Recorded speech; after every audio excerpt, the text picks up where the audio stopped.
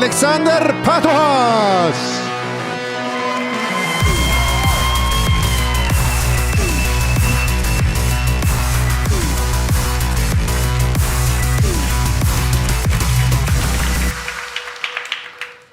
Welcome to Games First. This is the 11th iteration of what began in 2013. Games First was made to celebrate game development and the Finnish game development community. Games First is a meeting point for passionate people to come together and share the successes, mistakes, and learn from each other. And as someone said it best, our community is competitive, yet collaborative. And it is this unique blend of friendly competition and collaboration that brings out the buzz, the energy in all of us. And speaking of buzz, Alexander, yes. Do you remember what the buzzwords of Games First are? The buzzwords? What do you mean, Sarah? The words that make you go all buzzy. Like meet, share, learn, and play. Yeah. Exactly. But hey, Sarah, what about the word agenda? Is that also a buzzword? Nope. Because at Games First, we leave our hidden agendas and egos at the door. That makes sense. That makes sense. But what if we would take a look at the non-hidden agenda so that we know what to expect for the day? Great idea. Behold, we have numerous amazing speakers and a coffee break and a lunch break. And as a final treat, the game demo session. Ooh. Okay, and next, just a couple practicalities for our live audience. So if you're watching at home, feel free to zone out. Okay, restrooms, somewhere around there, follow the signs.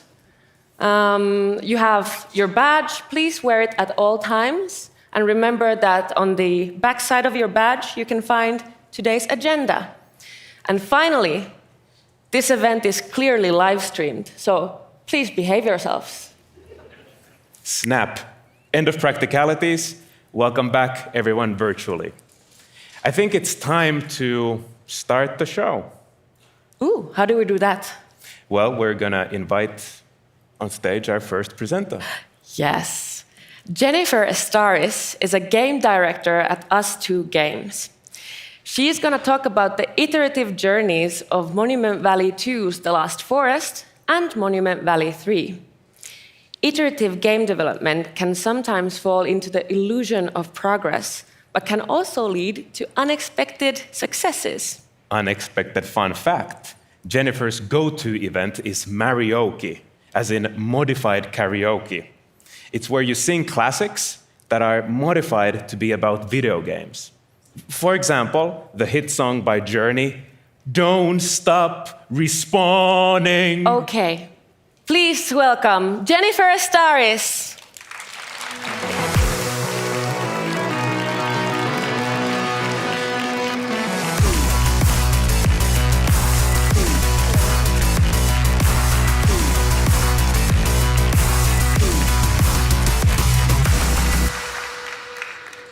Hello, hello. Nice to be here, everybody. Nice to be in Helsinki. And I'm glad it was opened with a song from Journey. Excellent, excellent. Hi, I'm Jennifer, and I'm here to talk to you about the illusion of... I don't know if I like this title screen so much. This font. Like, it's a bit drafty. Makes sense. Illusion of iteration. I'm iterating here. Okay, let's try something bigger. Yeah, okay, that feels good. Let's keep going bigger. I'm American, I like bigger. Yes, yeah, I like that. I like the on its own. But it feels a bit centered, you know, like it's a bit unrealistic. No one's that balanced, so I'm gonna go push. There we go, that's nice. I like it. It's got a lot of edginess to it. But it's got nothing to do with iteration anymore. Let's go back to the little iterations. Yeah, it's the first one. It's with the font I like. Yeah. You can spend hours on something and still be very unhappy. But that is the way it is. It's better in some ways, Worse than others, I still dream of the giants and what it could mean and how it could be used. But pencils down, we must move on. So this is the agenda for today. I will begin with introductions iterated. Then we will go sailing through uncertainty, and then into sea change, and then finally end with persistence and resistance. Introductions iterated. The Good Place. Who is familiar with this show? A lot of you. Hey, cool. So it's on NBCU, it's on Netflix. It's a comedy series about a heaven-like afterlife. And here, the architect, who is Ted Danson with the bow tie, he goes through 800 iterations of creating the perfect good place, their version of heaven.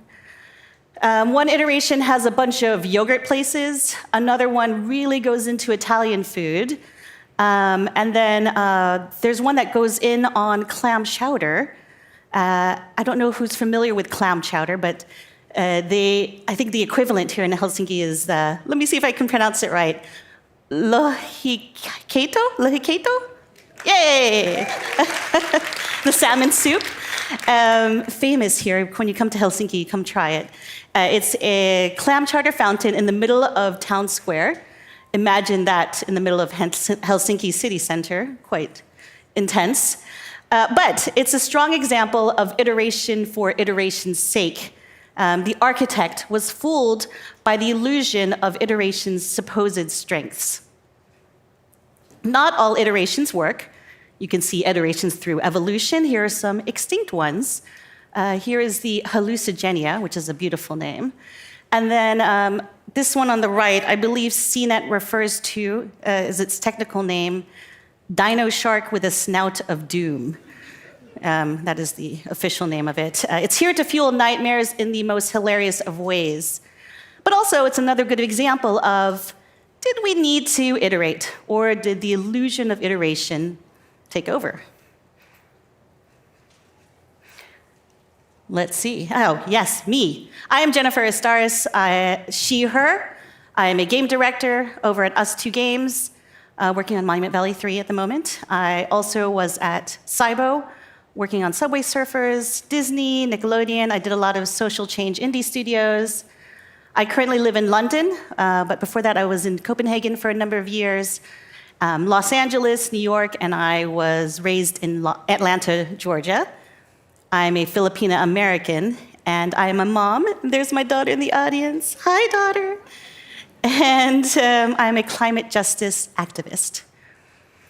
So I've gone through many iterations of self. I started off as a programmer, and then I went into creative writing, became a game designer. Now I'm a game director, and I'm doing climate activism work. And who knows what's next? In addition to making games, I also talk about them, like here. My current iteration or instantiation is on the intersection of games and climate change. And here's an image of me. I'm in the tiger outfit. There's my daughter and my husband. This is us taking to the streets. This is the end of Extinction Rebellion's biodiversity march in London.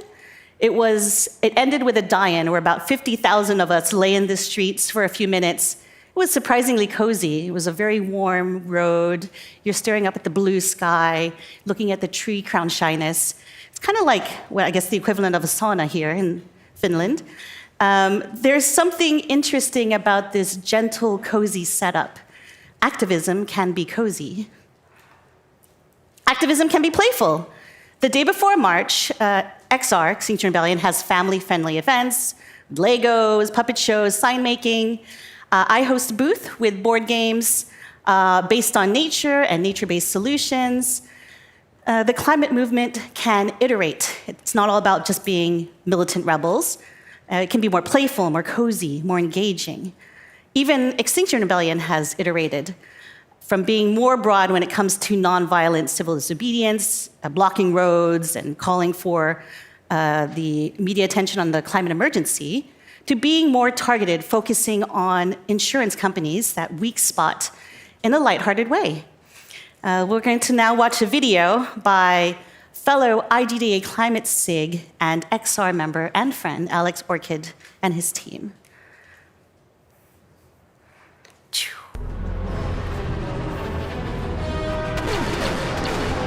This is Red Rebel Leader. I'm approaching the target. Copy that. It's the weak spot in the fossil fuel Death Star. If we can shut down its insurance, we can stop the fossil fuel Death Star from destroying our planet.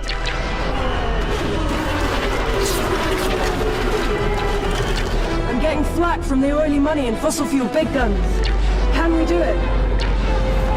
Of course we can do it. The whole Rebel Alliance is with us.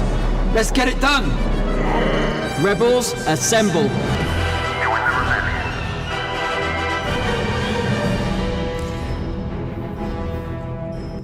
Yes, this event is happening this week, actually, out in London.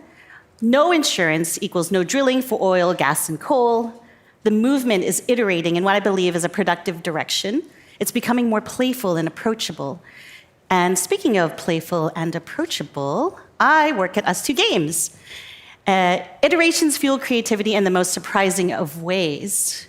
We are a small studio, about 40 of us, in South London, and we're innovators of gaming, BAFTA-winning studio known for groundbreaking and artistic games. We are a force for good. We're the world's first B Corp certified game studio, committed to positive impact, notably planting over 1.2 million trees with the support of players for Alba, a wildlife adventure. We're makers of the unique, known for the Monument Valley series, Alba, Wildlife Adventure, Assemble with Care, and Desta, The Memories Between. And a lot of the core values of the studio align with mine. And they've also gone through iterations of genre. They went from the mysterious puzzle of Monument Valley, and then a VR puzzle in Land's End, back to the puzzle, then a modern-day puzzle with Assemble with Care. You're doing things like fixing a cassette tape player, so I guess it's retro-modern. To a mini open-world explorer with Alba, and then to a turn-based tactic game with Desta, and then back to puzzles, and then who knows what's next. Let's hone in on the Monument Valley series. Who here is familiar with Monument Valley? Oh, yay, good number, yay.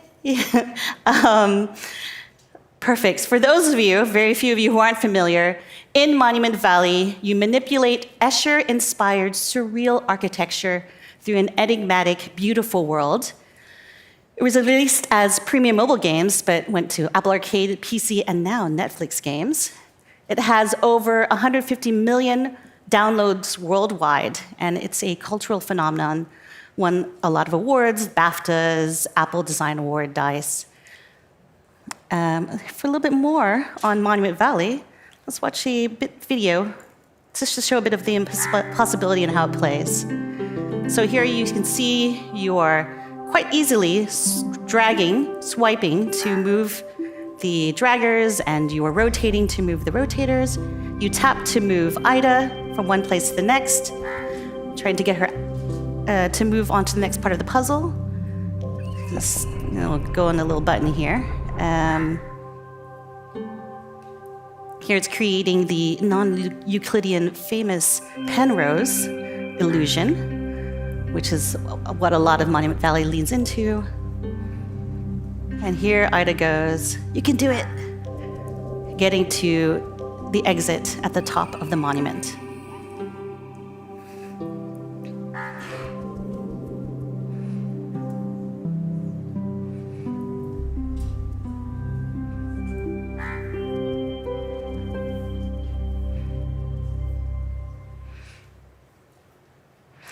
So 2014's Monument Valley turned the puzzle game genre on its head, serving up unique mind benders involving impossible architecture and logic-defying geometry. It also earned equal attention for its ambitious visual style, absorbing score, and soul-soothing vibes. Here's another video just to show the variety, doing a lot of stage setting in here.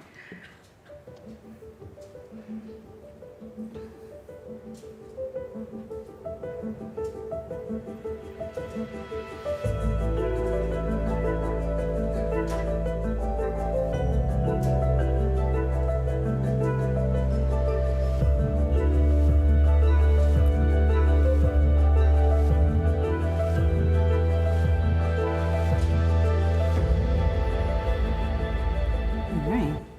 So as you may have guessed, this game is a love letter to architecture. It's influenced by architecture from around the world, especially Moroccan and Middle Eastern. And you can see it's reflected into the gameplay and the palettes and the structures in the game. All of this lushness did not come for free. There were many, many, many iterations. A lot of the cutting room floor material ended up making it into the DLCs, downloadable content, that were released after the main game or the core game was launched. So the top left is from Forgotten Shores, which is a bit more of an adventurous experience in Monument Valley 1, or the first Monument Valley. And then the remaining are from Ida's Dream. And these were the more experimental cuts, and they didn't make it into the core game, as cool as they are, because they didn't fit the themes of the storyline, and they didn't fit the narrative. But they work really well for just cool puzzles to play. That makes sense in a dream experience like Ida's Dream. And then there's a lot of cutting room floor material that didn't make it into the game. Here you see the different types of totems. One that is a light, and there's like a ladder totem. A lot of different types of characters, a modern day looking town, and then one where you solve a puzzle riding on the back of an elephant, which is really cool. But these didn't make it into the game, but it's this iteration and the polish that led to Monument Valley being the prestige piece that it is, with a significant cultural impact, as you can see in this snippet. Just to show a little bit about its reach and how it's hit many people and fans and the fan art they've generated. Oh yeah, and it's our 10th anniversary this year.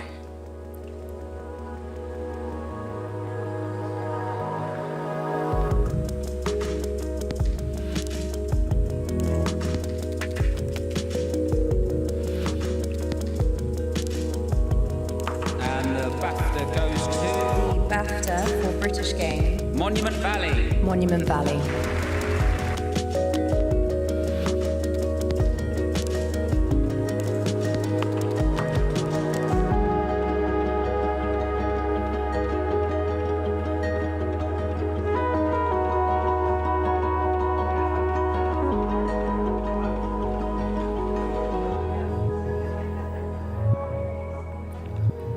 Little sneak peek at the boat over there on the right.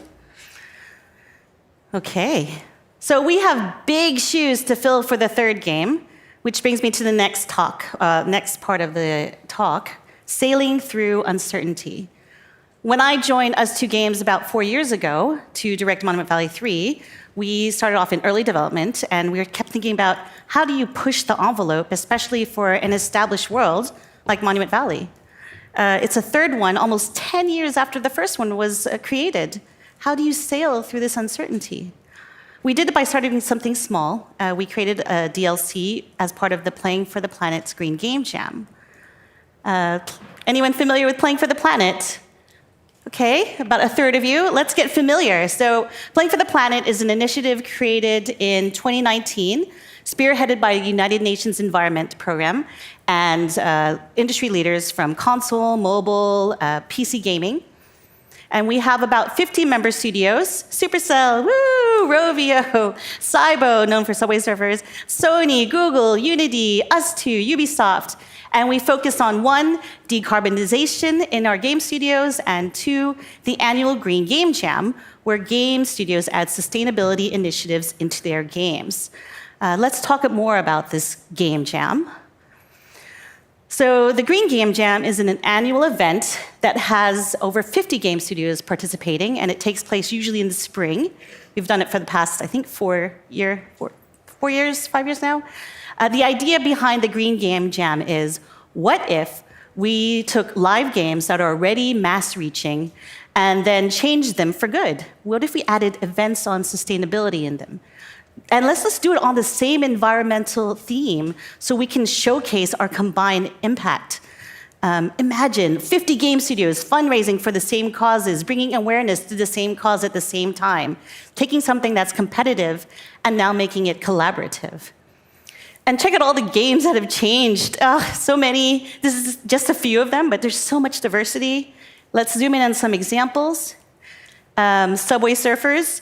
It's an endless runner mobile game. I'm sure many of you are familiar with over 3 billion downloads, 150 million monthly active users. What reach? Every month, the game visits a different world location, usually an urban location, and thanks to the Green Game Jam, Subway Surfers visits a location that's all about green nudging, so normalizing clean energy, more nature. 1 year it was with Bali here, as you can see. So they had recycling bins in tunnels, wind turbines in the background, rainforest setting. Oh, look at the rainbow. It also sold special in-game items whose proceeds went to charity. Riders Republic. It's a massively multiplayer sports video game by Ubisoft. And for the Green Game Jam, Riders Republic had a 2-week-long digital tree planting race, which began with an in-game climate march. Players were invited to walk together from the social hub to the in-game reforestation location, creating the first video game climate walk. So when Us2 Games joined Playing for the Planet, we weren't sure what to do, partially because we had just made a game that was all about the environmental activism called Alba, a Wildlife Adventure. This game is about nature conservation and how even the smallest person can make a difference. It started off as a bird-watching game, and then as you progress, it expands into this open-world explorer. And then eventually in the game, you get to take down the evil capitalist hotelier trying to destroy the local nature reserve. I like to think of it as a Greta Thunberg trainer. So we partnered with organizations like Ecology, and we plant a tree for every download of the game, planted so far over 1.2 million trees. And here's one example of Alba's activism. In order to protect the local nature reserve, Alba runs around the community collecting petition signatures. As you can see here. This will be important later, so bookmark. The annual Green Game Jam is a few weeks long and begins with a number of speakers who can inspire the developers on what to create and why. This talk resonated with us quite a bit. This is Peter Wolleben, author of The Hidden Life of Trees. Who has read this book? It's a nonfiction. Oh, yay. A couple of you? Oh, 3, 4, 5? Okay. Read it, please. It surprisingly reads like a fairy tale. It's quite digestible, about how trees communicate through the hormones that spread in the wind, through fungal networks that connect all their roots, that wood wide web, about how mother trees can recognize and protect their children. Protect them, from the shelter from the wind, sure, but also they strengthen their children by shading them, giving them less light so that they be growing up, so that they grow up more resilient. And he gave this talk in the forest. You can see here, it's bright out, and he's going up to each tree and saying, oh yeah, this is this tree, and talks about a bit about each one. And as he's talking, the sun begins to set until he's shrouded in complete darkness. And all you can see is a little light in the distance where his cabin is. And it was quite moving and resonated. Here is the Us2 Games team that worked on the Green Game Jam. Many had worked on Alba, and many of us are working on Monument Valley 3. A lot of plants and biophilia in these pictures. Anyway, we wanted to do something inspired by the hidden life of trees, thinking about trees speaking and caring for each other. The trees as storytellers, that beautiful darkness, and we wanted to tell this story in Monument Valley too. So we began by looking at the cutting room floor material from both the first Monument Valley and the second one. Here are some of them that didn't make it into the game. There are a lot of tree references in Monument Valley, especially Monument Valley 2, actually, and there's a whole chapter about a tree growing and shrinking in MV2, but not necessarily resembling what nature actually does. And then we looked at other games. Who knows the game Below the Root? 1984? Yes? Yeah, just 1, 2? Okay. It's a video game that I had on the Apple IIc, and it's set in Zilpha Keatley Snyder's Green Sky trilogy. It's about a world covered in enormous trees and wildlife. The player is tasked to stop the world from disaster. It has this really gorgeous, mysterious tone with it. My favorite parts were flying from limb to limb, talking to animals to learn their emotional state. There in the bottom middle, the emotion of the bunny is warmth. And the bunny says, "The spirit rises within." Magical bunnies. This one is an interesting piece. This is actually fan-created, and it's the level map of Below the Root. And what I love about it is it shows the vastness of the trees and the darkness and the fungal root networks, and you can see the forest for the trees, or however that idiom goes. But we also looked at a bunch of trees. So the top two on the left there are from Florida and Georgia, Savannah, Georgia, not too far from where I grew up. Those are moss-covered trees, Spanish moss-covered trees, really lush and beautiful and strange. The crazy roots of the one on the top right. Trees growing through buildings, like the one in the bottom left here. Trees intertwined with each other in the middle. Tree houses, also a fun reference.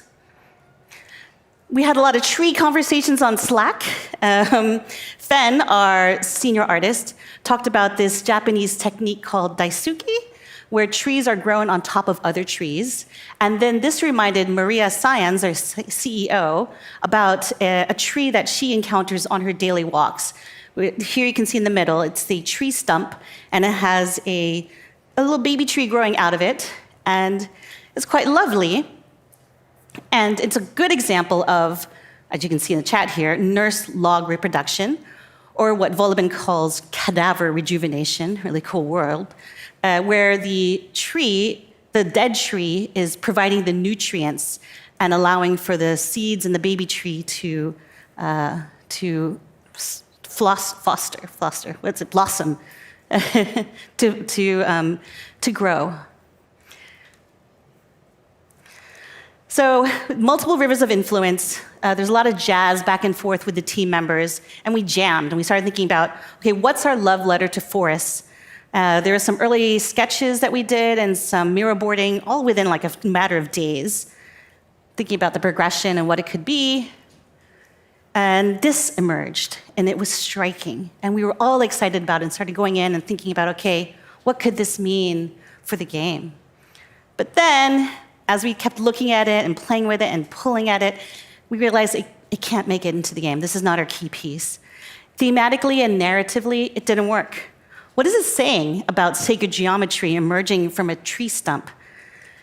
So we continued to explore, trying to find that central heart. So we thought more about forest-themed levels. There were some things that we did love about it, so we took what we liked. We kept thinking about, okay, what does wilderness mean in a sterile architecture-based environment? We had other configurations of how the trees could be integrated with the architecture.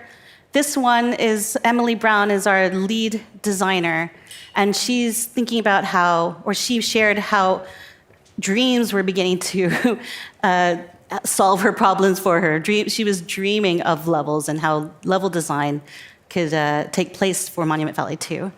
So dreams can help us iterate, which emphasizes the importance of marination time. And so we kept going and just bashing out things. And I don't know if you've read this book called Lean UX, but they had talked about a way of doing pottery, of ceramics, where they took two groups. One group just focused on one piece of pottery and tried to make it the best it could be. And then another group, they're just like, make hundreds of them. And the group that, subjectively created the best pottery was the second group, the ones that were just iterating and iterating and iterating. Of course, you have to iterate in the right way. It's not just iteration for iteration's sake. But what we did here is we had thinking about, look at the aspects that we loved, the trees intertwining, the putting different configurations, upside down trees, etc. We tried to think it more abstractly, like the bottom left. What if the trees weren't tied to the ground in any way? And then we tried to think, we went to the other extreme and thought more grounded at the bottom right. What if we did with especially realistic trees? We also did some totem experiments. So what if totem, which is your companion in the game, also a piece of geometry that you could use to manipulate the puzzles, what if they were tree-like and could grow and shrink? So after a while, we started zoning in on this piece here. So these are the trees being interwoven more into the geometry. This made sense. And that heavy darkness. By the way, these also didn't make it into the game, mostly as they aren't puzzles, but I still dream of this triptych. So we took what we liked, and we let the puzzle shine a bit more, resulting in, started honing in. This is one of the puzzles in the chapter. We kept developing it. It's just a few different iterations of one level. So we played around with the palettes, with the framing, with the structures and the architecture a little bit. We love that feeling of things being intertwined and the hiddenness and the silhouette of the tree. A little fun side note here in the middle. You can see the little flowers here. These flowers are actually the roof of the building, miniaturized and turned upside down. So just a little fun side. Anyway, this is what became the puzzle. This is the result. The puzzle in the chapter, Monument Valley 2. The chapter is called The Lost Forest. In this chapter, you reconnect with the beauty of trees by exploring impossible architecture hidden in nature. Our hope is to remind players of their emotional connection to trees so that we remember to protect them, because they, in turn, protect us. It's quite a heart-rendering thing, because I think this week they just announced, I think, COP16, that at the Biodiversity Conference, that I believe more than one out of three tree species are likely going to become extinct. So things to keep in mind. This is happening now. This is an active thing. Let's take a look at the trailer for this.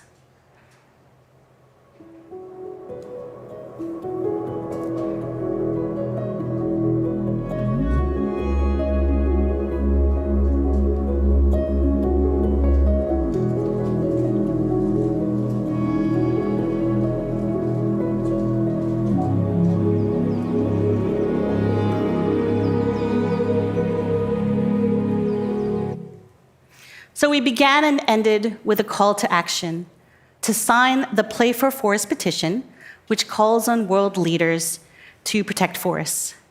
It's an emotional, poetic, emphatic appeal. Remember the petition in Alba? So this just made sense here. It was a good callback to it. So don't close yourself off to protracted iteration. Iterations can take different unexpected shapes. They can be over a number of games. Another good call to keep your employees for as many games as possible because of that iteration happening even between games. The petition also contained a survey asking players questions about their interests in environmental content in games. Let's go to this survey results. So in this survey, this Playing for the Planet survey was also offered by other Green Game Jam studios, about 5 other games linked to this survey, and it resulted in almost 400,000 responses in a matter of weeks, which is great, and the results are promising. We have 81% would like to see more environmental content in their games if it's relevant to the experience. 61% are motivated to pay for environmental content, and 80% are open to changing their habits, changing their behaviors after playing the green content. So it's a strong business case, and more on this study can be found on the Playing for the Planet website. Going back to the game. Traditionally, Monument Valley has dialogue presented via a ghostly storyteller. They're pretentious and enigmatic and a bit condescending. Sometimes it feels like nothing has changed when everything is different. What does it mean? So for The Lost Forest, we wanted to hear this chorus of voices from the trees. So instead of a storyteller, we had a poem between each puzzle. We had the trees as storytellers. This broke the rules of how dialogue is presented to the player in Monument Valley, but in a way that wasn't jarring for players and resembled the bookends of that petition call to action. So these are like bookmarks. And this was confirmed by playtests. They didn't feel like this was too off brand, and they also didn't complain about it. They actually thought it was quite fitting. So no news is good news. So conclusion, change is good, but sometimes no change is good. These are side-by-side comparisons of Monument Valley 1 and 2, of their tutorial, the prelude.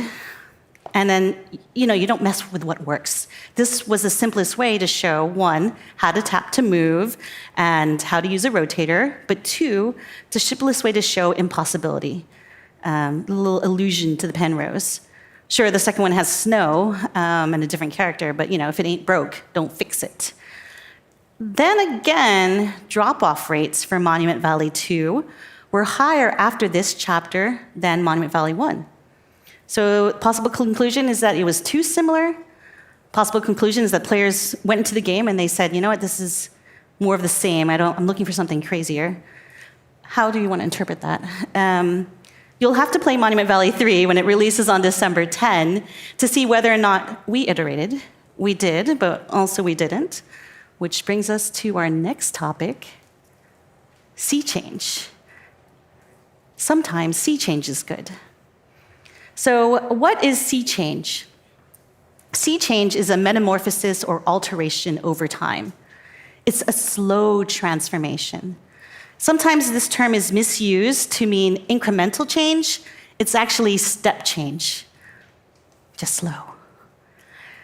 Sea change comes from Shakespeare's The Tempest. Ariel sings a song to comfort Ferdinand, whose father died in a storm at sea. Full fathom 5 thy father lies, of his bones are coral made. Those are pearls that were his eyes. Nothing of him that doth fade, but doth suffer a sea change into something rich and strange. Ariel is telling Ferdinand that his father's body has been changed by the sea into something beautiful and precious, rich and strange. So it's a gradual change where the form's the same, but the substance is surprisingly different. Not just a little bit different. So sea change is gradual change. The body's taken by the sea, the bones turn into coral reef, the eyes become pearls over time, so it might be slow, but it's transformative. Side note on The Tempest, some view it as an allegory and criticism of Europeans colonizing foreign lands, and I am here for it. Okay, Monument Valley 3. It is a story of illusions, togetherness, and hope. Behind the scenes, the development team has spent years iterating on what I hope is sea change for Monument Valley. Let's watch the trailer. Look for the sea change. No, it's the prelude.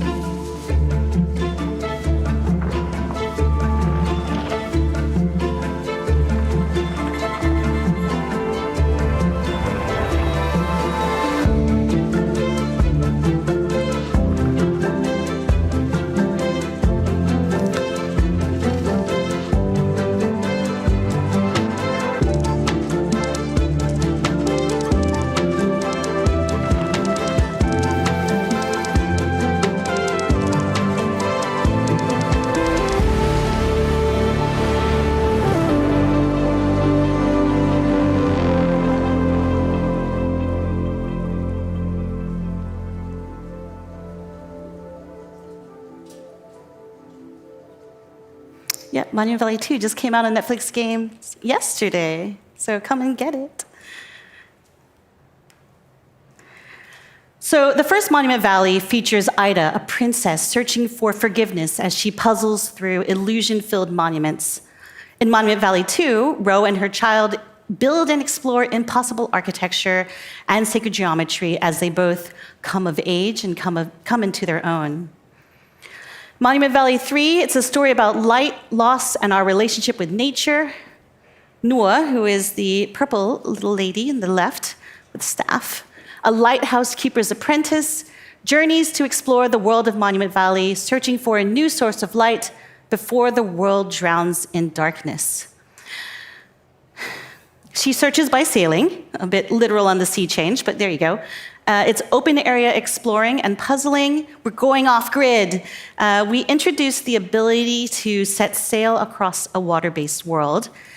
The setting on the ocean gives way to a larger map, packed with more puzzles, secrets, universe-expanding lore.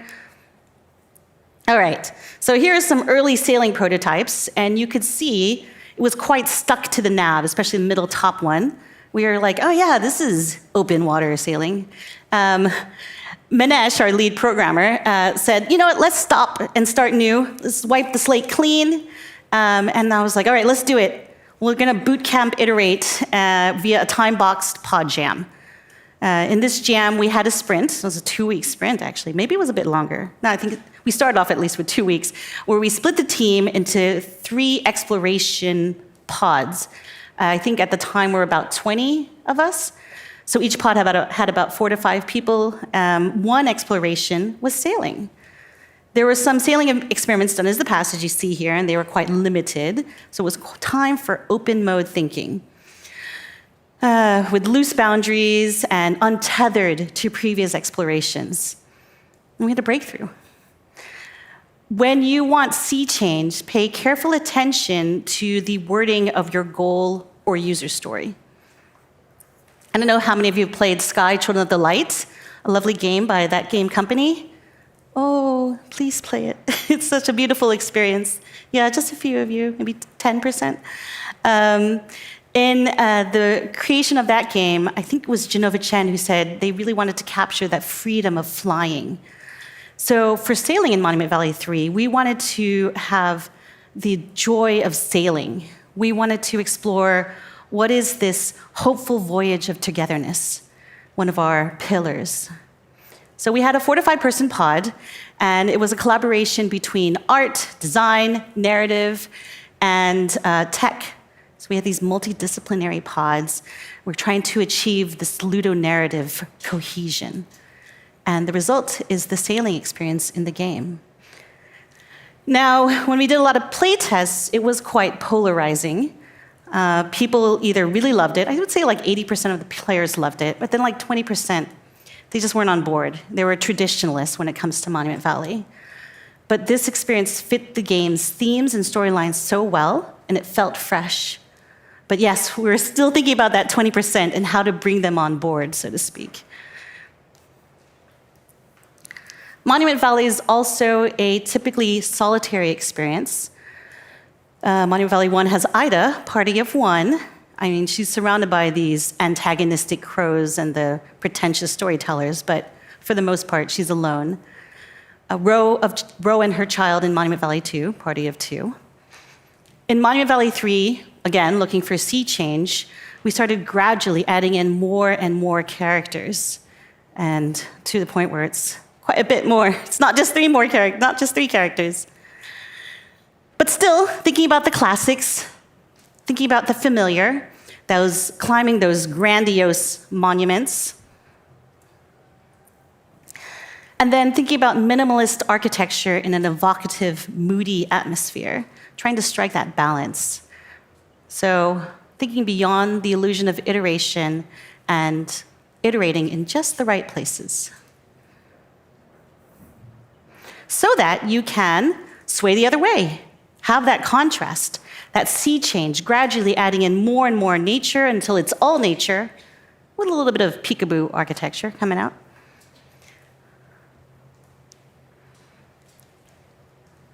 Peekaboo. Oh, there, peekaboo. And then reaching this explosion of nature, transforming from sacred geometry into something more organic and off-grid. So, not just iterating in the levels themselves, but also between levels, thinking about what order they should be in the meta. This was from a couple of years ago, where the lead artist and I were sitting at my table at home and just playing with the different prototypes that we had, and thinking about the order and shuffling them around. It was like a little game. And it's quite cozy, actually. In the first 2 Monument Valleys, they did this with these giant boards and had these pictures printed up, and it was very much like an art gallery. But here, it's a bit more like a card game. And Lily Abraham, who is the lead artist, her background is she is Vietnamese Arab, and she grew up in a refugee camp in Sweden. And I spent a number of years in Denmark, so you will see that the game has a huge Nordic influence in it. Finally, persistence and resistance. When you iterate, think about what iteration are you doing? Are you doing refinement? Are you taking a wild leap? Or are you doing sea change? Because valid results can include changing for good, changing for worse, changing for different, or no change. Think about iteration as a tool for transformative change, not just tiny refinements. And maybe not as risky as a wild leap.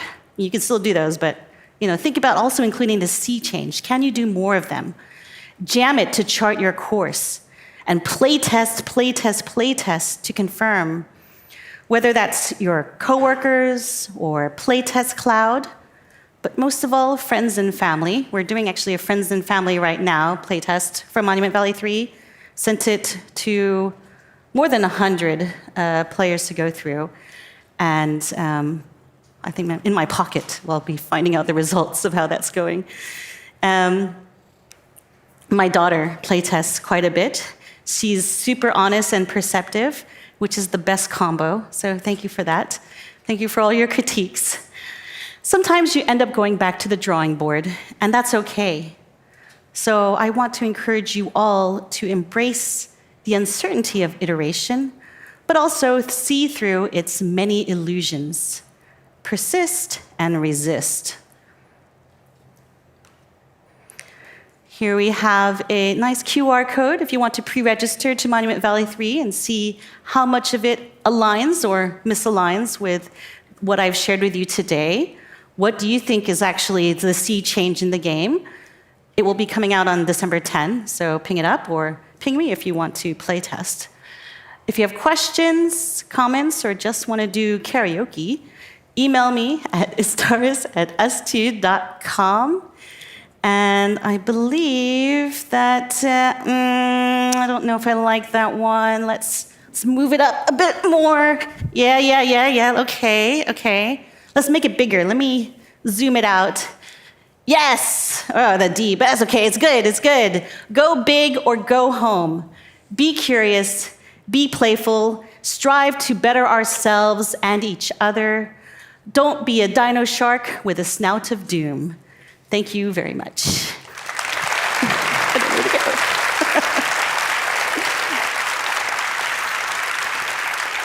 Hello. Maybe we join you? Yes, come on in. Yay. Thank you. Let's stand here in the center, nice. All right. Yeah. Hello. Hi. Please, Jennifer, accept our heartfelt thank yous. Thank you. That was monumental. Okay, we have a few questions for you. Sure, but first, thank you for having me here. It's also monumental, but it's also quite a sea change for me. I've not done a 360 stage. It's exciting. Yeah, it's a lot of pressure, I think. It's good pressure. Build up and explode and sea change. Slightly intimidating. Yeah. Let's make it even more intimidating. Oh, right. We have questions. Okay, let's do it. Yes, so it's about social impact. Yes. When did you realize that you could, with your work in games, make a difference? So, thinking about it, I think I want to say sea change because it's my theme, but I think it was a gradual change over time. I've always been into it, but maybe one of the most memorable times was, I think 15 years ago, I was working on Neopets, and there is a virtual world aspect of Neopets called Pet Park. And in that game, you can go around and collect foods and make your own foods, and you can do other things, play games, etc. One of the things I kept telling my coworkers was, why do we make food with meat in it? These are little pets that are eating, they're not eating each other. So why don't we make that food vegetarian? And there was a bit of why is this important? But I think with these small changes, it can influence not only the players who are playing the game, but also the developers. So us thinking about being more conscious of these aspects. And I remember getting some messages from fans saying, "Oh, thank you for making the food vegetarian," and it's just lovely to see. That's great. Yeah. Good, yeah. We know that Monument Valley 3 is coming out on December 10th, I believe. Yeah. So could you share with everyone, what do you think would be one thing that everybody should know, needs to know about Monument Valley 3? One thing that everybody needs to know about Monument Valley 3 that I haven't already shared. I think one of the things I was excited about, and my lead designer as well, is thinking about the quiet rebellion. How do we do a gentle rebellion? How do we change the world in a cozy way? And maybe when you play the game, you can see, are the regenerative, rebellious elements coming out? How do we form a new society in the little course of a tiny game? And that's what we're hoping to be able to do. Small feat. Yes, it's tiny feet. Okay, and if I were to ask you what your favorite thing was, or what you are most excited about, would the answer be the same, or would it be something different? It would be the same. I think I'm also excited about how Us2 Games does a lot of charity partnerships for each of their games. And we're hoping to do the same for Monument Valley. So for example, Alba Wildlife Adventure, planting trees. With Desta, the Memories Between, we partnered with UK Youth, providing for youth centers. So I can't wait to see what charity partnership we'll have for Monument Valley 3. Amazing. Yeah. Let's shift gears, All right. if you will. I don't know what you thought about my attempt at karaoke earlier. Could you share us what your favorite karaoke song is? Oh no, Or so like many. your 3 go-tos. My 3 go-tos. Well, I try to do a different song each time. I was trying to think about, there's one that's like about history repeating by the Propellerheads, Shirley Bassey and the Propellerheads. And I sing it again. No, I'm not going to do it. Nice. No, but it's fun to like pretend to be a performer. Yeah. So, and I highly recommend everybody to do it if you see it happening at a game event or out in the wilds, because it's rejuvenating in a way that we need. It's quite healing, strangely. It sounds amazing, and this, I must say, was the first time for me learning about karaoke. Oh, cool. But I'm interested. I kind of want to do it. Not now. No Maybe later respawning, tonight. please. No respawning? No, later maybe. It's clever because it's people who rewrote the songs are game developers, and they are putting their souls into the rewrites. It's very Weird Al Yankovic, but with video games, so very relatable, very network friendly, if you're looking for that. Yeah. Yeah. Well, this event is all about networking. Yeah, this So too. who knows? Maybe later tonight. Yeah. Maybe next time we do games first, we should start it with or end it, or both, with a big karaoke spiel. Let's just do a full day of karaoke All while we're right. at it. I love it. Done. I wonder if anybody's going to join. Maybe. Sing. Let's all Yes, sing let's together. Don't stop. Stop responding. Okay. Do we have more questions? Well, I think we have some time to kill. We hear from our little button in our ears that we still have a couple of minutes. Okay. Yeah, I spoke fast because I was so excited to be on stage. So Very I understandable. went quite fast, but Well, what would you say for someone who's like maybe an indie developer, they have their game and they are only just starting to think about like, hey, there's this social impact aspect. Yeah. How could I go about it? Like what advice would you give for someone just wanting to like take small steps or like just take social impact into account? absolutely. So first, go to those websites that I mentioned. So Playing for the Planet has a great site. A lot of materials on there that you can look at. A lot of games you can play. The IDDA Climate SIG, I know that's a bit of a mouthful, International Game Developers Association. IDDA Climate SIG has a lovely website with lots of resources. And we have a very active Discord. So the Discord's in the link. Come there. We have monthly meetings on Discord, get to chat and network with each other.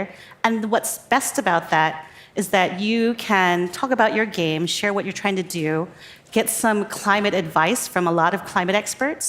Of course, if you are well-funded, you should pay for the climate expert advice. But if you're still exploring, I think we're quite a helpful community where we'd love to check out your game and see where we can help cultivate those themes. Okay. Yeah. Off the top of your head, I know it's always a bit putting you on the spot. Yeah, that's fine. Could you maybe think of something, an example, an unexpected example in a game that you've seen that's been really impressive when it comes to climate activism? Yeah, so many games, but I think the one I've been thinking about the most is I was a teenage exocolonist, and what I love about it is, first of all, at first I had a problem because it's like, this is a game about colonizing, this is not good, but actually it's a game about if you have to colonize, if you have to move somewhere new, if you have to become refugees somewhere, how do you fit in with that new society? And it has, I think, at least 17 different endings, so you can really explore the different types of ways you can integrate or not integrate or battle with the community that you're joining. So also it's a fun little game, so I highly recommend playing it. Wow. What was the name of the game? I was a teenage exocolonist. Such a great name. Yeah, it's a bit of a mouthful, but it's still good. Awesome. All right. Thank you so much, Jennifer. Thank you for the presentation. Thank you for the conversation. Thank you so much. You're relieved. Yay! Jennifer Staris, let's give her a big round of applause.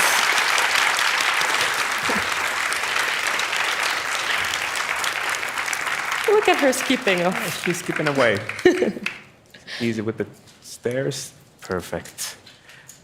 So, who is next? Ooh, next. Dish Eldishnawi. He's the product and growth lead for Metacore's Merge Mansion. Ooh. Would you have a fascinating, fun fact to share? I do, in fact. Okay, this is good.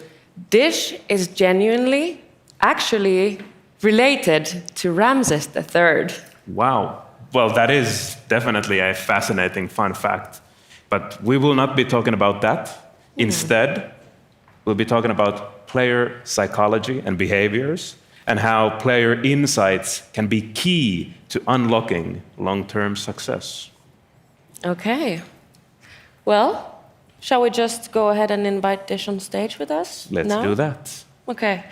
Please, everyone, give a warm, warm welcome to Dish Eldishnawi.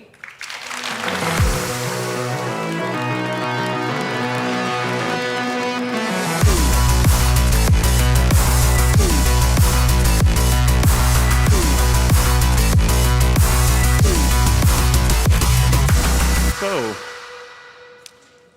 what is Grandma hiding? I have to admit that that's just a catchy title for the presentation, because I cannot really share with you what Grandma is hiding. Our story team have all the secrets. But today, instead, I want to talk with you about what our players hiding. But first, hi, I'm Dish Mohammed Eldishnawi, and I'm the product and growth lead at Metacore. I'm a very passionate product person about player psychology and behavior. But I'm a huge fan as well of data. Shout out data people on the stage here. I really believe that data can tell us a lot about our player's story. But we all been there. It's very challenging and hard, and it's challenging for us as well to merge between these two factors together, though. Psychology and behaviors and the data we have in the game. But the good thing is that the moment you do that, you unlock certain insights about your players that can help you grow your game. And not only that, it can help you regrow your game. Because let's face it, even the most successful game in the world had some times of slowing down of growth. And often, when we talk about slowing growth, it can look like something like that, right?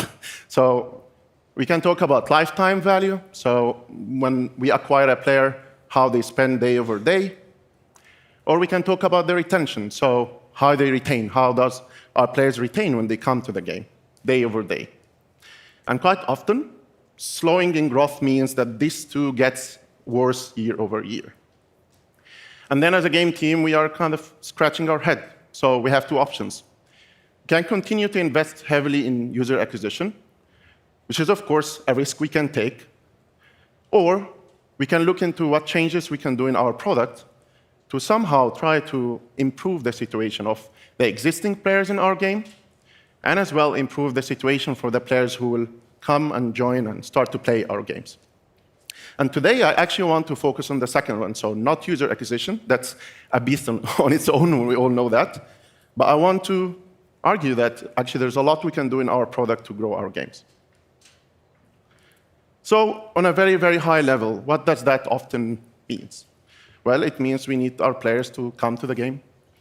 We want them to engage more. And as they engage, they start to use the resources, the diamonds and gems they have. And as they do more and more, some of them will decide to convert and maybe buy something from the store or an offer. But the tricky aspect that this has to feel natural. And again, now we're facing something as well. What does natural really mean? So let's start by looking at the behavioral side. For a player to have a natural experience in a game, there's 3 elements that they kind of tend to like to have. One, they like to set their own goals. And quite often, even if we design a game for a certain experience, each player will have their own goal. Some player their goal will be beating their high score. Another one will come to maybe like complete a collection. And as they choose this goal, they take actions, how they use the resources in the game to achieve it. And the most important thing that this have to feel autonomous. So they need to take this choice. And as a game, we need to allow them to be able to do that. And if, as a game, we somehow build a game that it wouldn't reward them for that, and rather punish them for taking that choice, that's when things doesn't get good, and that's when the game slows down. But then, if every player have a goal, and if everyone wants to do something different, how can we build a game for all these players, basically? So let's try to maybe zoom in and get a bit closer to the data, get closer to the game. How does that really look inside the game itself?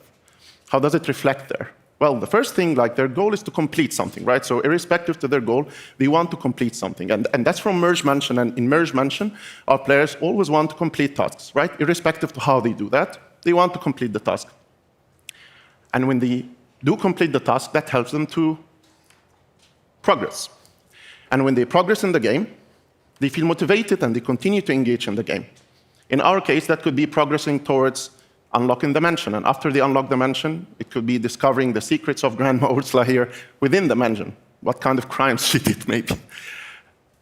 There's a lot of knives in the game. But the most important factor here is that the rate between how much they complete, how they choose to complete, and what they choose to complete, and how much progression we give them, that's exactly, this feedback to them, the rewarding moments or the punishing moments, if we slow down their progression. Because after all, what we all try to achieve is a flow state. And flow state is like basically that state where players get a bit of a challenge in the game to complete something, right, towards progression. But then this challenge starts to decrease, become a bit easier. So we face them with another challenge that is a bit more demanding, they improve their skills, and so on and so on. And if the game is so challenging, then it gets really difficult and stressful. But if it's quite easy as well, that's not fun. It breaks the flow state because it's like kind of easy, no? And the flow state is not just a state, like a psychological state. It actually has this quite interesting like physical effect on us. So because when you are in a flow state as a person, you are in this kind of transit hypofrontality. And this transit hypofrontality means that your frontal cortex here, the front side of the brain, it slows down so much. I know it sounds really bad. It sounds like, okay. But actually, when this happens, we are hyper-focused. We are not distracted. And the most amazing thing we do in our games is that our internal critical thoughts stops when we are in a flow state. And that's why people really enjoy games, right? After all, they want to be in a flow state, they want to enjoy the game, and they want to feel relaxed, right? We've all been there where we are engaged so much in a game, and our family members or couples are like, how are you enjoying this? It looks intense, right? But that's because of the flow state. All right, but that's about the behavioral side. Let's try to approach the data, right? The tricky thing is, can we have a flow state that fits all? So now we want to have a game We want this game to adapt somehow to provide this flow state based on their goals and based on how they choose to use their resources. And after all, the goal to grow the game is to serve our most valuable players, or payers, right? And that's maybe where we need to start from. Who are our most valuable players? And then start to look at what they do in the game, how they like to engage, and serve them better. And that's the model I would like to introduce to you. I first thought to call this segmentation, then I thought that would be a really boring title, because how many times you heard segmentation? But segmentation is a really valuable tool for us, right? You segment your players by looking at their data to try to better understand and give different experiences. Quite often, when someone says segmentation, they mean one of those. They mean either you bucket your players or segment them with monetization. So you look at how much players spent in the last maybe like 30 days, right? How many transactions they did. Or then it's through engagement, so how many sessions or what's the play time. And nothing is really wrong about this. It's just a problem that this eventually starts to become more informative than actionable. So you come every day to the office, you open your dashboard, you look at your data and split it by these segments, and okay, it is behaving as I expect. The high spenders engage a lot and they spend a lot, right? So it's kind of informative thing. And of course, you can act if numbers change. And the problem of this is that high-level segmentation introduces a form of a bias. I think maybe some of you know about this thing. So let's look at a player here, or someone in our world who is a male, born in 1948, raised in the UK, married twice, lives in a castle, and wealthy and famous. Any guesses? I hear King Charles. Correct. But it is Aussie exactly as well. And one can argue that there's something common between them. If we look from monetization point of view, yeah, if I will design an offer in the game for both of them, they probably have the same purchase power. But I guess we will all agree that from behavioral perspective, they would definitely like to enjoy many things in life really, really differently. And that's why I want to introduce you to the concept of quantitative behavioral segmentation. Sounds a bit heavy, but it is basically how we can use our game data to segment our players and stick our behavioral knowledge about our players to it. We're already familiar with the qualitative side, and all of us know about the tools that you can use to build certain personas and different personas in your game and learn about your players. But let's look how we can quantitatively do that.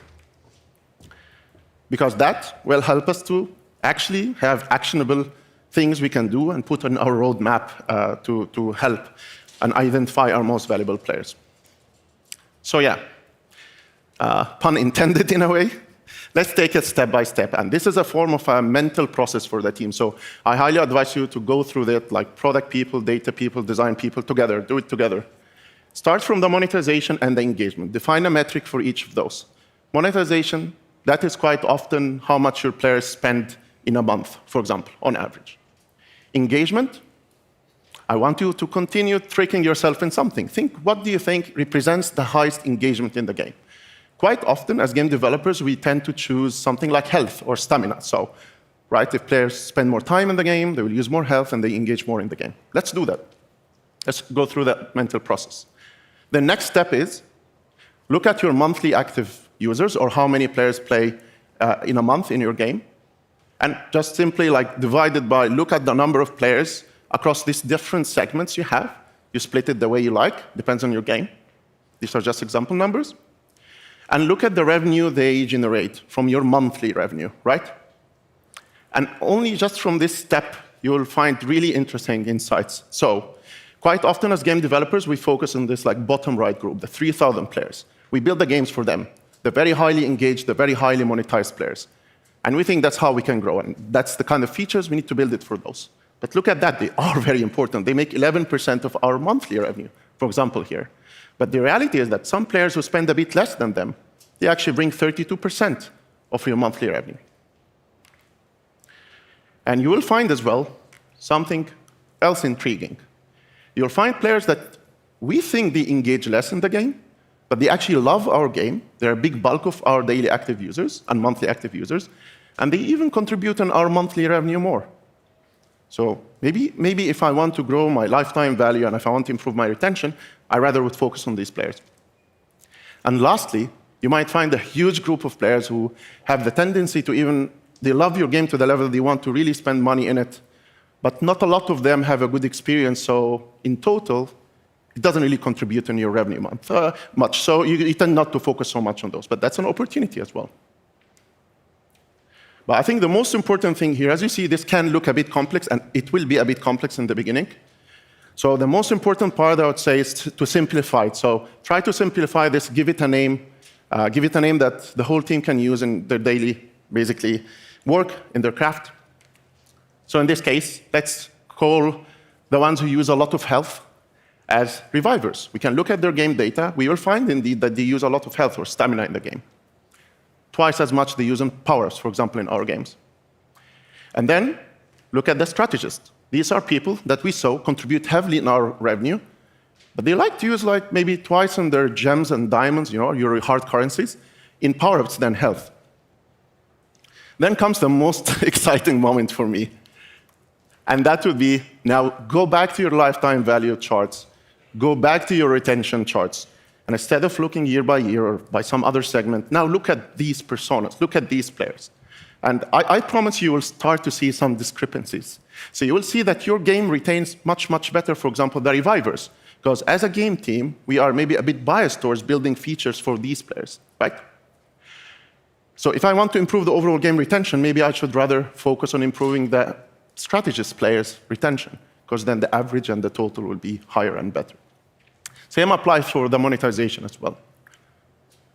So next, you can go back to your behavioral side, right? And I think that's the most amazing part, that those personas that educate us about our players can now be put in practice and reflect in our product strategy. So we know the revivers, what kind of personas they have. You can run surveys and learn more about them as well, or use some tool. And maybe you will find that those revivers here, they like to spend their resources to complete things, to push for completion. And you will find that the personas for the strategists here are more for competition, So when they play some leaderboard, like a short leaderboard, they want to use power-ups to jump in the leaderboard, and they get their excitement from that. That's their goal. That's how they want to use their resources. So you can have that in your strategy, in your product strategy. And I think one of the most, and for us as well, that was quite eye-opening, is we normally think that the players who spend a lot of time in our games, as in long sessions, these are the fans, especially if they spend money a lot in our game. That must be the players to focus on, right? That's the 3,000 players. But actually, that's a form of time allocation paradox. Because time allocation paradox is the fact that when people spend time in an activity, it doesn't really mean they are really enjoying it. And I think a really good example of that, strategic one, is from Netflix, that their content strategy is not based on the viewership time, so how much people spend, but rather on the contextual side, how relevant the content is to you. If you like to watch small movies or short movies, that's fine. We want to retain you. We want you to come day over day in your game.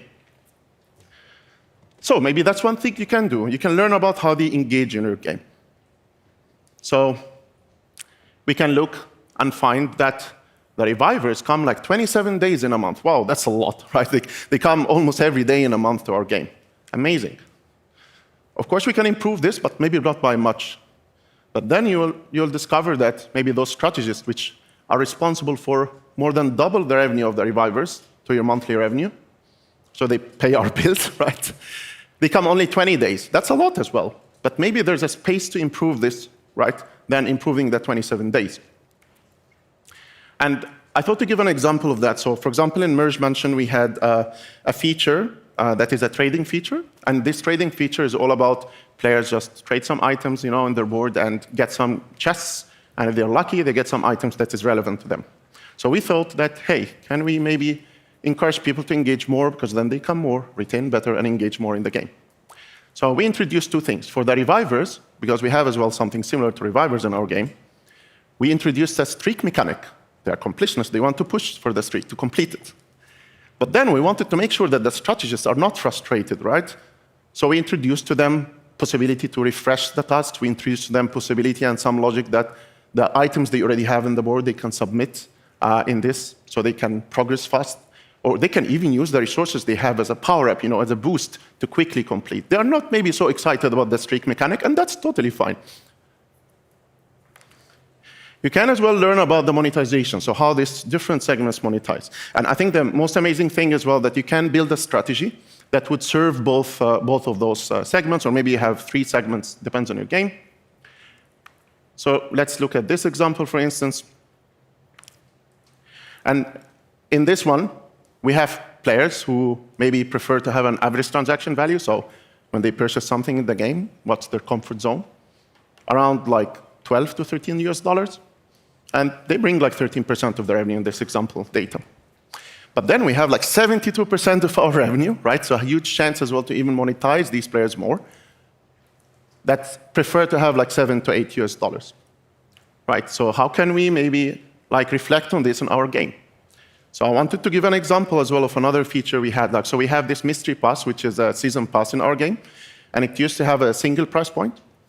But then learning about these people, players and segments and what they prefer, we found that maybe this bulk who spends around 12 to 13, they actually like exclusivity, and they actually find it really undervalued to buy like a cheap product, While the ones who are like spending 7 to 8, they like to find like a good purchase, like something that actually suits their purchase power.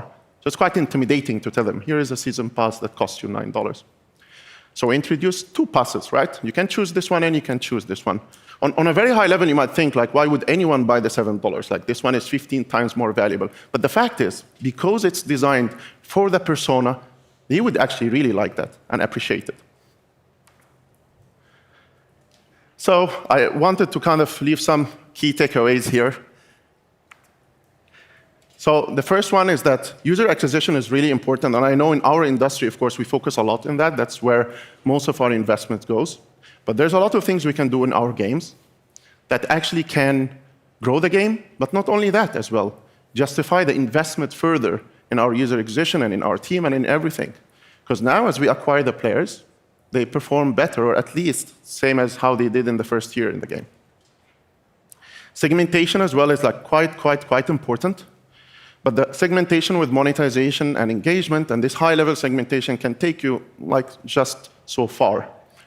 If they start to become informative, I really encourage you to start and try maybe more behavioral-based segmentation, personas, build profiles, connected to your game data.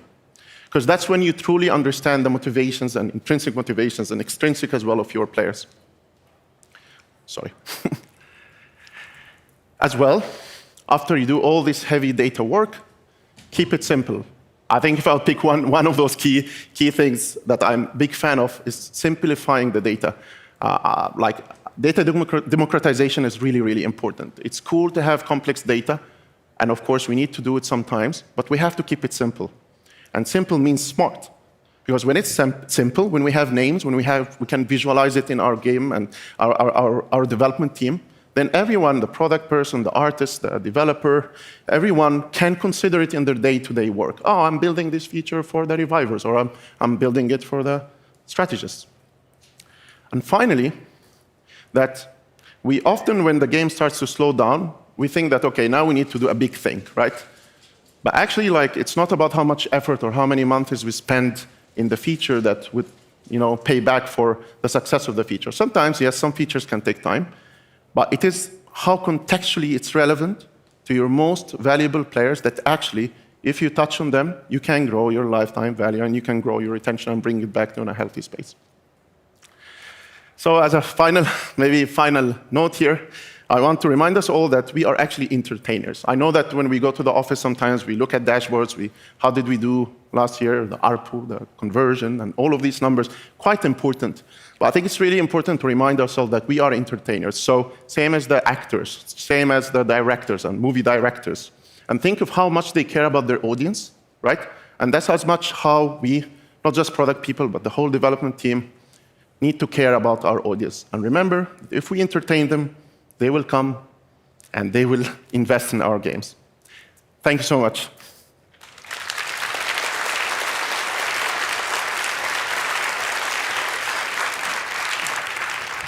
Hello. Hello. Hello. Let's go to the middle. I gave you 2 minutes extra. Thank you. Kind of fine. We But love now that. I'm worried what questions you'll ask me. Yeah, you're in for a treat. All right. Is this? This is the dance. Is this the, okay. Great.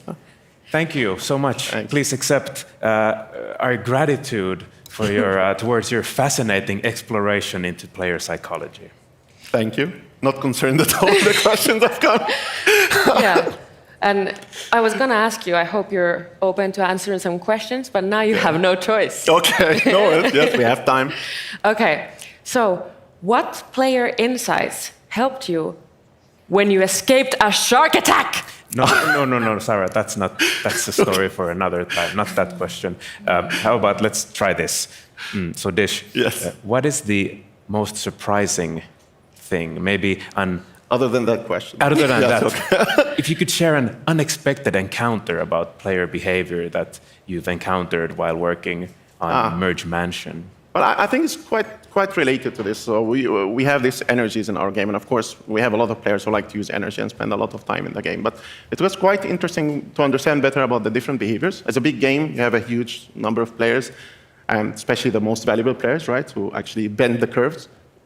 It was quite eye-opening to learn that some of them prefer a different behavior. Maybe even the most important of them prefer a different behavior. Thank you.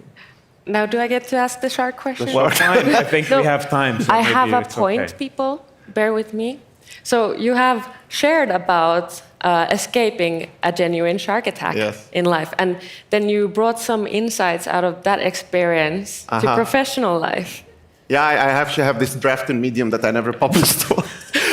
I think maybe one great learning about it was that you need to kind of act really fast and quickly, so not dwell a lot about too many data. So you need to sometimes decide, and sometimes a decision is better than no decision at all.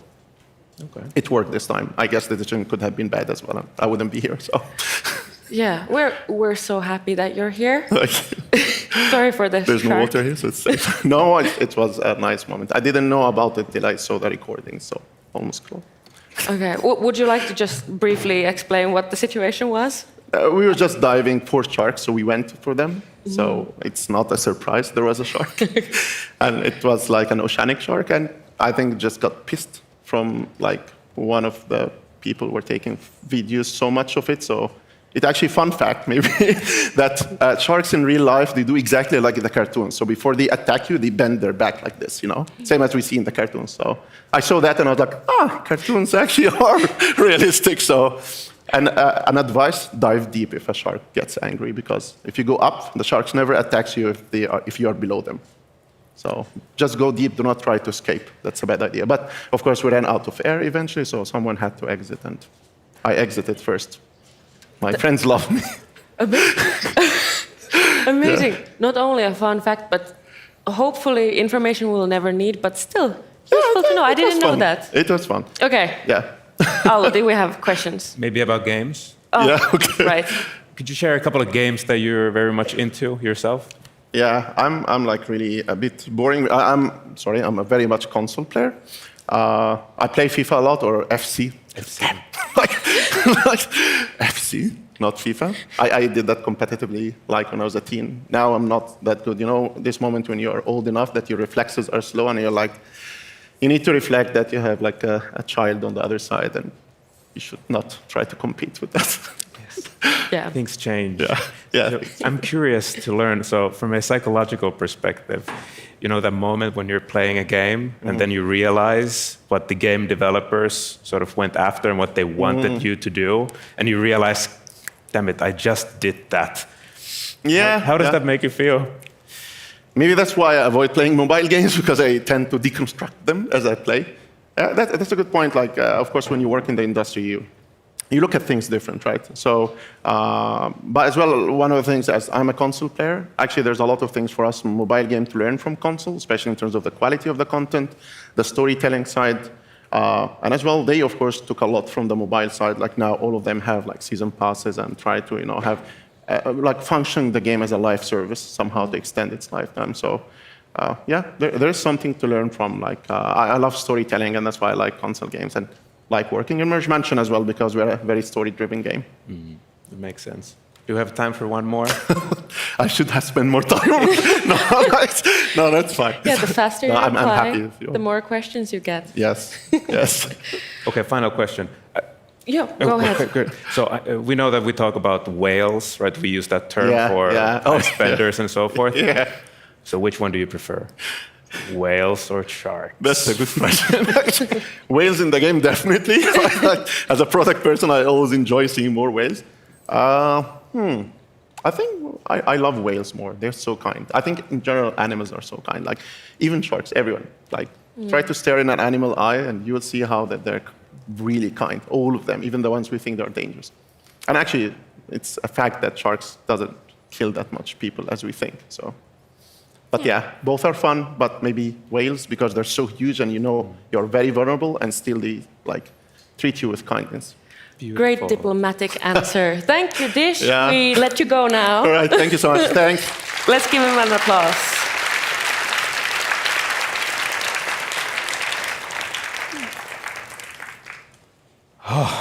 Wow. Next. Markus Kiukkonen. Yes. COO. Chief Operating Officer. And Markus Hjort, CTO. Chief Technical Officer. Both from BitMagic will be joining us. Yes, and they're going to talk co-prompting in next generation game development and how they work to blend AI models with human interaction for immersive gameplay experiences, or game building experiences, rather. Wow, what a mouthful. So, without further ado, over to you, Marcuses. Welcome.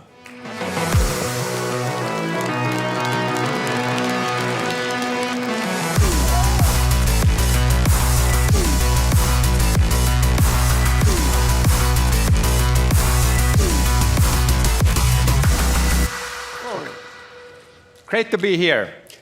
Yeah, indeed. What a venue. Super great to be here.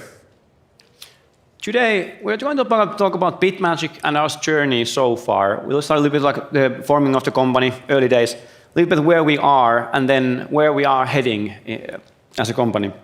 But before that, we actually want to start this event and a presentation with a special announcement. And to drum up a little bit of hype and suspense for the special announcement, before that, let's have some rock and roll.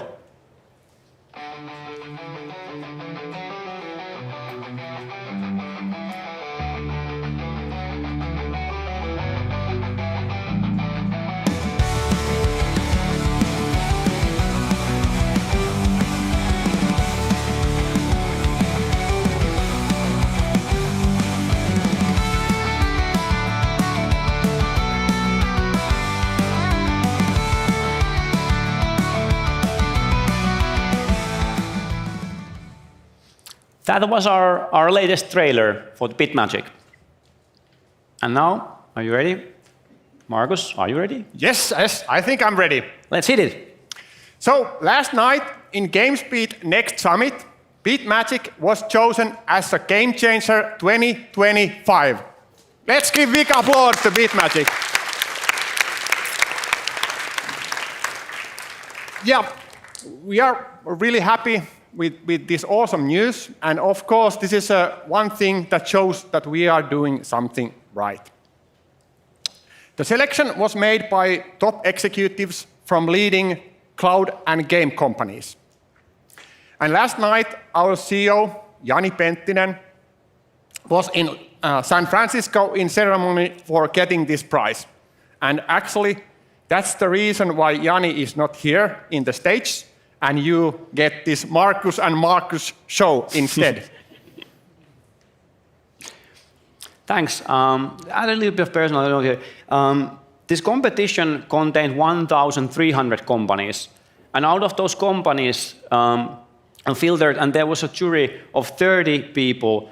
So there were some of the top executives and some of the smartest people in the Silicon Valley, and those chose winners for the categories.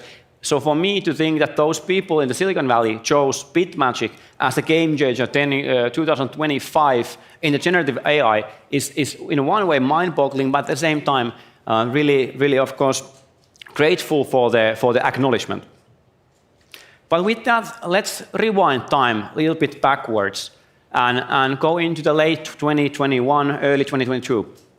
Back then, a group of people was coming together with the idea of building a completely new type of role-playing experience. I'll let Markus talk a little bit about what we ended up building, but the company originally was called Brawlers, and here's the original logo of ours. We were incubated by Sisu Ventures back in the day, and what was kind of unique for our company was that we started with 10 co-founders. It's a fairly large number, but back then we have to remember that this was the time before Ukraine war. This was time still when VC money was floating very freely around. In general, market was doing way better. So our thinking was that, hey, let's start the company with a team that can already build a demo version, can already go to raise the next round before we need to do any hiring. And with this 10-person group, we didn't all know each other up front, but we went for the journey. And let's take a little bit look what we ended up building with the vision. Yeah, Brawlers was a multiplayer online role-playing game with a twist. Twist being a game master, a person or role responsible for the game narrative and acting as a director, making sure that the game experience is fun for the whole group of players. Just like in classical tabletop role-playing games where Game Master was able, with the pen and paper, to create the experience and also tune the game experience while people were playing. And our goal was to create the same experience as a video game, online real-time game. And the idea was that still the Game Master could change the behavior in the game real time. This is a screenshot from one of our early prototypes that's built on Unreal Engine, and this is a Game Master view where Game Master was able to add some monsters or add some decoration, change the room layout, and that kind of like direct the game. Of course, like if you have ever played tabletop role-playing games, they don't usually go as planned. So for example, players might want to do something like very weird, like, hey, I want to crash through this wall and enter to a new area, which is not part of the original plan. And with the pen and paper and just imagination, Game Master can actually create something that fits this scenario. But in our case, the core thing in our becoming product was about to create tools that Game Master can actually, in the video game, create those changes in real time. And already back then, we were exploring different kinds of AI technologies that could help us to assist the Game Master to do his role better. So that was Brawlers. Thanks, Markus. And again, it sounds kind of exciting thing. Unfortunately, when we went to shopping, we reached out to a lot of investors, and I think quite a lot of them responded, and we got quite a good amount of calls with the investors, but it was fairly universal that people were saying, oh, this role-playing sounds very niche, especially real-time multiplayer role-playing game. It sounds very niche. At that time, Baldur's Gate 3 was not yet launched, so there were no recent success stories in the RPG genre. And in general, like none of the investors were showing any promise. The only kind of glimmer of hope, if you will, was the fact that there were investors saying that, those AI tools for the Game Master, they kind of sound interesting, and maybe that's something you should look into, and that could be something worth looking. And then it was somewhere in the spring of 2023, it was looking like we really struggled to raise a round. We need to do something. We're not getting any traction. And we started to, at the same time, there was our tech team, Markus, and his team was looking into doing a demo of AI actually creating a game world. So that you write something and the game world appear. And that got us thinking at the same time that, hey, there could be something really promising here if AI could actually create game world and expand the horizon from just role-playing games to actually any kind of gaming. And we noodled, and that was a fairly turbulent 4 months. And in those times, we had discussions about the vision, and And there, during that time, we shrunk from 10 co-founders. We really wanted to make sure that the people who continue the journey will be really passionate about the AI platform. And many of us joined originally for the company for the role-playing part. Thus, only 4 of us decided to continue the journey. And I think it was important for us 4 that we were all really passionate about the direction we're heading. And with that, let's talk about a little bit, what is actually BitMagic and the vision? Yeah, so BitMagic vision. Simply put, we are on a mission to democratize game creation. Akin YouTube revolutionized video content creation. YouTube empowered diverse range of video content creators to easily create and share their videos. So our plan is to make something similar happen in the game industry. We think that everyone with imagination, everyone with the passion should be able to create games. And with this, like in YouTube, we really hope that different kinds of people can really do different kinds of games. And I think if we do everything right, people will create games that we can't even imagine today with BitMagic platform. That's our hope. And we know that some people, especially developers, they thrive on technical challenges. I'm a coder. I actually love coding. So for me, it's totally okay to grind, sometimes like days and days, or sometimes even weeks, I admit, to solve just some small technical challenges that will turn knob a bit in a game and make game experience just a bit better. For me, like that process is actually fun. Yeah, I have to admit it. On the other hand, there are many, many potential creators that are just deterred by all of this complexity. And BitMagic is going to provide tools for people to create easily and with having fun when creating, to create the games, share the games to your friends, and also share the games to the world.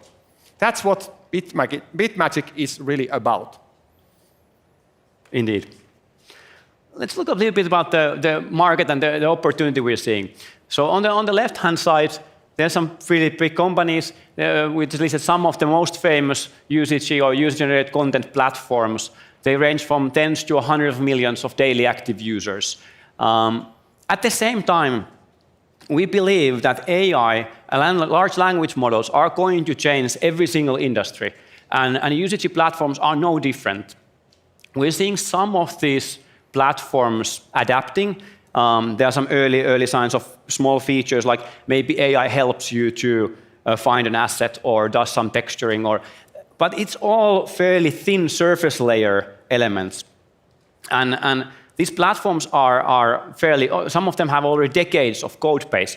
It's going to be fairly challenging for them to actually adapt into the new paradigm and actually have the AI central to their product. And I think that leaves the door open for a new generation of UGC platforms.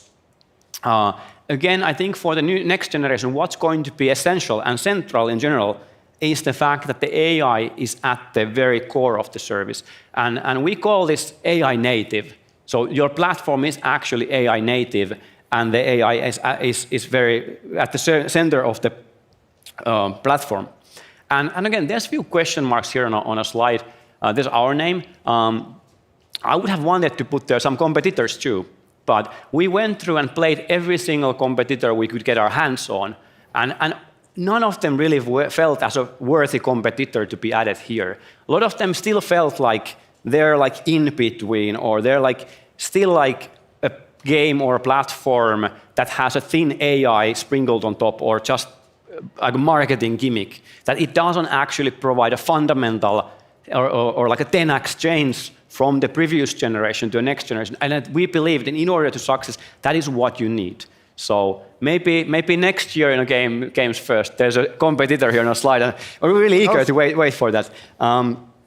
But to kind of summarize the marketing opportunity, to me and us, we believe that in the next 3 to 5 years, there will be one or multiple billion-dollar companies building new UCG platforms that are going to be AI native. And with that, let's turn gears a little bit. So kind of from the high-level, fluffy vision stuff and market stuff into, well, what is actually Bitmatch and how does it actually work? Markus? Yeah, because the idea is that, like, yeah, as Markus said, that like now we've been thinking about the future, but our strategy is that we should be having a game platform already in place, like today. So what you're going to see next is from our Steam playtest version. I think our original plan was actually to have a live demo, but we saw this stage and thought that it is not a good idea for us to hang around with laptops here. So this is unedited video recorded from our live build. So let's go. So in this case, I have prompted a game, Mystical Tropical Island Adventure. And now our platform is creating the game on the background. Just from this very, very simple prompt. And it also generates a kind of a longer description, and then I can jump into the gameplay. Now, the game has been created, and the player enters into the game world. And actually, the game is constructed while you're inside the game. And what you can now do, you can start fine-tuning the game even more. So this is a Mystic Island. Let's build a research facility with some scientists. And the idea is that this is a mixture of creating and playing, the fun part. So everything happens like in real time.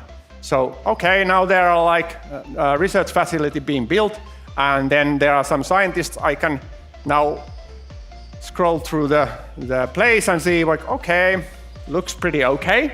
Let's add something more. For example, some weird animals. This case, okay, there was a typo, but our AI doesn't matter. So this is some weird demo effect. So we have dinosaurs coming in, and then of course you can also change the existing objects. Like for example, I type it, I want to be a researcher. Guy with the suit, yeah, maybe not. Fits a bit better than the previous outfit. And then of course for the gameplay, I can also create some dynamic behavior. Like here, a bottle, a mystical bottle that makes my head huge. The idea in here that you can start interacting with the world by creating all kinds of objects that actually have behavior. So now, boom. Yeah, it's a bit fun, but you can add like lots of these small things here. And of course, now I want to change the whole scene to be more mystical. It's like it's too sunny and just some weird mystical weather, and let's see what will come up. Okay, and then there's a thunder and some weird stuff happening. So for me, I'm pretty happy with the result. And if you think about this, like it took something like 2 to 3 minutes to create a unique experience with some unique stuff, some scripted objects and that kind of stuff. And now the game is ready to be shared to other people. I'm pretty happy with that. Indeed. I just want to highlight the one detail here when Markus talking about scripted objects. It actually means that the AI is writing that script. So when you ask for a bottle that changes the player's appearance in this case, it actually is created on fly. There's no script to be attached to that bottle, but the AI is controlling all of that code generation. So this was a single-player experience we had for a while, and again, we've been thinking that this is good, but of course, it's even more fun if you could do it with your friends. So we're building a multiplayer game, and with the multiplayer, we're like starting to think this like, still, you're not prompting the other players creating the world, and that's sort of fun, but then you're playing that other player's game. How could we make it even more fun? And we had this idea fairly early on, but we thought that it's going to be too hard, too ambitious to build, which was this idea that how about if you could prompt together at the same time? So you go into the same game world, and together while in the world, both of you or all of you, the players, can start prompting and changing the world together at the same time. And after kind of, hey, actually, we think we could pull this off. And fairly recently, we got our first build together. So this is a glimpse into what we call co-prompting. So again, here we can see player joining the world being built. Again, everything is built on fly. And there's other players joining into the world. And off they go to venture into the game world and explore the surroundings. This time it seems to be downtown showdown, some kind of a city environment. And the other player is asking, how do I get to the rooftops to explore the game from that angle? And the other player is, maybe there's similar to the example you saw earlier about the dynamic objects. How about a trampoline that actually pushes the players up into the air? And again, we haven't coded any trampoline into the platform or any kind of script. And again, here we can see AI creating the object, adding the behavior, and okay, off you go. Woo, yay! wow. Player one at least made it to the rooftop. Let's see. And the other one, yes. So now you can easily see that these players would venture further. So they would start adding further trampolines or other mechanisms to go from rooftop to a rooftop, exploring the city. But of course, this is an emergent platform, so you can do a lot of different type of things and explore the world in different ways. So here, one of the players asking, hey, how about a car race? So again, maybe there are cars in the world already existing, but again, you might struggle to find them. So at the same time, you might as well start thinking, what kind of car would I want to take into the race? So the other player wanted to pick up a race car. Oh, there's a race car. It seems to be pretty sporty. And the other player is now prompting for what looks like to be a muscle car. Oh, yeah. Maybe it's kind of a muscle. Yeah, it was pretty rough. Kind of monster car. Again. And then they have both their cars. They're ready to rumble and go right to the sunset. Oh, it's a sunrise, I'm not sure. Again, this is a very early version. There are some glitches here and there still. And actually, this car race now ends up into a crash. So that was a glimpse into what's potential with co-prompting. And again, in my view, we're just scratching the surface, having some very early first tries on what could be potential, what could be possible with the tool set. And looking into the audience, I see quite a few developers here and coders here. And I think some of you, and maybe some other people are thinking, I wonder how they do that. I wonder how BitMagic actually works. So let's take a look. Yeah. So what's the magic behind BitMagic? Overall, instead of us using one foundational AI model that will create everything, we use this kind of a hybrid model where we use AI where it at its best. Then we have some things are handmade, and then we use something borrowed. So, for example, in here, typically when you prompt something in BitMagic, the prompt goes to a layer of large language model calls. The first layer often checks, sanitizes the prompt. That's actually pretty important in the UGC platform. And then also detects what kind of a prompt this was. Is player going to remove something or adding something, or what's going to happen? And based on that, we will then generate more AI calls. And then as a result, those AI calls will generate different kinds of assets. Like music, Lua code is used for those scripted behaviors we showed earlier in the demos. And then we have our own BitMagic game definition files. And the AI can generate, based on the player prompt, kind of transform those prompts to our game definition files. And then on the bottom, we also have some things like handmade. For example, at the moment, BitMagic is a 3D game, third-person view 3D game. And we've handmade character controls for that kind of a gameplay. The idea is that AI is not capable of really creating awesome controls yet. So we've handmade those so that the game really also feels awesome to play, which is very important. And then, like in the middle, we are actually using nowadays Unity engine. So we use physics and rendering and that kind of stuff from Unity. No point in reinventing wheel there. Those things already work. And we just have like our own Bitmagic AI framework layer on top of Unity 3D engine that can turn all of those previously mentioned assets into a real game with the gameplay. And the last thing, where do all the 3D assets come from? At the moment, we have our own asset catalog. We have licensed something like tens of thousands of assets, and they all have gone through our AI-based pipeline.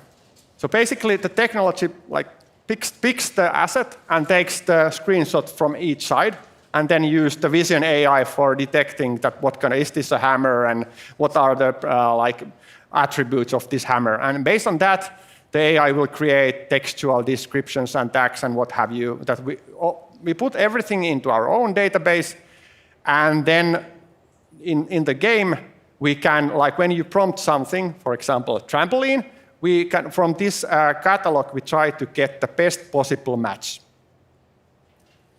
And it already works quite well, but even with tens of thousands of assets, like it's only best possible match. It's not always that good.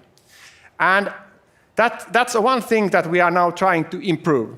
In general, our approach is that we take an iterative approach. We want Bitmagic to work already today, and then the tomorrow's version of Bitmagic is even better, which means that we are looking at the AI technology landscape, and we are always trying to research and trying to integrate new things to our platform. And our goal is to make the expression power of creator better and better. So now we have already in a dev build version where we can actually generate characters on fly. Let's see it in action.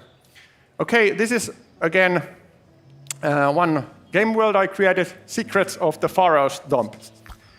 And in here, now I'm prompting, I want to have a Tutankhamun here, which apparently, I guess, was a pharaoh in some era. I guess AI knows. Yeah. Let's see. So I'm not sure how Tutankhamun should look like, so hopefully this is about right. So, voila. Tutankhamun is here and starts wandering around. And now I can also ask some more detail, like laughing marshmallow boy. That's what I want to create. And in here, there's nothing in asset catalog. Everything is generated a runtime based on this prompt. The mesh and rigging, and then like its end result is animated 3D character working in a multiplayer world. And it takes, at the moment, it takes about 10 seconds. Yeah, it's pretty funny. And then I think the especially cool thing is this, because I said the best possible match is a problem with the catalog. If I want to create something with even more detail, so here I have to really figure out what's the best possible detail, but like a timid-looking penguin wearing a red woolen cap, and let's put something more, a scarf. So that's like a pretty unique object, I would say.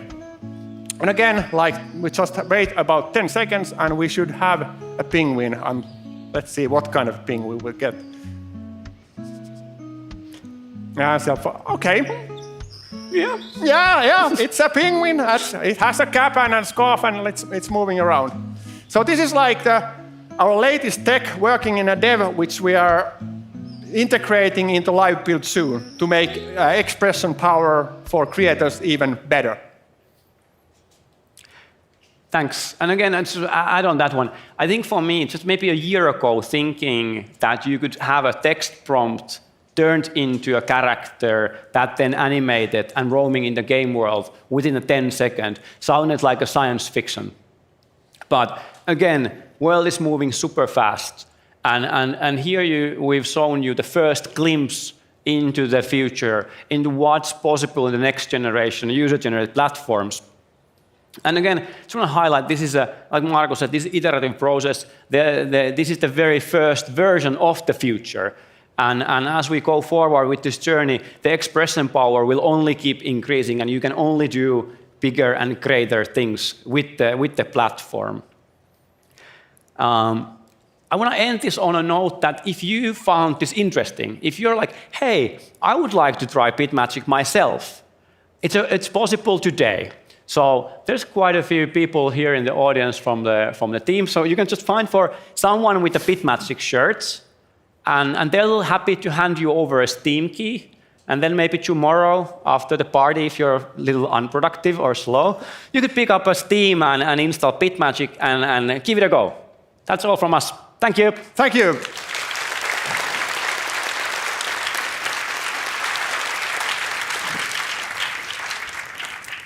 Marcus.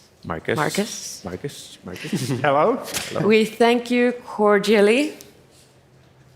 This was both entertaining and informative. Entertainative, if you will. What a word. Well, how about this? Could you tell us what is the most entertainative thing that you have created with BitMagic? There's an example coming to mind. I don't remember actually the full story, but there was maybe last spring we were meeting with the investor. I'm not going to disclose the investor here, because we were talking, and then we often do in investor calls, we're like, oh, what kind of game would you like to create? So they can come up with any kind of game they would like to try out the AI to create. And this particular investor like, can you make a game about saving my marriage? And we're like, oh, okay, interesting. But we always do that. We don't filter. We're like, okay, we'll type in, create a game about saving my marriage.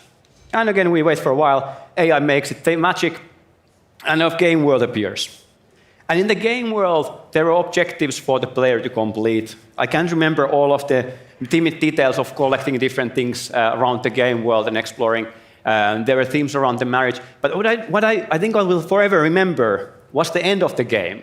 So after the player played, in the demo session, it didn't take many minutes, but some minutes after we were playing through the game, we come to the end of the game, the last quest and the reward for that last objective. And what the AI came up was, at the end of the game, there's an elixir of understanding, which I think was a pretty well thought out answer for the game.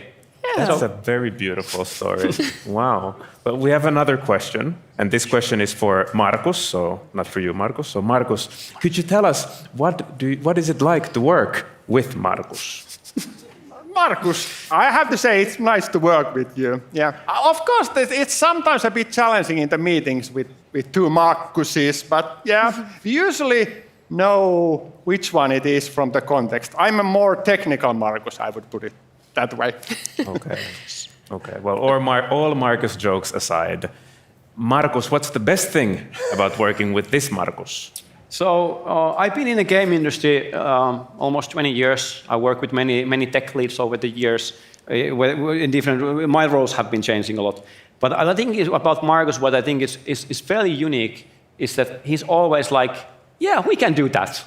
He's always like, nothing is impossible. Of course, things might take a while, and different things take different amount of time. But the attitude and the mindset of yeah, it's possible. Yeah, we can do that. I think that's a really welcoming thing in an environment like ours, which is constantly changing.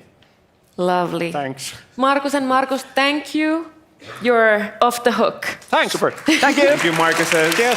Bye-bye.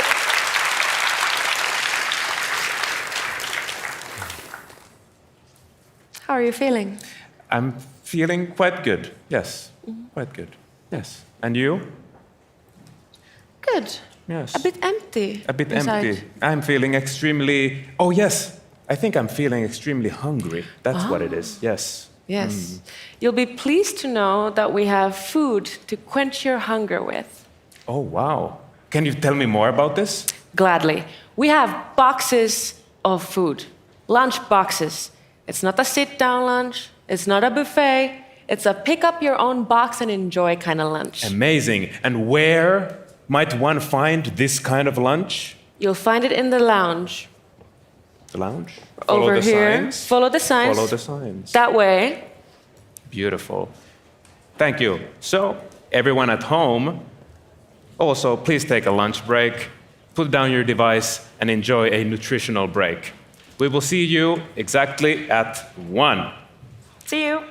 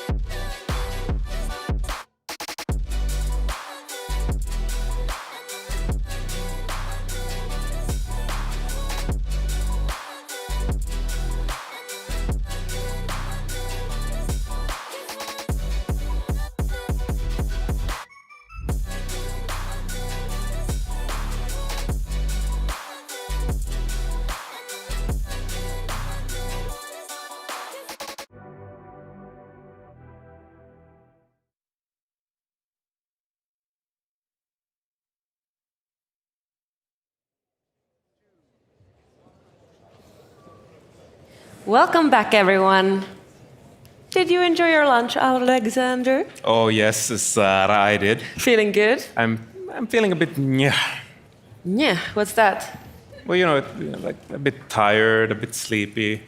Usually I have a post-lunch nap. Oh, well, now is no time for napping because we have a super duper cool thing coming up. People have flown in from across the world to bring us insights from the emerging markets. We will welcome some of these fabulous folks on stage, presented by Deborah Mensah-Bonsu. Hi, everyone. Super excited to be here. So I just wanted to do a really quick poll before we get started, yeah? A little bit of audience participation. You at home can also take part, of course.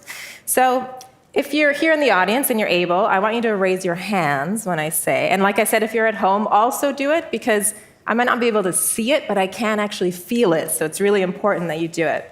So who here loves to travel abroad to warmer places this time of year? I see a lot of hands, yeah, especially with the Finnish kind of winter coming up, right? And who here loves a good deal, good bargain? Oh yeah, lots of people. Well, we are about to go south to Latin America, Asia, and Africa. And today you actually get 2 for the price of 1, because we're going to have 2 really quick fire sessions, 2 quick panels, and we hope that at the end you're going to have a bit more insight into some of the regions that are going to be shaping the future of our industry. So this session is called The Next Billion Players Tapping into Emerging Markets.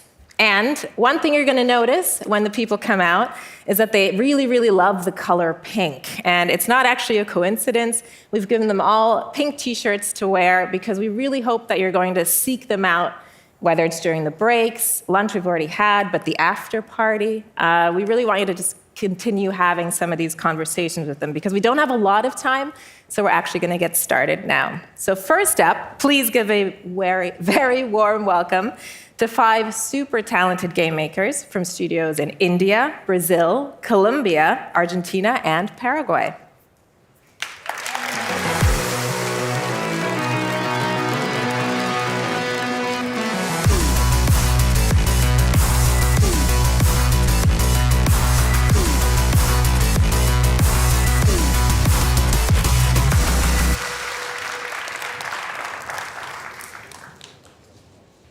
Hello.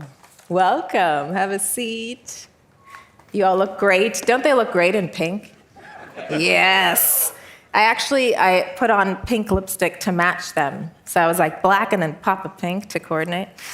Well, welcome. So here we have Juan Castañeda. He is the CEO and creative director of Colombia-based studio Bando.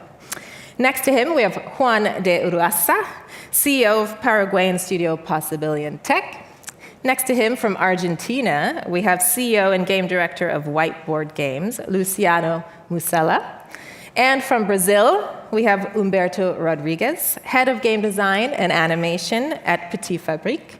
And last but not least, we have from India, Ravi John. He is the CEO and co-founder of Super Gaming. Hi, everyone, welcome. So, we know that so far the speakers have had some fun facts that they were sharing. So we're going to do a really quick series of fun facts because we think it's nice to get to know people a little bit better.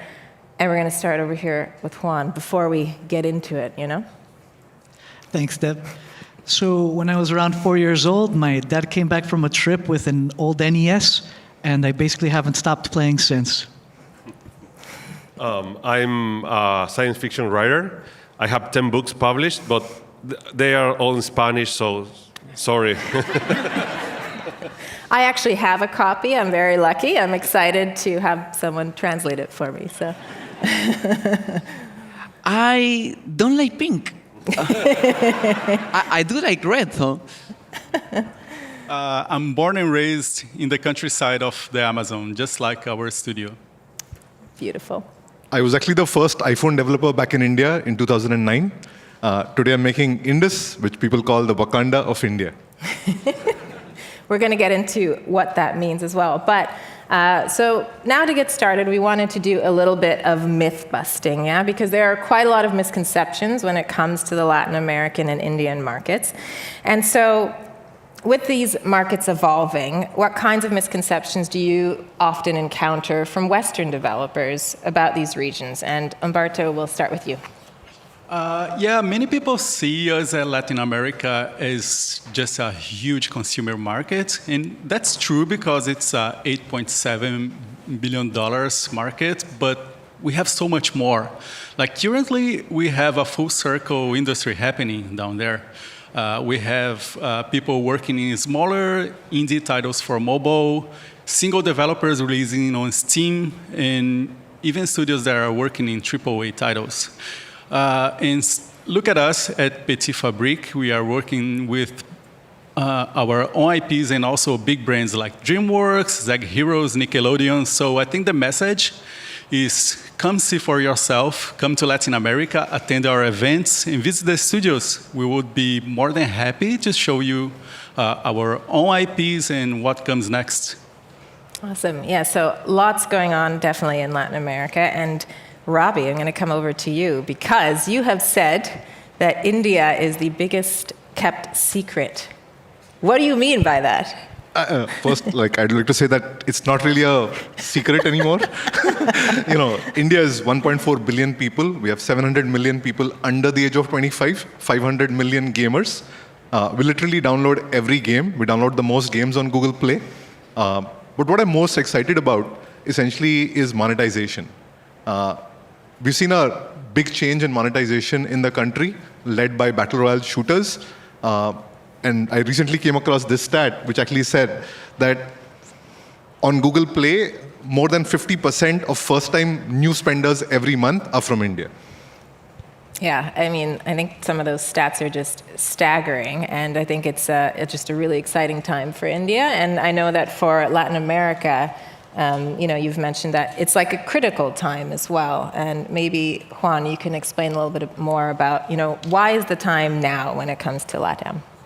It's a very, very exciting time because the interesting thing is there's a lot of studios throughout Latin America that have been operating for 20 or 25 years, and they've worked on huge AAA projects and all kinds of productions, but you don't hear about them very often because they've been working under NDAs and basically quietly building up talent and building up experience and production capacity and even capital.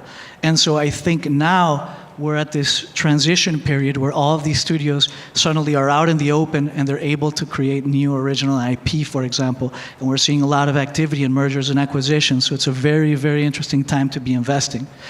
In our case, for example, Studio Bando, we're developing an original IP about the things that we pass along. Can you share a little bit more about how sort of cultural context and storytelling might play into the success of the market? So it's also a great opportunity because I think we have unique aesthetics, unique music, and actually unique stories that haven't been seen before in games. And so I think it's a really great market opportunity for all of these things to really gain an audience and stand out amongst a sea of other content. In our case, our project is based on what you'd call the Colombian mythology of nowadays, which is magical realism that comes from the narrative literary current of Gabriel Garcia Marquez. And I know that your game has been likened to something by The Guardian. Can you tell people what that is? That's right. Sopa has been described by The Guardian as a game that feels like playing a Pixar movie. And we're very humbled by that. Don't we all want to do that? Yes. Get out your tissues. Well, I'd like to just follow on with this cultural context to Robbie, because you mentioned that you're making the Wakanda for India. I think we get an idea of maybe what that means, but maybe you can talk a little bit more about why that's important. I think, one of the key things is that gaming is a representation of your art and culture, much like movies and music. In India, we kind of found ourselves underrepresented in that world of gaming. And that's really where we chose to were very inspired by what the movie Black Panther did with Afrofuturism. We kind of built this whole narrative around Indo-futurism, representing Indian art and culture inside of a game. That's really our game, Indus. For context, I think of India as not just one country, but maybe, like Europe, because of the multiple languages, dialects that you kind of see inside of it. Even when a cricket match is being streamed, it'll be streamed in 12 different languages. And what we saw with our approach of taking culturalization and putting it inside of a game, we saw it being accepted worldwide. We got to about 15 million pre-registered users kind of looking to see Indian art and culture represented authentically. And last week we launched our game Indus in India to #1 on both iOS and Android, and we've got 5 million players since. Can we just, yeah. Super exciting. Yeah, and just even looking at some of the artwork from Indus, I mean, it's really stunning. And much like India, a lot of you have said that you can't sweep LATAM with just one brush. There are so many different nuances, the same way that those exist in India, those regional differences, different languages, etc. Can you chat a little bit about how others might approach some of those nuances in the market? And I'll throw that to you, Juan. Yeah, I believe that Latin America is like two continents. You have Brazil, that by itself is just such a big country with a lot of different regions and everything. And then you have the Spanish-speaking rest of Latin America that are quite different. Each country has their own things, their own language differences, I will say. I believe everyone consume kind of similar kind of games, like the same things, but when we speak about producing games, we are very different, and we are at very different stages also. So, like Paraguay, I would say we are the newest, with maybe Bolivia and Ecuador, I don't know, smaller countries that are just started into video game development, so we are kind of junior in that. And then you have Argentina, Colombia, Brazil, Mexico, with studios that might have 20 or more years, so they are well established and doing AA or even AAA. So there are really a lot of, I would say, opportunities to grow in the smaller countries or to be established. There are a lot of acquisitions from Europe and US because of this. So I believe it's a very good time for Latin America right now. And the cost of living is low, so we have good quality, so hire us. Lots of good points there. And I think even with those nuances, especially you, Luciano, you were talking about that that shouldn't put Western developers off, right? That there are still ways that we can have lots of different games from our cultural context that are still interesting for Latin America, even if they're coming from a different part of the world. Can you chat a little bit about that? Yes, and on the opposite side, from what we just heard from India, LATAM is actually a very open market. You see, we grew up with international culture. And what this means for you is that if you want to invest in the region, if you want to bring your games there, you just do it.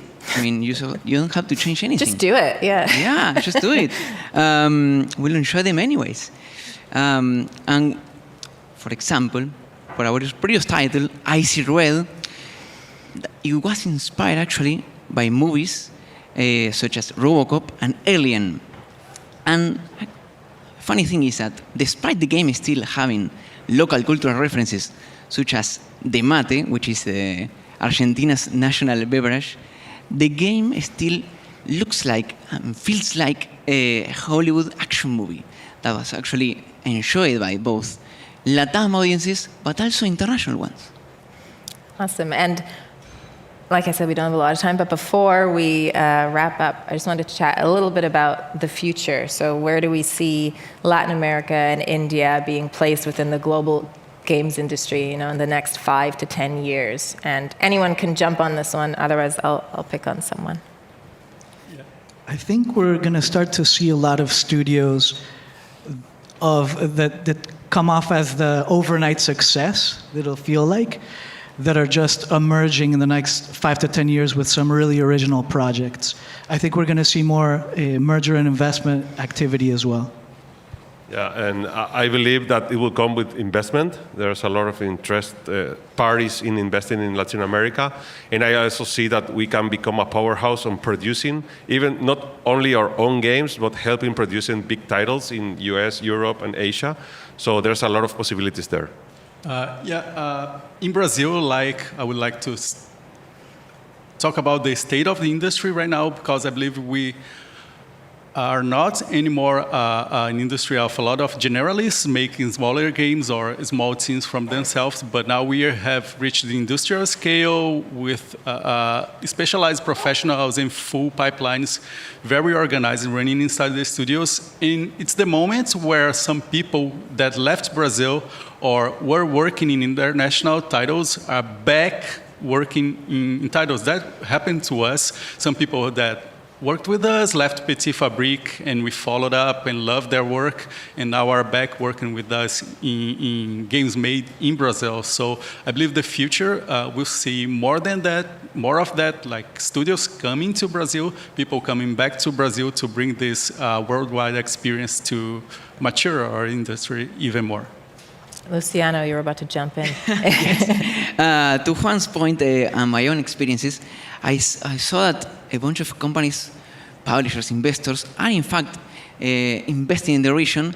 In Argentina in particular, I have seen lots of publishers being very keen to see what we are capable of and starting to invest because, well, there is of course a cost opportunity, it's a reality, and they are of course taking advantage of it, and that's great.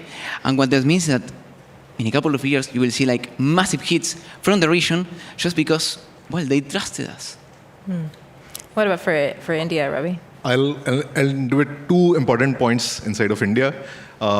India is a mobile-first gaming country. So a lot of kids who grew up playing mobile games are now in the workforce, are now spending their time and money on games, which is why we're seeing a large domestic market kind of emerge. What I'm also excited about is, game makers, kids who ended up playing a lot of games are now making games. Including my own family, and my kids have now their own game studio. You did mention it. I was so hoping that Robbie was going to bring up. We got to see yesterday his kids' studio, who have a website, a game that they've already made. Yeah. I mean, it's incredible. So my kids have a studio called panipuristudios.com. Panipuri is authentically an Indian dish, and that's really what they're making for India. And I'm really excited about seeing Indian games kind of come out to the fore, be played worldwide, and that's really what I'm very excited about India. We said last night that Robbie's creating a dynasty in India by already getting, what are they, 8 and 10, right? You said, yeah. 13 and 10. Amazing. If I may, you may remember that we have Gamescom Latams in this year, so the industry is getting really bigger and strong. So please come. It's a huge and awesome event. Yeah, not only the industry is getting bigger, but the projects as well. So I believe that now it's the time to come to Latin America with big, long-term, more ambitious projects for the studios and also for co-production.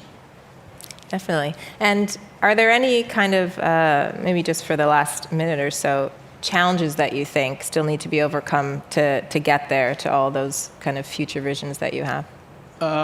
For me, the challenge now is show our work and be seen as this place that can embark on bigger projects. I believe we have language barriers. That is a problem for artists and programmers. To work with international teams. So that's something that we need to tackle. And training. We need to work with established teams so we can level up faster. That are the two main ones for me. I think the challenge in India is that we don't have too many studios that have kind of made world-class games yet. We have a large outsourcing industry. So there's a lot of talent available there that's been trained. The next few years would be critical in terms of putting out our own games, scaling them, growing out global businesses, learning from that culture, and then people going out and starting their own studios from there. Awesome.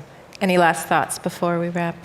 To leave on a positive note, I think that if you eventually do decide to invest in the region or come and to check us out, you will see that you don't actually need to resign quality and still have a great product, and it's actually cheaper because of the cost of living, like Juan mentioned earlier.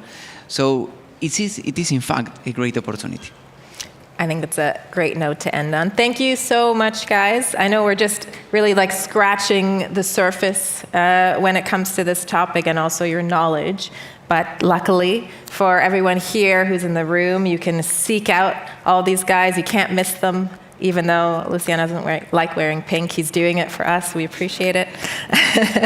So thanks so much. Appreciate it, guys. Thank you. Thank you very much. Thanks, everybody. Thank you.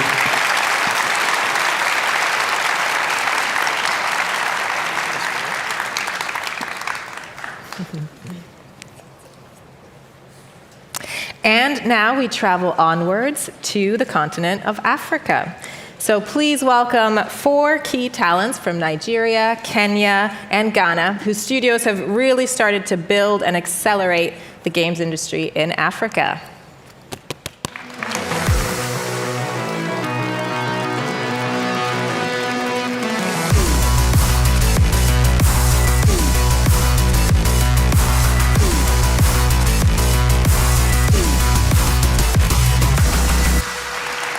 Hello, welcome. So they actually said they were going to dance in. I don't know what happened to that. Was it last minute nerves? They were like, no, we'll be professional. Protocol. Well, thanks so much for being here. Very excited to introduce you. First off, here we have Hugo Obi. He is the founder of Milio Games in Nigeria. Beside him, Dorothy Arena, programs manager, also at Milio, and she also runs the Game Up Africa Talent Program. We're going to talk about that. From Kenya, we have Dennis Odera. He's a game producer at Usiku Games. And finally, Aram Tawia. He is CEO and co-founder of Ledi Arts based in Ghana. Welcome, welcome. So the last group, we did some fun facts. We thought we would switch it up a little bit for this group.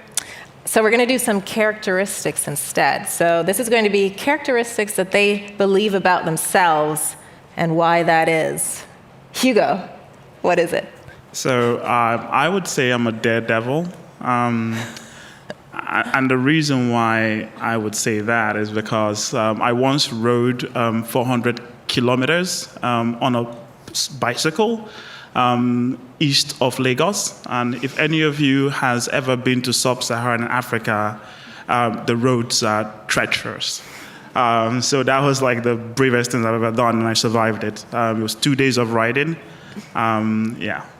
Okay, so we've got a daredevil on our hands. Dorothy, how about you? I am brave. I ride a 300 kilogram motorbike. I weigh less than 50 kg myself. So this is a very heavy bike. And on my first month with the bike, I did over 1,000 kilometers within Nairobi. That's so basically we're saying like, yeah, okay, Hugo, daredevil. Anyways, Dorothy's just, yeah, go on. Dennis, how about you? Yeah, I'll try and beat that one. I would say I'm adventurous. Because can you catch like the competitive vibe from this group, by the way? Yeah.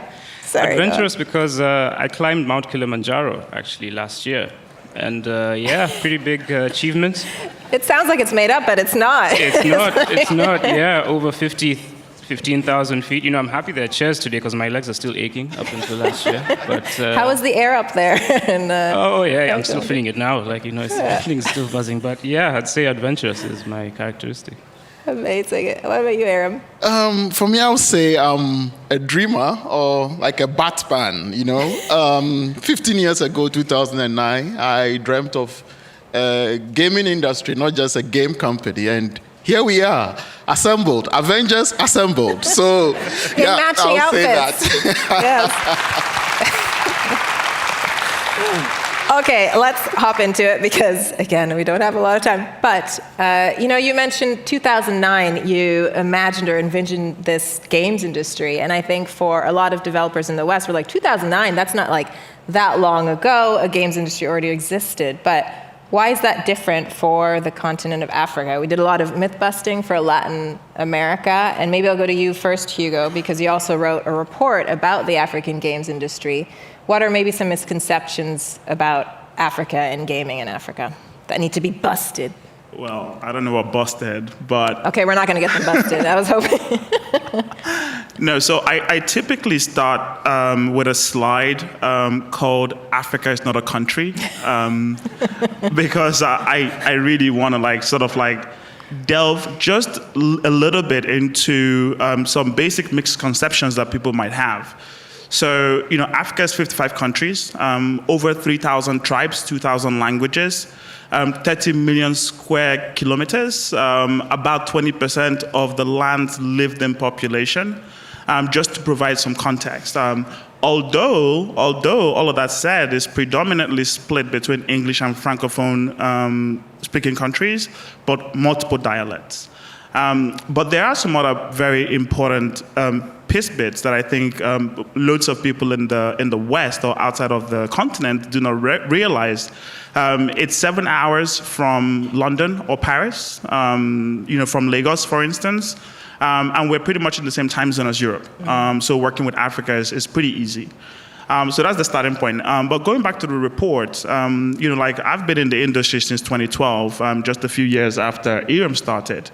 And what I realized is that over that period of time, we were evolving as an industry, but we were not necessarily articulating our journey. And we were not presenting our value proposition to the marketplace, both locally and internationally.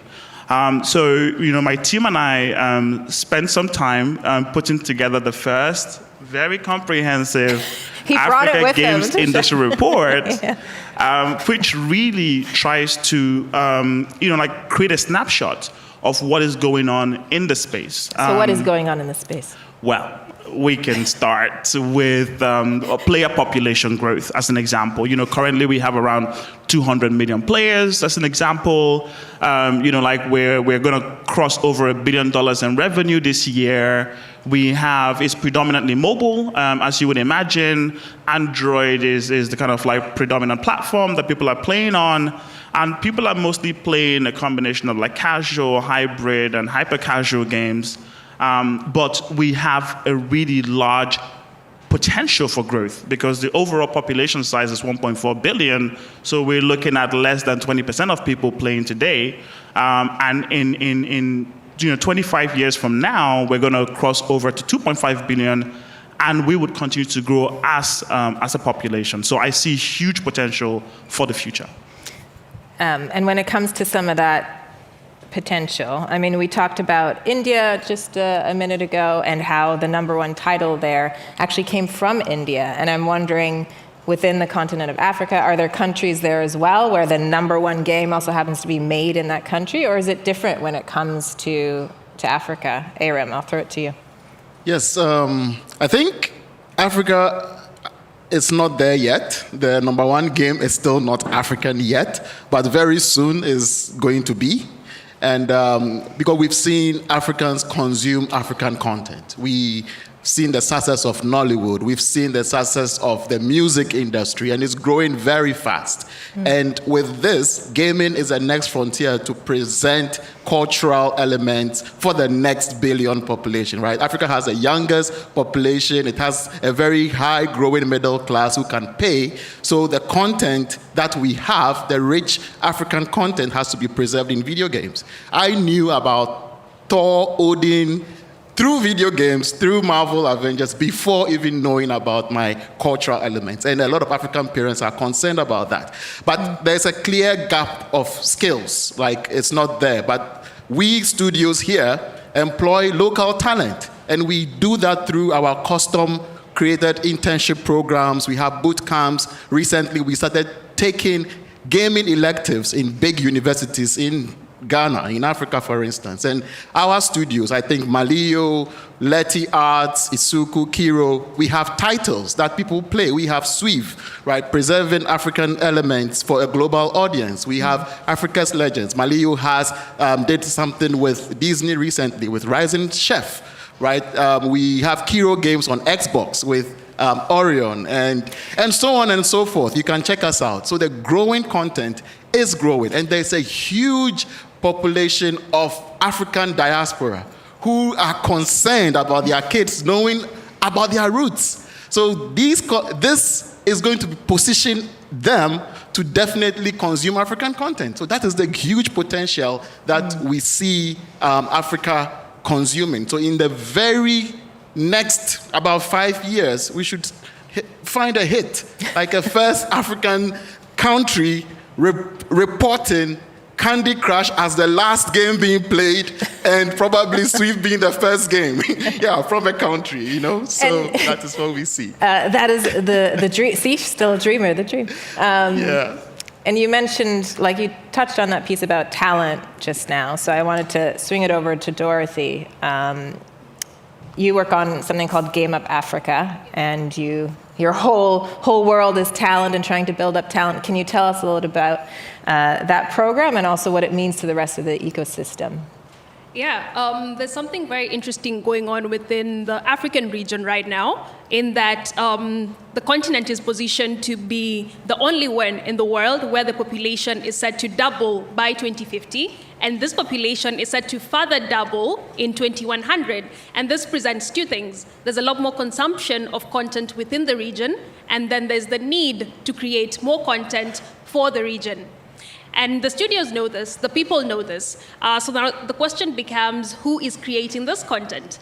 And the earlier founding studios, Aram started in 2009, Hugo started in 2012. They struggled a lot to find local talent within their regions to get into their studios. And this is where Game Up Africa comes in, because it makes more sense to have Africans creating content for Africa. Indians are creating content for India, so we can do the same. And so Game Up Africa is a talent development initiative that focuses on three things. So we do training, we do mentorship, and we do knowledge sharing to thousands of game programmers, artists, and sound engineers every year for 4 years. So there's thousands of people, now over 5,000, are getting fed into the local ecosystem. So when Hugo here wants to hire, or when Aram wants to hire, they don't go looking very far. They just look within their locality, because we train across the whole continent. Earlier on this year, Disney Games published a game together with Malio Games. And the interesting thing about this game is that 75% of the developers came from the Game Up Africa program. Wow. Yeah. You're like, mic drop. Yes, we love Dorothy. No, I think it's amazing. And like you said, it speaks so much to this ecosystem that you're starting to build. So when it comes to that, like, yes, we have talent. Yes, we have these, cultural touch points. But also, there's much more of a community that's starting to be built on the continent. Like, I was at Africa Games Week last year, and I got to see it firsthand, just that collaborative, yes, competitive, but also collaborative spirit coming together. So Dennis, I was hoping you could chat a bit more about that ecosystem when it comes to community that's really starting to build up. Yeah, of course, and always competitive, as you say. But yeah, the ecosystem is definitely there, it's definitely growing. Africa Games Week, as you mentioned, which is also happening this November as well. We've also had Lagos Games Week in Nigeria, which has been massive for the continent. Earlier this year, we had Playing for the Planet as well, where we used gamification as a tool to tackle some of the world's bigger challenges. So that being happening in Africa just shows how much of the continent deserves the attention that it's being given. And these examples, also the global game jams, which I was lucky enough to participate in, where teams come together to collaborate and to create magnificent games based on specific themes. And these examples are just a reason why that Africa should be considered, and brings global audiences together to see that Africa should be considered as a huge market in the gaming industry. Yeah, no, I mean, I loved it last year. So any of you, like you said, you wanted to travel, you all had your hands up to warmer places. So I'm calling you out for that. Please do, yeah, if you can, go visit Africa Games Week in Cape Town. It's a really, really great event, super cool community. And before we head off, because we're going to get the sign soon, again, can we chat a little bit about the future? So where do you see Africa sort of positioned within the next 5 to 10 years when it comes to the global games industry? And anyone can take it and jump in. No, I can start. So I think it's not even going to take 10 years or 5 years. I think in the next 2 to 3 years, we're going to see a great transformation of Africa, kind of like transforming itself from a net consumer market to a net producer market.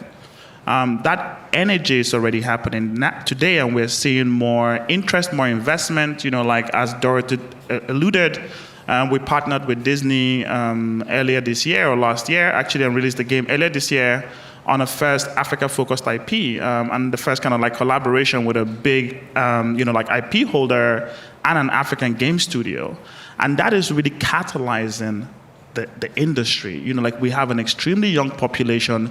That population is playing games and is hungry for the knowledge to make games. And we are solving that problem as well by creating, channels and pathways for people to learn this really desirable skill. Like what will they produce? What will they create? What would they share with the global audience? And we also know that the global market is looking for kind of like fresh new ideas. And Africa has really strong stories to tell. And we also have, like new audiences who are going to discover games and help continue to grow this industry that we all love. Anyone else want to jump in for final thoughts? Yes, just to add to that, I think a lot of co-productions are going to happen because we are positioning our technical and creative studios and skill sets to provide that. I think about 3 years ago, we did some narrative consulting with Riot Games and also are doing co-productions with other studios in Netherlands and all that from the soil. Like all this is coming locally. And having universities now taking up game design, that is where the parents understand. Aren't you also an instructor of game design? Yes, and I'm now a lecturer of that game design He's elective, personally taking on the challenge. And that is a story, to be a self-taught game designer and now becoming a lecturer in that, and recently just entered a PhD program in gamification. That is a career path that an African parent understands. So they can now push their kid to go do that. And the esports community is also growing very fast, right? So parents are now saying that, hey, games can have a career path. Very soon, they will be competing with African titles, not just the European titles. So I'm looking forward to see the first African hit game that is going to be played globally in Superfest, or It's a great tee-up for this weekend. Exactly. So that's what I see coming in, and there's so much potential. Just to end to that, at Letty Arts, for the past 2 months, we've had 90 applications of hungry local African talent who want to intern or work with us. It has never happened before. And we've taken 50 of them on internships. And we normally employ 20 to 30%, all self-funded. So we need partners to make this happen. And I'm sure Malio has the same story. Isuku has the same story. We are trying our best to start groups like IGDA being the African Game Development Group being there, and a professional group called PAG. That's a Pan-African gaming group that we started, which is still seeing how best to position itself to make co-productions happen on the continent. So yes, these are some of the things that will happen in the next 5 years. I also think we are in the process of creating this self-sustaining value chain. And Hugo said we have a very rich culture that has yet to be tapped into fully. So what we're about to start seeing is this cultural practices and stories being put into game experiences that people can actually get to play and interact with. We're seeing a lot of that in the film industry, in the music industry, and we want to start doing that within the continent, creating games for Africans and for the world. Very exciting. Yeah, go for it. Yeah, and just to add on to what my colleagues have said, there's also a lot of enthusiasm in the continent, especially towards the young people. I think we're an example of that. You have Iram, you have Hugo, sort of the old guards, and Dorothy and I, the young ones. Who knows, in the next Games Fest, it'll be Dorothy and I who will be the old ones. And then we'll have some young ones, yeah. Basically, Dennis is saying it's time for you guys to move over. Time for them to go, yes, yeah. Exactly, and have some more enthusiastic, more young people, the next generation coming up. Dinosaurs. Yeah. So it speaks more to the enthusiasm that the young people have in the industry in Africa, and that's what's going to skyrocket it from here on out. Oh, I think it's super exciting. And I know you touched on esports, and I just wanted to, like you mentioned, Superfest esports before. What does esports look like on the continent currently? Yeah, it's growing very fast. So currently we have esports teams, and Letty our sponsors one called Play Province, and we also work with the Esports Association of Ghana.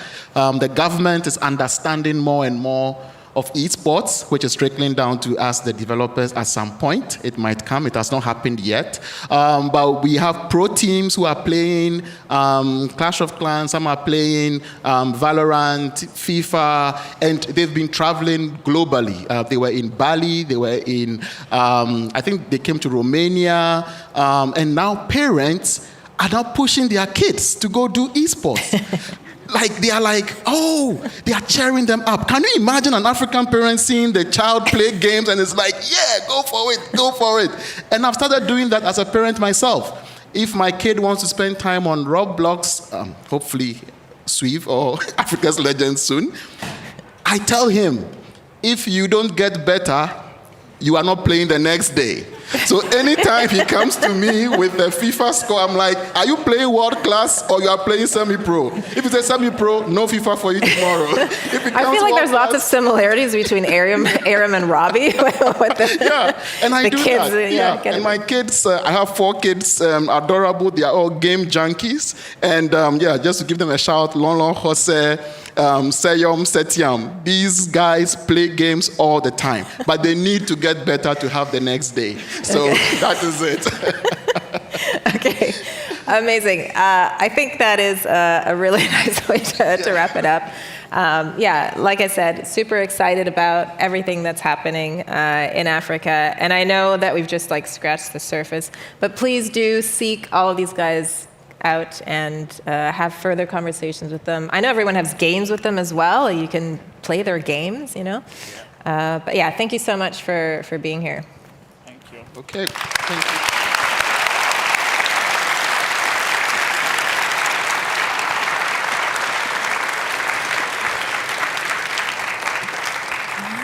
Bye. Well, thank you so much to everyone here in the room and also to everyone watching at home. Like I said, we were just scratching the surface and trying to give you little snippets to pique your curiosity because it is kind of an enormous topic. But we do hope that you will seek some of these people out, have these conversations, and just start paying closer attention because there's talent, there's opportunity in these regions that we really need to start to focus on. So now I will pass it back to our amazing hosts, Alu and Sarah, and I'll see you later.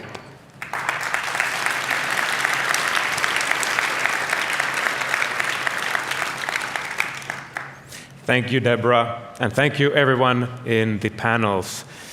Thank you for sharing. And for everyone here, you'll be happy to know that all these spectacular people will be here for the rest of the day. So like Deborah said, please do seek out to them during the coffee break or after the program. You will obviously find them thanks to their beautiful pink t-shirts. So yes, meet them and say hi. But now it's time to meet our next speaker. Yes, our next speaker will share from his vast experience to make key observations about both the present and the future, the social side of games, metaverse, Web3, crossplay, and cross-platform development. He is an expert in leadership, strategy, innovation, design, entrepreneurship, teamwork, company culture, and practices in emotional intelligence. Wow.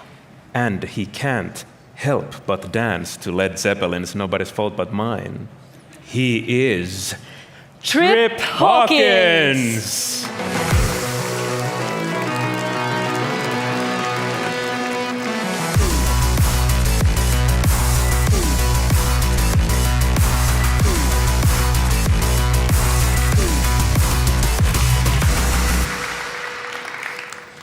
It is wonderful to be here with all of you. It's heavenly in Helsinki.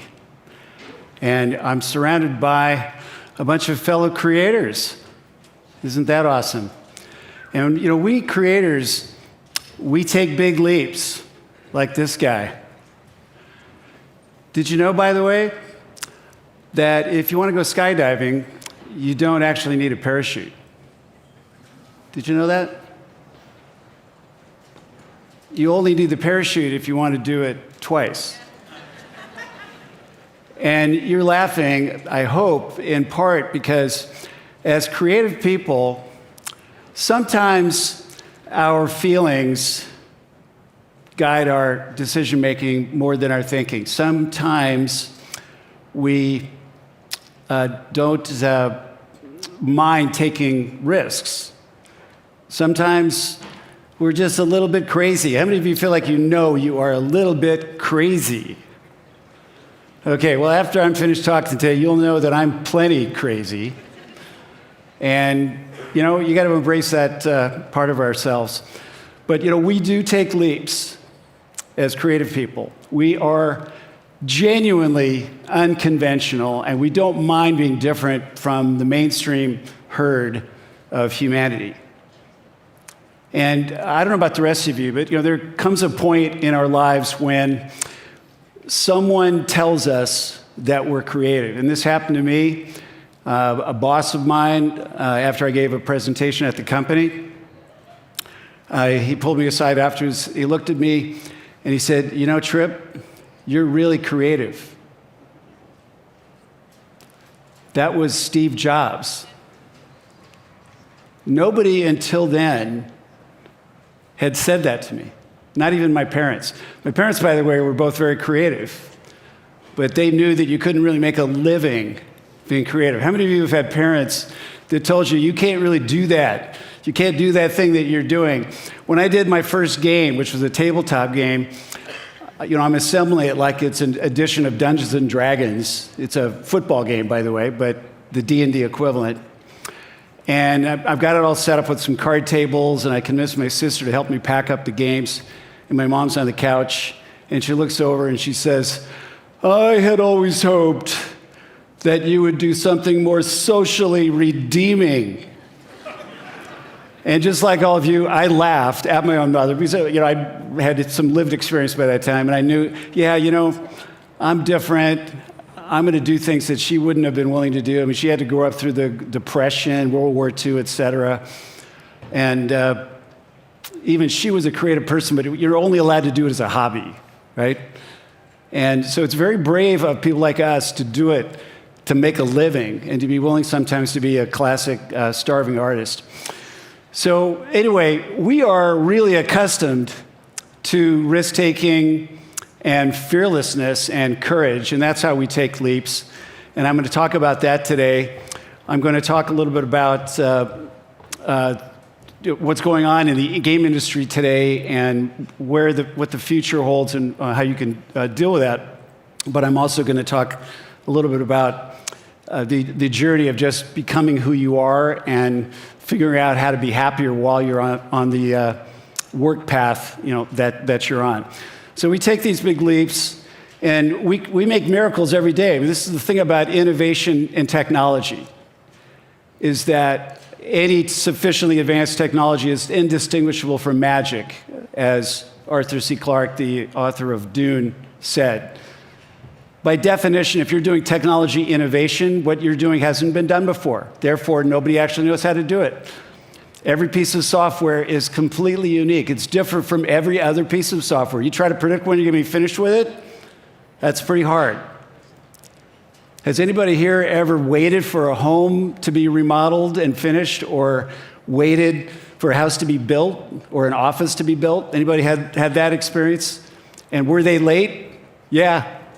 They're always late. Well, you know what? They've had 10,000 years of experience building buildings. We've had a few nanoseconds learning what computers are, and then we're trying to forecast how to do something that hasn't been done before, and we do that every day. That is pretty crazy. So yes, we make miracles. But we also crash and burn. So we've got these really big imaginations. We go off on these explorations of fantasy. We try to do the impossible because we're risk tolerant. Turns out we have a lot of blind spots. We make plenty of bad decisions because we haven't gathered all the right information that we need. Humans do this all the time. They think they have enough information, but it's really their heart. It's really your intuition saying, oh, I want to do this. Oh, here's 2 or 3 reasons why that makes sense. Okay, I'm done. I'm not going to look any further. We're not always as much of a skeptic as we should be. And this is certainly how I made the worst decisions of my life. And I'm going to try to give you a little advice about how you can maybe dodge some of those bullets. So we can find that we have a lot of misery and suffering in the kind of work that we do, but that may lead to career success without happiness. You know, you may be miserable a lot, you may be anxious a lot. And first half of my career, I was really successful, but not really very happy. And I'm a lot happier now. So it's just something that I've learned about that I want to share. So let's talk about what's going on in the game business today. We have seriously broken business models that are very frustrating. The way you guys would understand this is if you look at a top 100 grossing chart on any platform, you'll notice that if you look for a game that's come out in the last year, there's only going to be one such game on that whole list. The other 99 games are going to be versions of Call of Duty and Fortnite and other mobile games and basically things that have been around for a long time. And there's very high switching costs because if customers invest in one of those games and they're playing with their friends in one of those games, it's really hard to get everybody to shift over to something new. And you guys are trying to make the new things. So that's a challenge. Also, the free-to-play business model, it is certainly very powerful. The word free, there's no word in marketing that's more effective than free. But then 98% of the users that download and try a game for free are going to end up ever spending any money in it. So that's kind of a rejection. And one of the reasons for the rejection is that the platforms are these walled gardens, and they're taking the 30% share. But in order to do that, your pricing, if you're the developer, if I want to get €1 from a customer, I have to charge the customer 1.43 euros. You then take 30% of that, that's 43 pennies. So that's what Apple or Android or Sony would get. And then I get the dollar that I was looking for. But you, as the consumer, had to spend 43% more money. You think the most recent years of inflation are bad? How about 43%? So that is a serious problem. I think it's one of the reasons why mostly consumers today on the internet, we play the biggest game there is in the world, which is figuring out how to not spend money. And we're really proud of ourselves. Every time we get something for free, like I'll be in the Apple News app and I don't subscribe to it, and there'll be this article that, oh, that's an interesting headline, but I know they're not going to let me see the story. So I just bring up the browser and I Google search that publication and a few words in that headline, and now I'm just on the publisher's website who's willing to let me see it for free. It feels good, right? Oh, I'm so smart. I didn't spend any money. But this is a problem for us if nobody wants to spend money.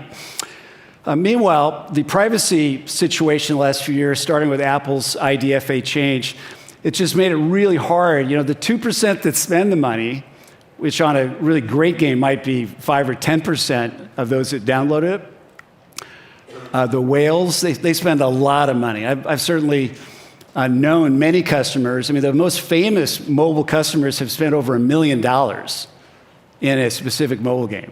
Pretty crazy. I know plenty of people that have spent tens of thousands of dollars. And I think even an average whale is going to spend at least a few $1,000s. So we're building the industry really with a fraction of the total audience. And it's okay to have a bunch of free players because they're kind of cannon fodder for the spending customers. But it's hard to target them now because of the privacy changes. It's gradually gotten better. AI is actually helping the ad tech companies improve that. Meanwhile, we have these other segments of the market that are emerging, like esports, VR, AR, mixed reality, et cetera. And they're very small. Therefore, again, if you're a willing pioneer, you can get out front in something new. But right now, I don't think any of these new markets have a particularly great business model. So in esports, Amazon the owners of Twitch, they make most of the money. So that's not so great for the rest of us. Anyway, there's similar issues with VR. Not everybody has it. I personally don't find VR to be very compelling because it's very inconvenient. I think the most important thing in games now is the social value, and the number two thing is the convenience. And if you're not really sure about convenience and why it matters, Clayton Christensen, the guy that coined the term disruptive product, he found in their later research that after the disruptive product, like the mobile phone, takes over with a new audience that got some new benefit, like mobility, they found that later there's enough performance that they stop caring about getting big leaps in technology and performance. It's good enough. But what all industries do is they have their users, when they say, okay, I've got enough performance, now what I want is it for it to be more convenient. And why did you get a mobile phone in the first place? So you could make calls when you're not at home or not at the office. You want to be able to make calls more conveniently. And you'll notice how every data type now, you used to read a big profile newspaper, you used to go to a movie theater with these really big screens, you used to go listen to live music or 33 RPM LPs with really great sound dimensions. And now you look at it, the newspaper is shrunk down to a tiny little mobile screen. We're compressing everything, so the music is all MP3. Technically, it's not really very high quality. But of course, the speakers on our mobile devices are so lousy, we can't really tell. Why are we settling for this? Because it's more convenient. So just keep that in mind. As designers, when you're making any kind of content, try to think about how to make it more convenient. So if I have to get an extra accessory, like a VR face mask, if I have to get something else, that's going to reduce consumption right there. It's an extra step that people have to take. But what I'm picturing is if I'm at home in my family room, I want to have my snacks nearby, I want to have my drink nearby, I want to be able to wave and interact with my wife who might be in the next room, or my kids or visitors. The idea of having to have a helmet on of some kind, and it doesn't really matter how weightless they're getting them to be. I mean, some of them aren't very heavy at all, and yet people still feel fatigue after 10 or 15 minutes. These are not convenient things. So I don't mean to bash VR. I love the concept of it. I love Neil Stephenson, who coined the term metaverse, and love that book, Snow Crash, but we're really not there yet. Meanwhile, I think the metaverse also has to have a very different kind of economy than what we have in the game world. Again, in the game world, you've got walled garden applications sitting on walled garden platforms. It's not open. They're not even really legit digital assets, because if I buy a skin in Fortnite, I can't trade it with another Fortnite player. I sure as heck can't take it outside Fortnite and sell it to somebody else to use in another game. It doesn't even work that way. So basically, these concepts associated with Web3, the reason they are compelling is that they allow us to have a digital commercial world that's like the real physical world that we go out to in the real world. And when you go out in the real world, you take payment methods with you, because there's a pretty high probability you're going to spend money. You're not going to be one of these people that 98% of the time you don't spend any money. You don't need to have a payment method. You're always taking multiple payment methods because you expect to engage in some form of commerce when you're out in the world. The virtual world has to be that way too. And digital assets have to be real assets. If I buy a skin in Fortnite and then it only has digital value to me as long as I'm a subscriber and player of Fortnite, that's not a real asset.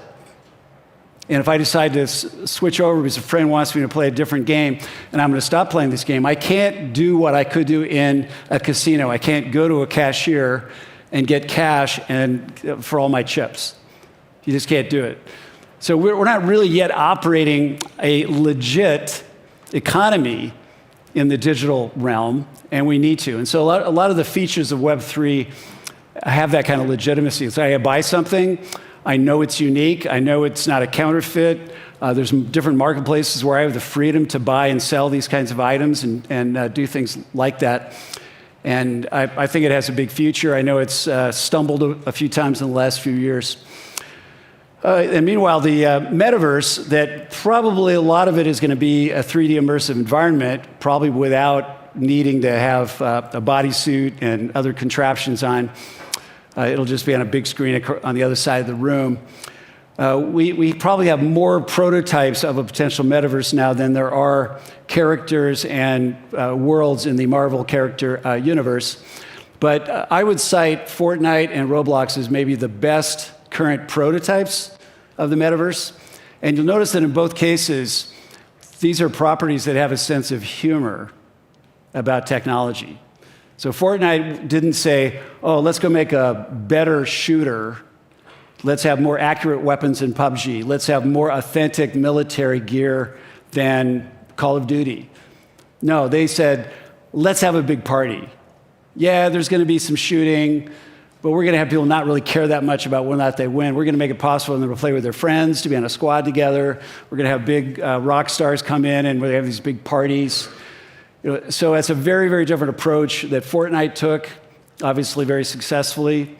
And of course, Roblox is a parody of a parody. I mean, basically, they're kind of the derivative of Lego and Minecraft. And again, not taking themselves too seriously. And a lot of the content reflects that. I think there's a really big opportunity for more games to be more involved in humor and getting people to laugh and be more lighthearted. And it's more socially inclusive. In Fortnite, there's less, I would say, performance anxiety and pressure about being the winner. And I watch squads playing Fortnite, and one of the characters, one of the players will die, and the others will just kill themselves so they can all start over and be together again, which I find really charming. I think collaborating and having fun with your friends, that's far more important than whether or not somebody wins. Okay, there's also some reason for hope because since 2019, 29% of new intellectual property, 29% of revenue has come from new original intellectual property. So there have been some products that have broken through. So that's good. So these are issues that we have with the current business models. From a social and community standpoint, this is the thing that you should think about more than anything about game design. And we now have a really mass audience. There's 3 billion gamers. We've got about 8 million people on the planet, and about half of them are introverts. So we know we have 4 billion introverts we can count on, all of them becoming gamers. How many of you think you're an introvert? Yeah, the rest of you are lying. Introverts, we don't really know what to say to other people. Sometimes we have to plan conversations in advance. And what's really great, and I noticed this even as a kid, is if there's some context, something we can do together, like play a game, then the social engagement just happens on its own. I don't have to try. It's just part of that process. And that's a really great thing. So we've got the potential here to have everybody on the planet playing games. And when I started Electronic Arts and I started talking to the media about games, Atari had just imploded, and everybody thought video games were over, kind of like the hula hoop was over. And they said to me, why do you think this is going anywhere? And I basically said, well, because in 50 years, all the people that don't play video games will be dead. And we're almost there. We're almost there. So everybody under 40 is playing video games. So yeah, this is a market that can't help but expand. So anyway, if you want to maximize this market, you got to recognize it is a mass market, which means everyone is a customer. It's the men, the women, the children, everyone, okay? And again, they care about convenience. So what does that mean? Well, it means they're more likely to be using a device like a cell phone because it allows them to be anywhere. Also, they're likely to use cloud services. It's like if you're in a hotel room and you got a nice big display, this is where cloud services come in really handy. I didn't bring my Xbox to my hotel room. So the ability to play anytime, anywhere, on somebody else's screen, and just because I can get to the cloud, that's pretty nice. And those of you that have consoles, you think you have a huge amount of hard disk space and everything, but every one of you knows that if you want to download one more game, because these games keep getting bigger, you're going to have to delete something else that's already on your hard drive. And it's like, oh, I don't really want to do that. So it's just gotten to a point where everything's going to go to the cloud. I just think a slogan you can remember is the cloud is everything. You can see it happening already, right? There's all these services that we already depend on being in the cloud.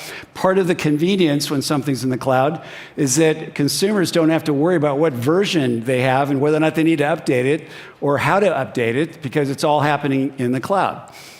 Okay, then you have cross-play.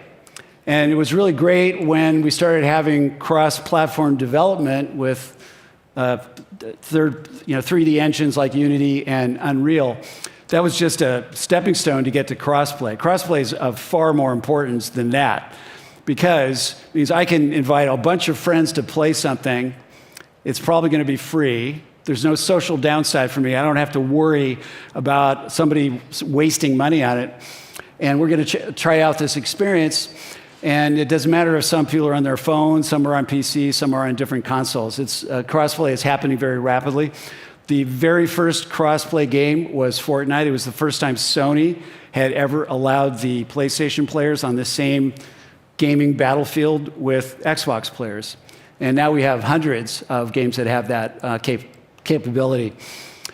The other thing you want to consider about convenience is that not everybody has fantastic dexterity. And there's really, as a designer, you've only really got 4 dimensions of gameplay available.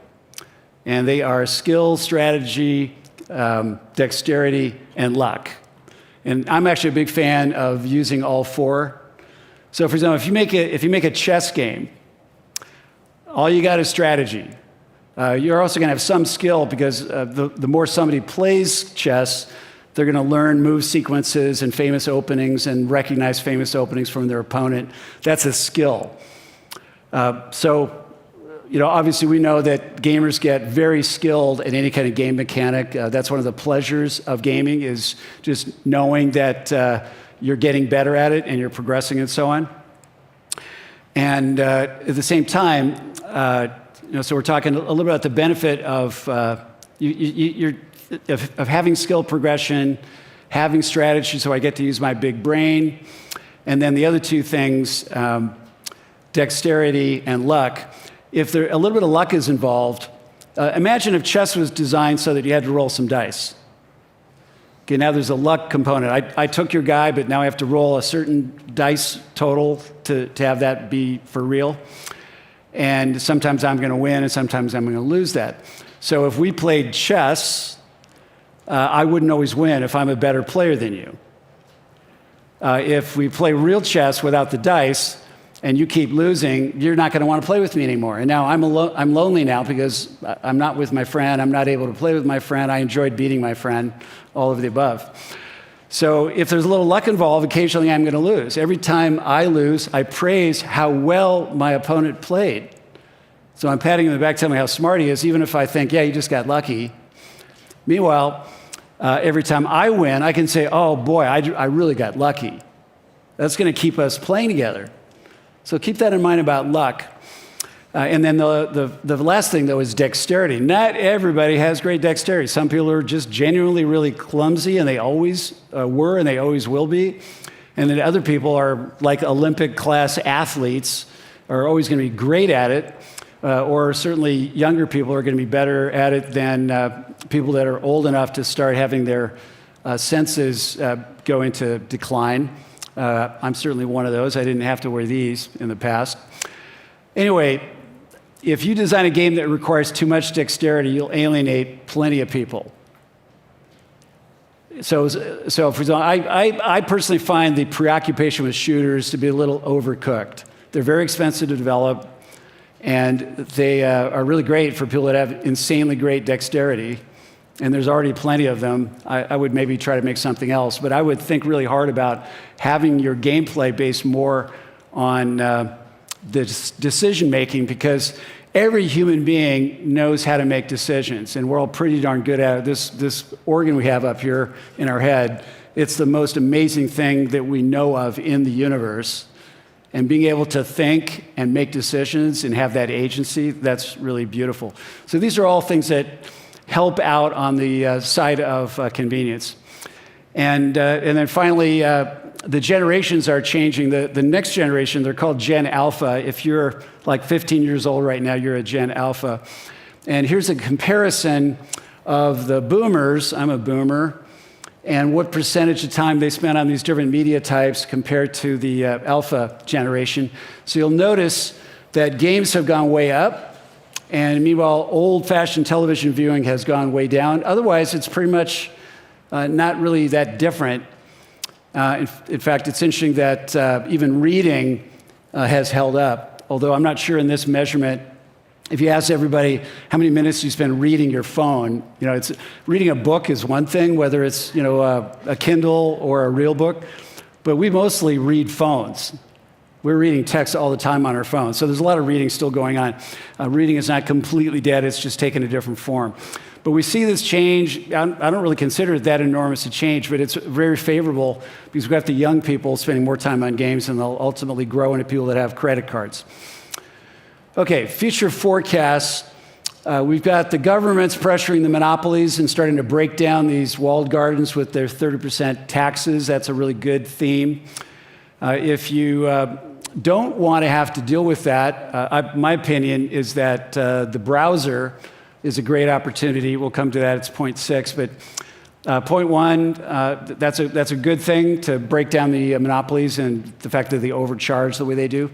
Obviously, the metaverse is coming, and then, like I said earlier, about humor and parody and making it more of a social event to game. Let's talk about AI in 2 different ways. First of all, already we have a lot of development tools that are using AI to help development, and yes, that's going to change the jobs that are available in the industry. There's still going to be plenty of jobs in the industry because somebody needs to know how to really properly utilize the AI. So that would become more of a job requirement to understand how to use AI as a set of tools. And then, of course, we're also heading towards more real-time AI execution where you have to go through the same process of figuring out how to use it and what to do with it. But instead of doing it in development and then having it create content that gets stored on an optical disk, there are now some methods emerging where stuff is compressed in a clever way and it's generated in real time in the game and maybe not even taking up that much memory or storage. So that's an exciting opportunity. I found myself looking recently at a new game called Tiny Glade, which is kind of a UGC, user-generated content thing where you can create your own town with beautiful visuals. But I noticed that it was kind of dead. So it's like a painting.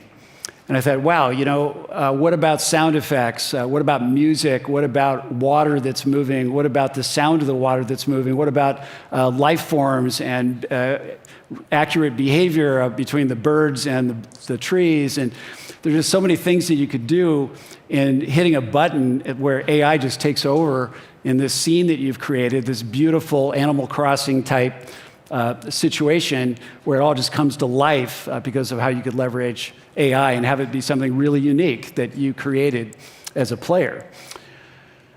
Okay, coming back to the browser, like I said I would, I just want to point out to you that with Moore's Law, the batteries get better over time, they get smaller, they hold a charge longer, they generate less heat, so you can have them in smaller devices.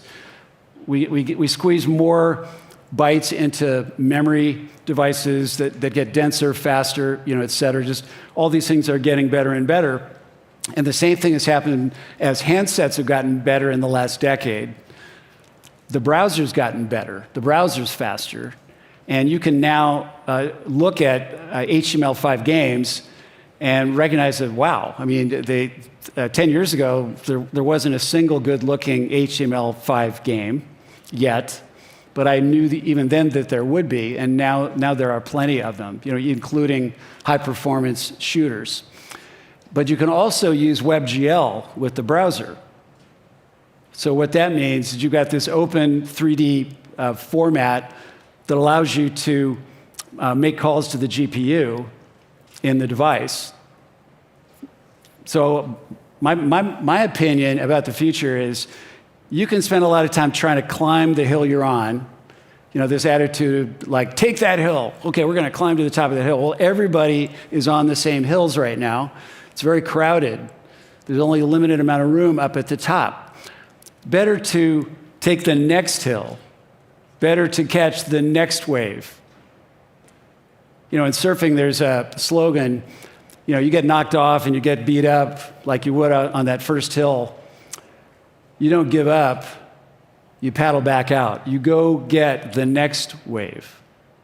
So I believe browser crossplay with HTML5 and WebGL, I think that's one of the next waves. New hills to go after, not really crowded. Right now, you can't think of a leading company that's doing that, period. So why can't that be you? When I started Electronic Arts, I actually thought we could become the leading company in the industry. Who thinks that way? Well, I had just spent 4 years helping build Apple. The year before I got to Apple, the company revenue, which was all from hobbyists, was $773,000, less than $1 million of revenue. 4 years later, after I'd been there for 4 years, and I'm not taking all the credit here, but we got it up to $1 billion a year. We had the biggest IPO since Ford Motor Company went public in the early 50s. And created Apple as a really great company. And the realities here about where things are capable of going and what you have to do to get ahead. And again, you can just ask yourself, well, what would Steve Jobs do? And if you're looking ahead to climb the next hill, you may be the only person there, and you're only really competing with yourself. And if you believe you can do it, then go for it. So what would Steve do and how would he approach it? I guarantee you that, number one, he'd be thinking about Moore's Law. He'd be thinking about what advances are coming and which areas. And I'll give you a couple of illustrations. When the Apple II came out, it was the first personal computer that really looked like the future. I went to the West Coast Computer Fair in the spring of 1977, and every box is a big, garish, ugly thing with switches and lights flashing and looking kind of alienating. And then you go around the corner, and here's this tiny little booth of this tiny little Apple company that had about, 20 people at that time. And you see the Apple II, and it looks like it's been beamed in from the future. And just right away, it's like, yeah, I want to go work with those guys. And I wanted to do a stint with a hardware company so that if I want to make games, I got to help get computers in homes. So let's go work on that. And the Apple II was the industry dominant product after that for the next decade. So this kind of futuristic thinking, they were doing that with the Apple II just in terms of how it looked, just the aesthetic of it. But they also were the first to have bitmap graphics.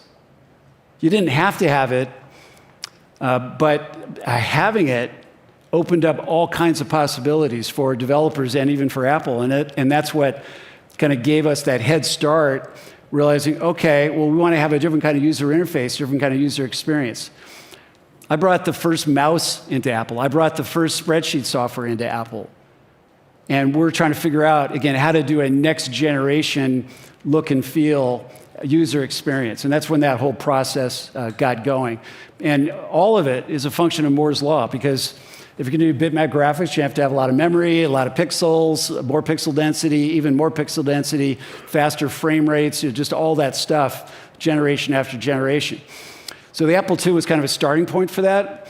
But if you look at Steve's decision-making later on, when he came back to Apple, that was the time when everybody was stealing songs off the internet, and the CD-ROM had come along, but then they'd invented the CD-ROM write once, CDR, and you could basically copy music onto that.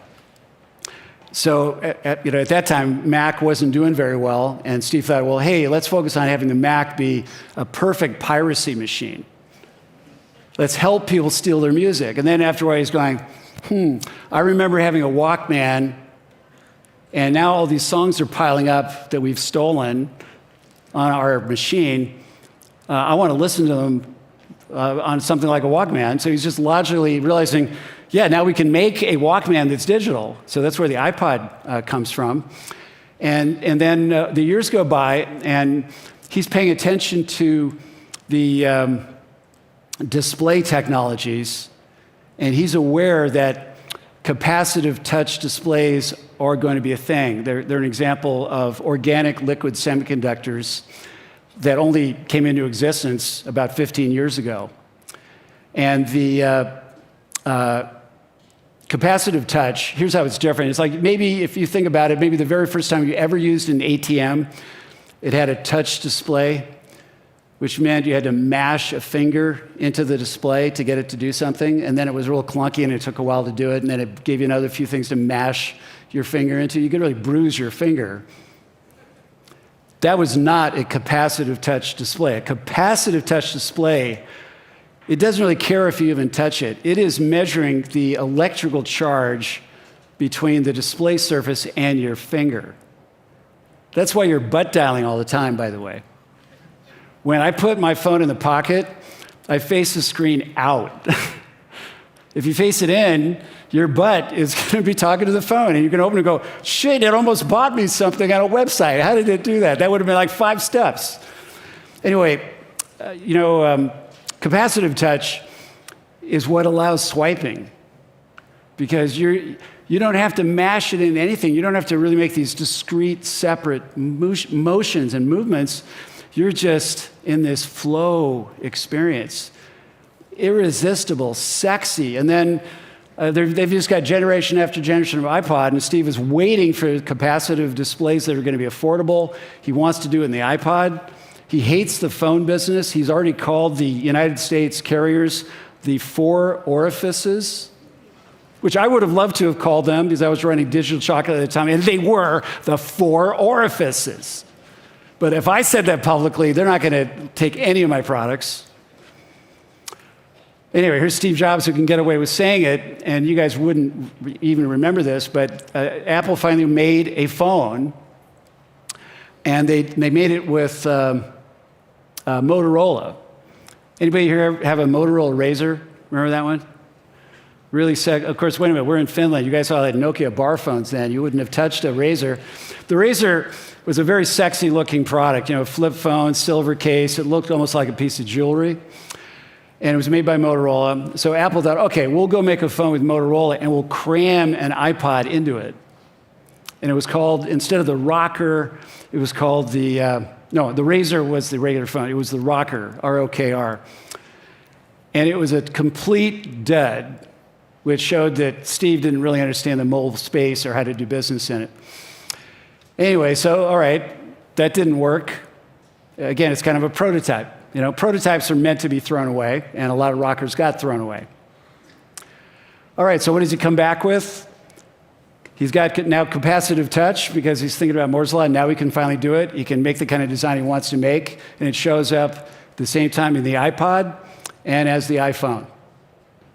And many of us that, the very first time we had any sense of the display, it's like you're looking at YouTube videos of people scrolling through album covers.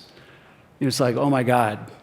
And up until that time, here, I've been talking since 2004. I was calling the mobile phone the social computer. Facebook came into existence in 2005, by the way. So I'm talking about it as a social computer, trying to get people excited about what that might mean. Nobody's really doing anything about it. The carriers don't really understand what I'm talking about.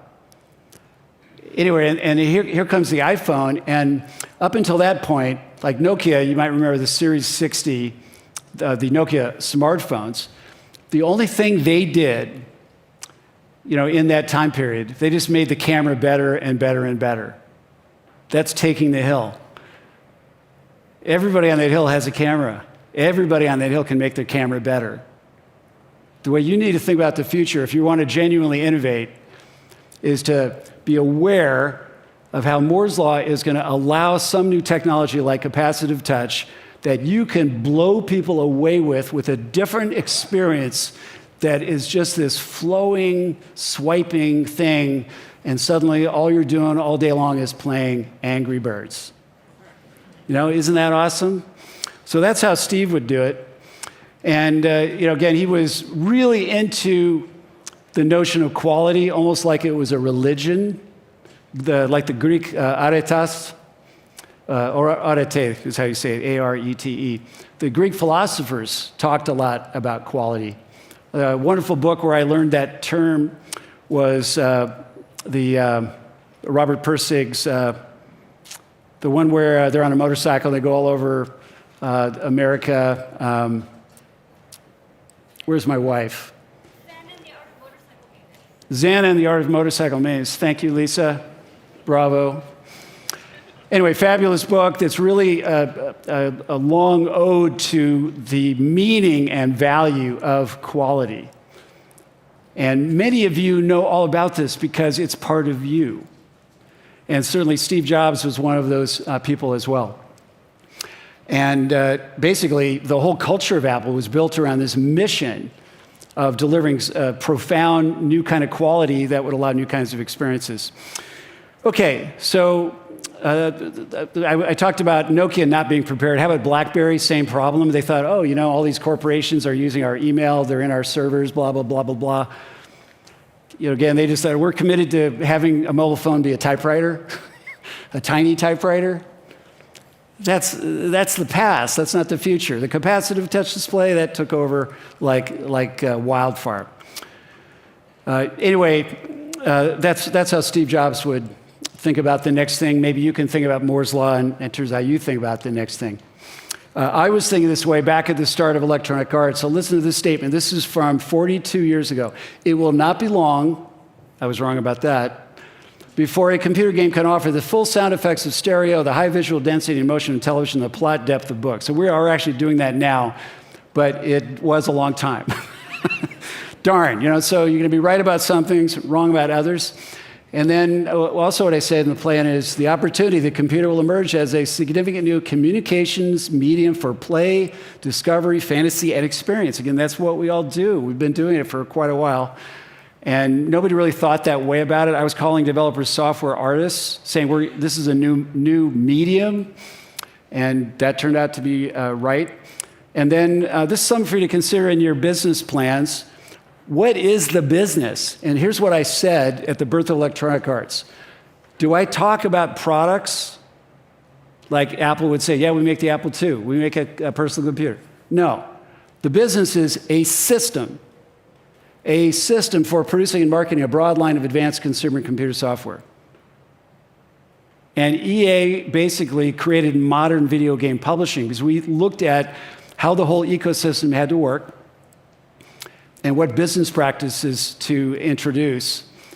And this is a business plan that got funded by the best venture capitalists in Silicon Valley, where I'm just saying, yeah, I'm going to build a system. They didn't ask a lot of questions. They're like, what do you mean? What kind of system? How is it going to be different? That's not entirely true, but you can sometimes have that kind of vision about the future. Also, you guys know that you're not going to get anywhere without hustle and effort. This car I'm kind of fond of because it exemplifies what hustling really is. And it's a time when I was a student and I was moving from one apartment to another, and a friend volunteered to provide a truck that belonged to a friend of theirs to make the move. I didn't have that much stuff, so we could fill up one pickup truck and make it happen. So day of, I called him and said, how are we going to meet up? He said, oh, my friend says the truck's not available after all. Oh, darn. So we went to a truck dealership and we test drove a truck. Of course, nowadays they would have a salesman go with you, but they just let us drive away with the truck. So I'd already prepared at my apartment. All this stuff was out on the lawn. There's a bunch of blankets.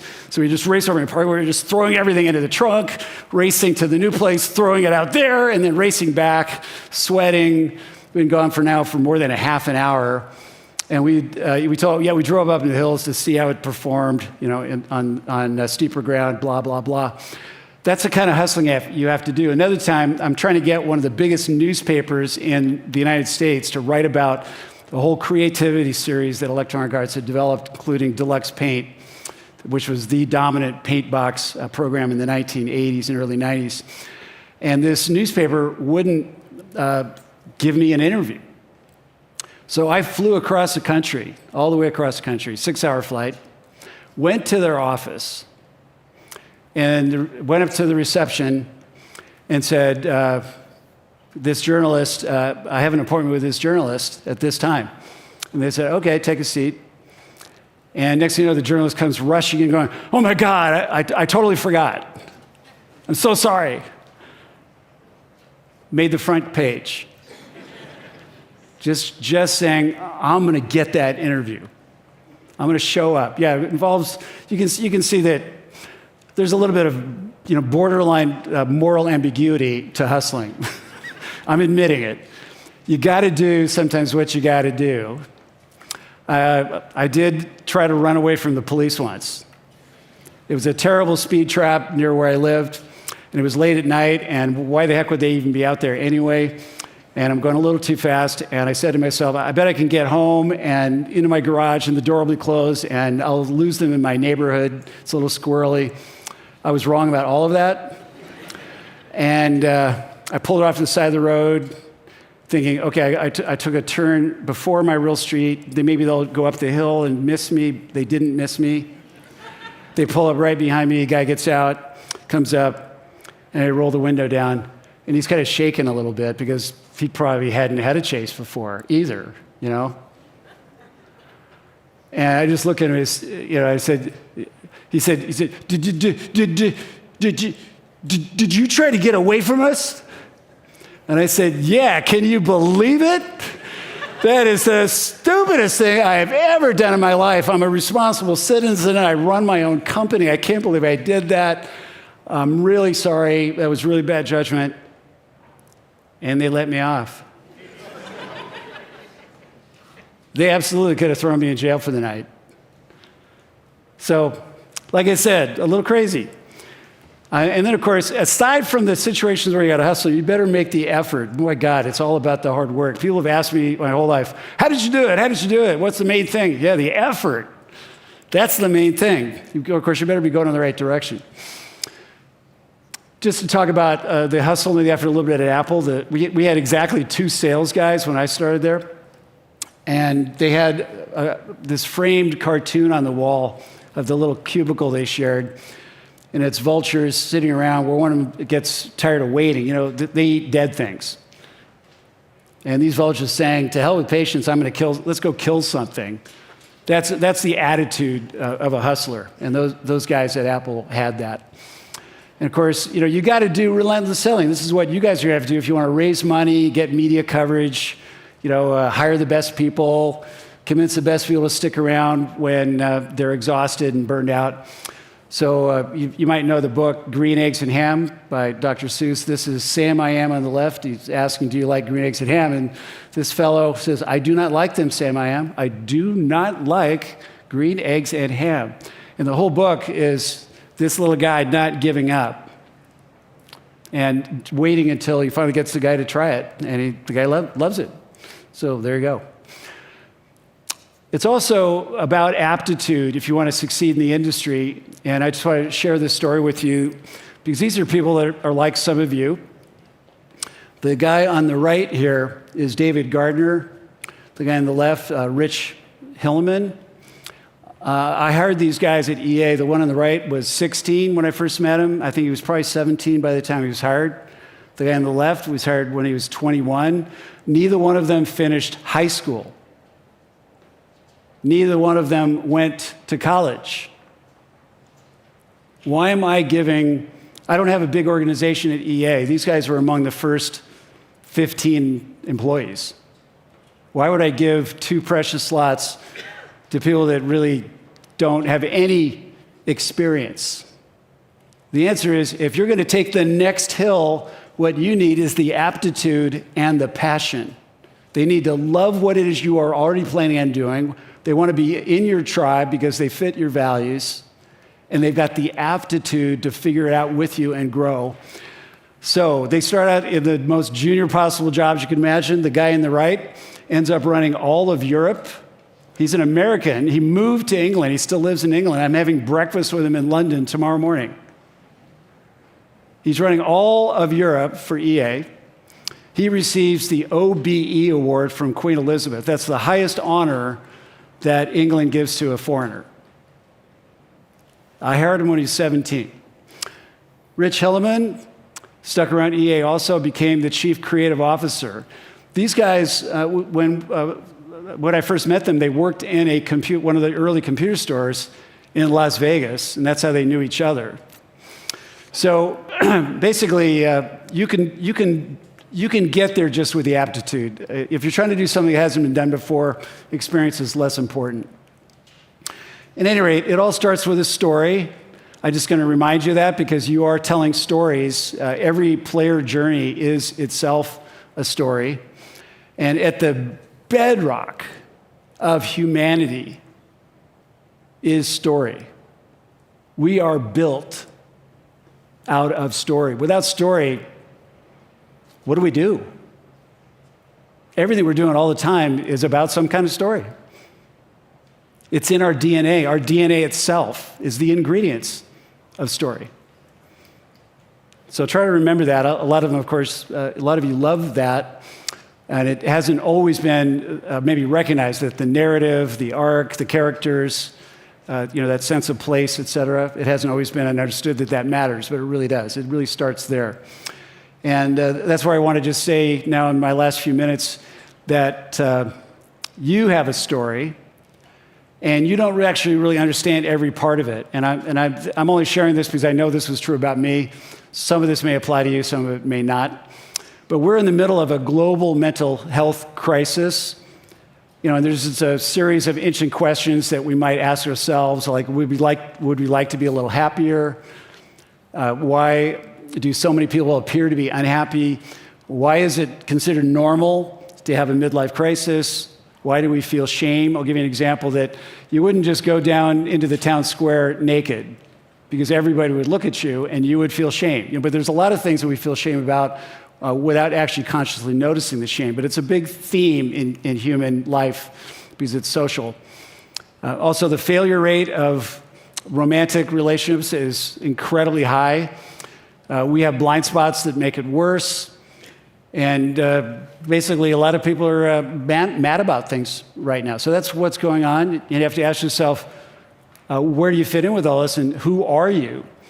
This is a frame from the film Lawrence of Arabia. It's my favorite film. It won several Oscars.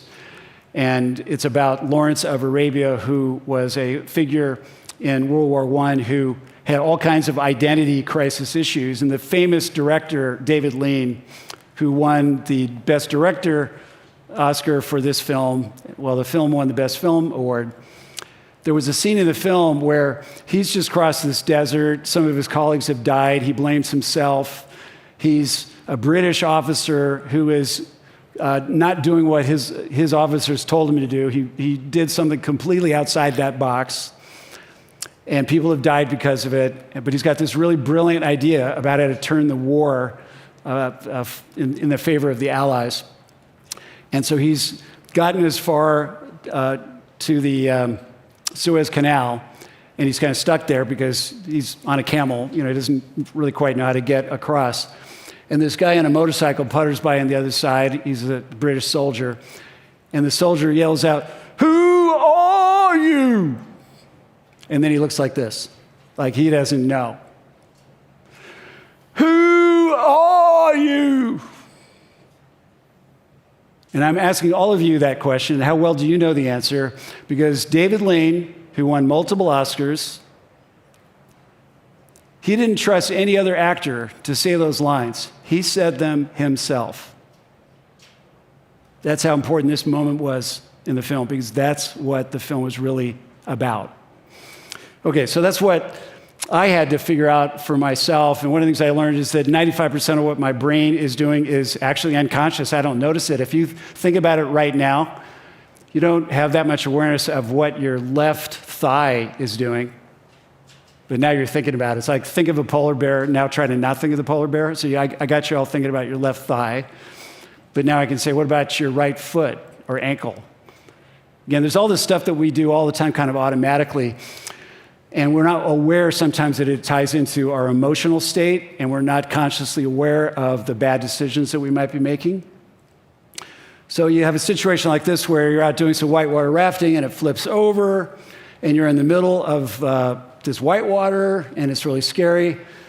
And here comes a rock right in the middle, so you grab onto it. And now what are you going to do? Are you going to just stay there? You can't really stay there, and yet people do. People get stuck all the time, and they're kind of stuck in what people call monkey mind, and it just has to do with the fact that there's this tiny little peanut-sized bit of your brain called the amygdala, which is where you experience fear, and when that happens, we just want to rush to fix it because there's some imminent existential threat. That's what fear is about. And then, of course, meanwhile, in the bigger cortex, you have a lot of anxiety. You remember all the bad things that have ever happened, even in all the movies you've seen, all the bad things that happen to fictional characters. And we end up being kind of impatient. We don't spend enough time on the reasoning side. And then we misfire and sometimes suffer from fear of failure or imposter syndrome or even sabotage ourselves. And this has to do with mental models where when we were born, we had to give up a part of ourselves. This is known as the lost self, because we have to bond with our caregivers and we have to do whatever it is they want us to do. And so that would include perhaps needing to be stoic if our parents are not showing a lot of affection and positive emotion and they're not holding us and smiling at us all the time. So we learn to be kind of tough about that. And that becomes a false self, that we're pretending to be a tough guy. Other people, by the way, that have gotten stuck, you might appreciate this quote by a famous philosopher, Karl Deutsch. We are all torn between the will to live and the wish to die, and the wish to die becomes strong when we are no longer willing to continue to change. We are all challenged to change all the time, but just sometimes we can't keep doing it. And this guy, Hamlet, also had the same feeling, to be or not to be. And his indecisiveness caused his betrothed to die, among others, including himself. So we do get stuck, and that's why these famous stories like Hamlet are told and are famous.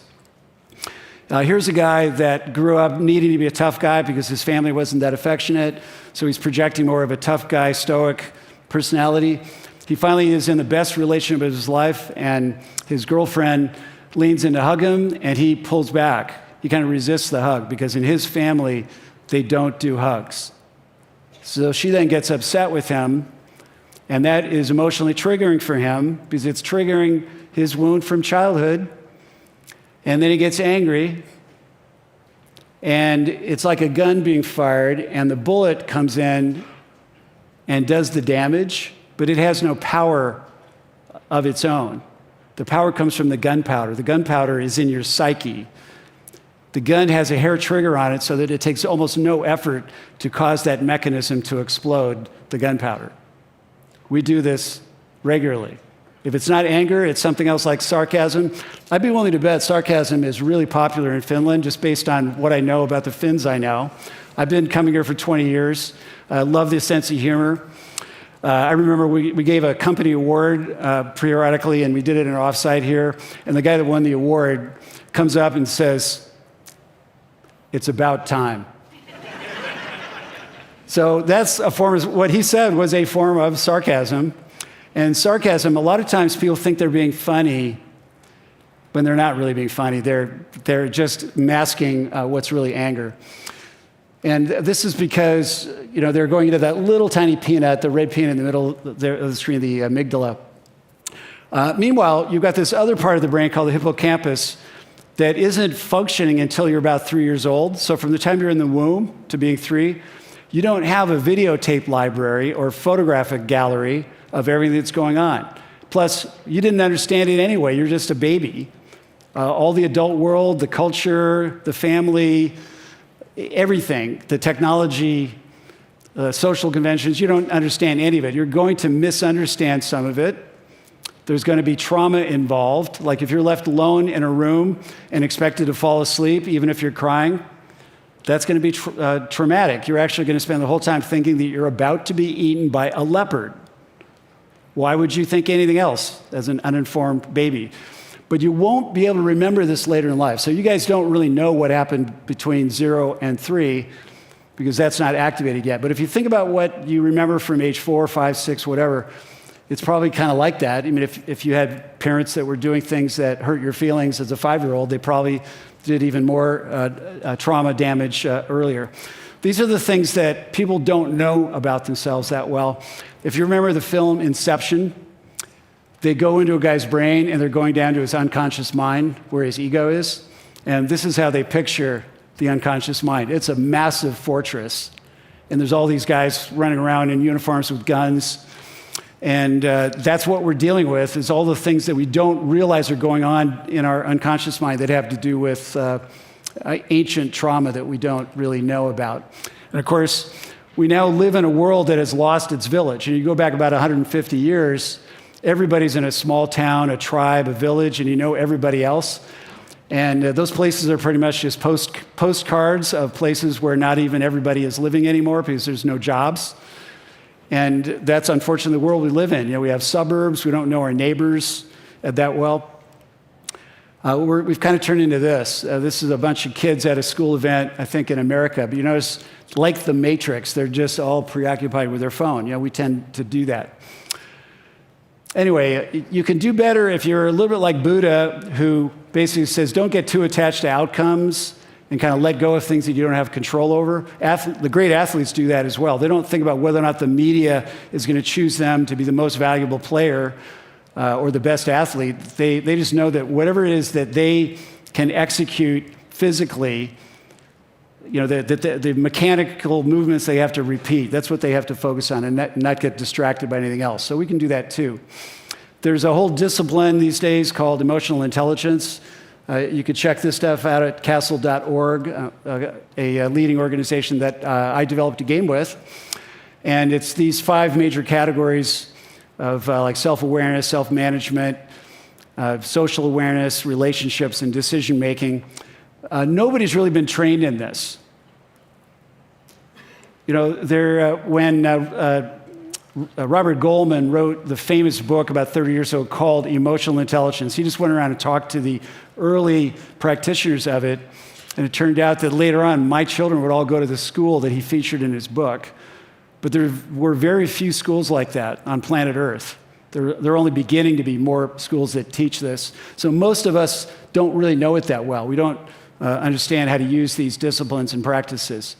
And so here's what happens is that you're on holiday and you're expecting to have a really great time, and the first night you drink too much, and so now it's the next morning and you're hungover and you stagger off to breakfast and you're starving, and you pick up a chocolate eclair and you're just about to take your first bite into it, and then this happens. And gosh, what are you going to feel about this seagull taking your breakfast? How is that going to feel? And the answer is, it's going to be, actually something happened there with that slide because it's supposed to have 10 things on it, not 5. There are at least 10 different emotions that you would go through. And even after you get to sadness, there's things like embarrassment and shame because you look really stupid, and eventually you might get angry, etc.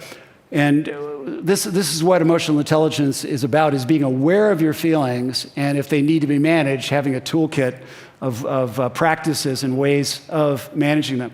And this is the thing, is that if you don't like the way things are, change your mind. And there are different ways of doing that. You can do it with chemistry. You can do it with psychology. I'm a big fan of reading and research and taking tests. And I personally found it really useful to have a really great psychoanalyst that helped me figure out what happened in my early life.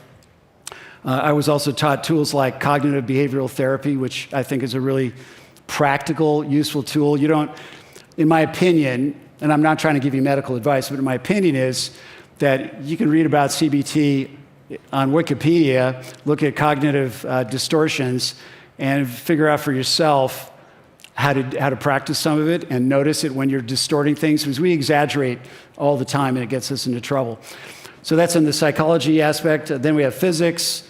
You go out and get some exercise, do some cardio. You'll get your breathing going in a way that is beneficial, just like it is if you do meditation. I do that. I do many of these things. And of course, it helps to know about your genetics, because sometimes you have specific hormones that you just don't have enough of. And that helps you decide what supplements to take. But at any rate, I just encourage you to be courageous and curious about yourself. And there's a difference between wisdom and practice in that your ego is just telling you stories. Wisdom, I can teach you arithmetic, and you're going to remember how to do it. Practice is something you have to just be consciously aware of doing all the time. And the more you do it, the more you will get comfortable doing it regularly and having it just happen. Anyway, the end of the world is coming. It could be next Tuesday in America. A lot of Americans are planning to leave the country, depending on what happens. Anyway, it's a scary time. This is a real unretouched photograph.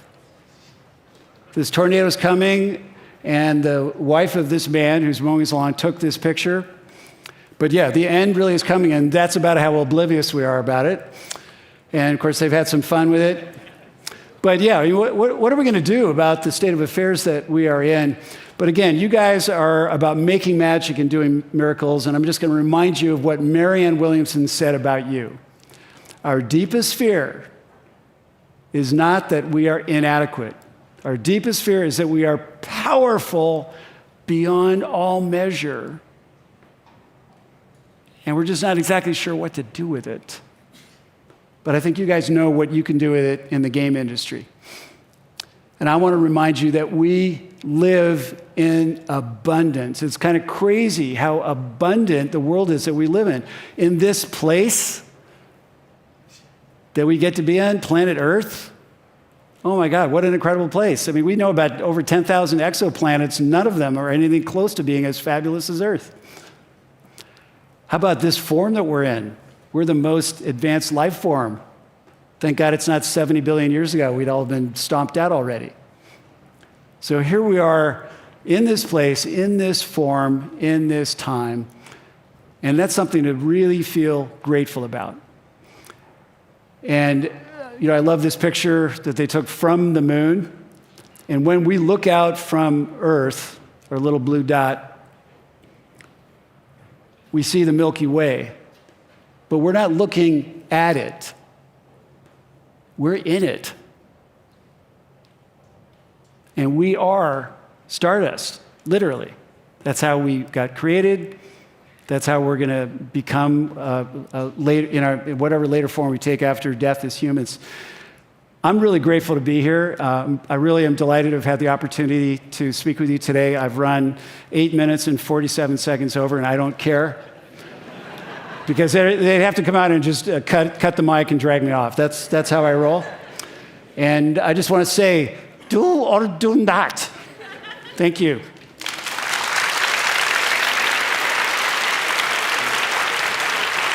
That way?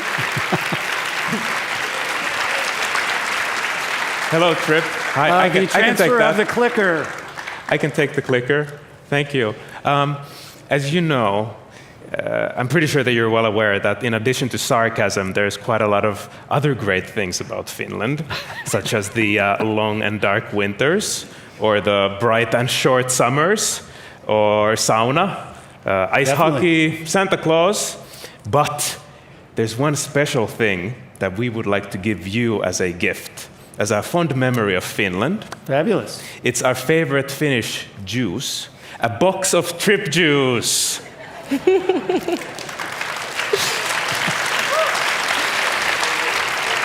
All right, unfortunately we have no time for Q&A, so give a round of applause for Trip Hawkins. Thank you so much. Thanks, everyone. Thank you.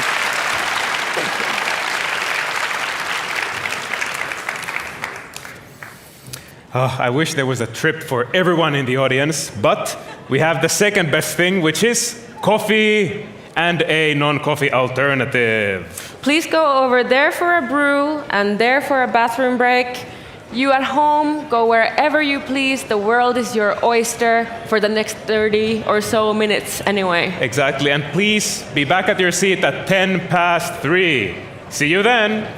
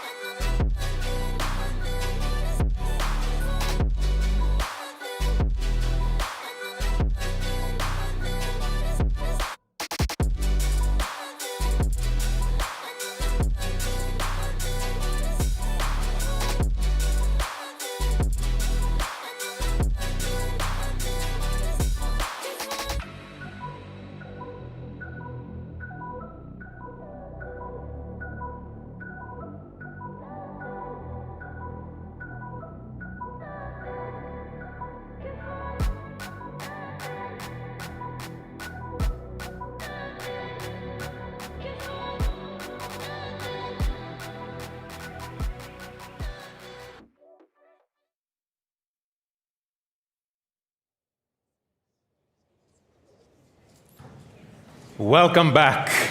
Next, it's going to be time for Fernanda Oliveira. She's a game artist from Brawlers. She will be talking about character creation and about the elements that have shaped the Brawlers universe. A fun fact about Fernanda is that she never sings karaoke, but fully appreciates it as an art form. Another, perhaps even more fun fact, you be the judge, is that her favorite fictional character is Bugs Bunny. Wow.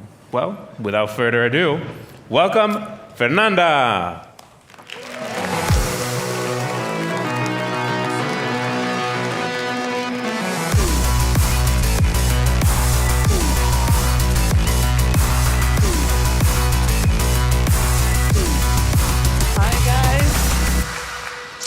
Okay, let's do this. Hi, people. I'm Fernanda Oliveira. I'm from Brazil, São Paulo. And today I'm going to talk a little bit about creating brawlers or creating characters in general, but for Brawl. And touching a little bit and exploiting our inner child for our career. And I'm going to explain a little bit about this. But first, I want to take you all on this ride with me and my childhood. So this is a representation of me as a child, because I didn't have any better picture. So I was obsessed about cartoons, like literally obsessed.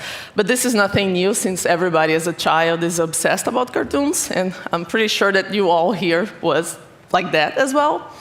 And I always had this special taste for the ones that weren't supposed to be for my age, like cartoons that had something off about those characters, or they were hiding some kind of like dark joke, like Beavis and Butthead, for example, or like Tom and Jerry and fire guns and this kind of stuff. But I think that's pretty cool that back then they were always like sneaking these kind of jokes for kids.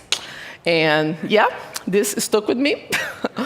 And growing older, this wasn't getting better. Like my taste, like my weird taste just got worse and worse. And I started getting to heavier stuff like Daria. I don't know if you guys are familiar with a few of those things, but I was super obsessed about Adult Swim cartoons like Daria. Daria, by the way, is a spin-off for Beavis and Butthead. Amazing.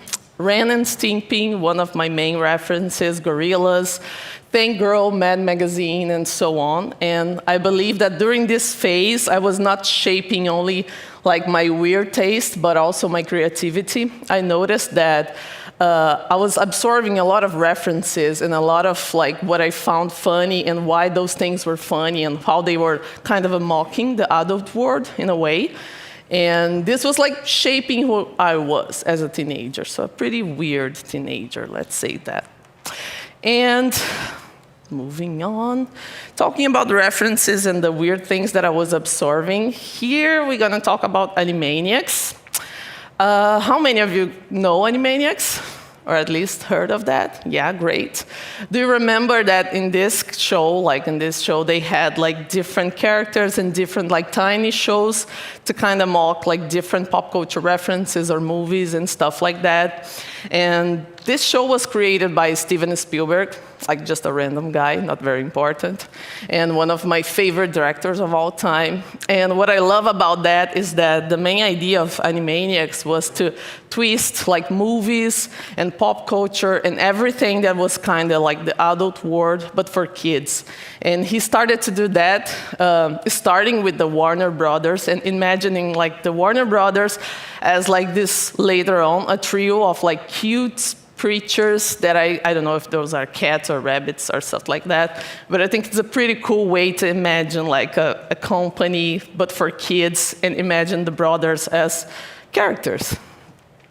So moving on, in this show we had the Good Feathers, and I don't know if you guys remember those 3 pigeons here. I was, again, obsessed by them. I just found hilarious how they had this kind of like the daily life of pigeons trying to survive on the street as a gang. And they had, it was Pesto, I forgot the other two names, but there was like the new guy, the one with the big smile, and he wanted to be part of this gang, and he was trying so hard to be accepted by the other two pigeons. So they have like little challenges, like small challenges that he had to do on the street so they could get accepted in this gang. And they also had like this big old pigeon over there that was some kind of godfather for the pigeons, and he's supposed to be the one who gave like the final blast for this other the newbie pigeon to be accepted in this group. And I just find hilarious how can imagine like pigeons as like this gang, like doing stuff on the streets, and how creative that was. Like I was obsessed as a kid. And I remember that later on, like watching The Goodfellas with my dad. Oi pai, você deve estar ouvindo em algum lugar. I was watching The Goodfellas, and then I started to notice like some similarities with John Pesci, Ray Liotta, and Robert De Niro. I noticed that those three pigeons, they were in fact those three guys, and the fat old pigeon was the Godfather itself.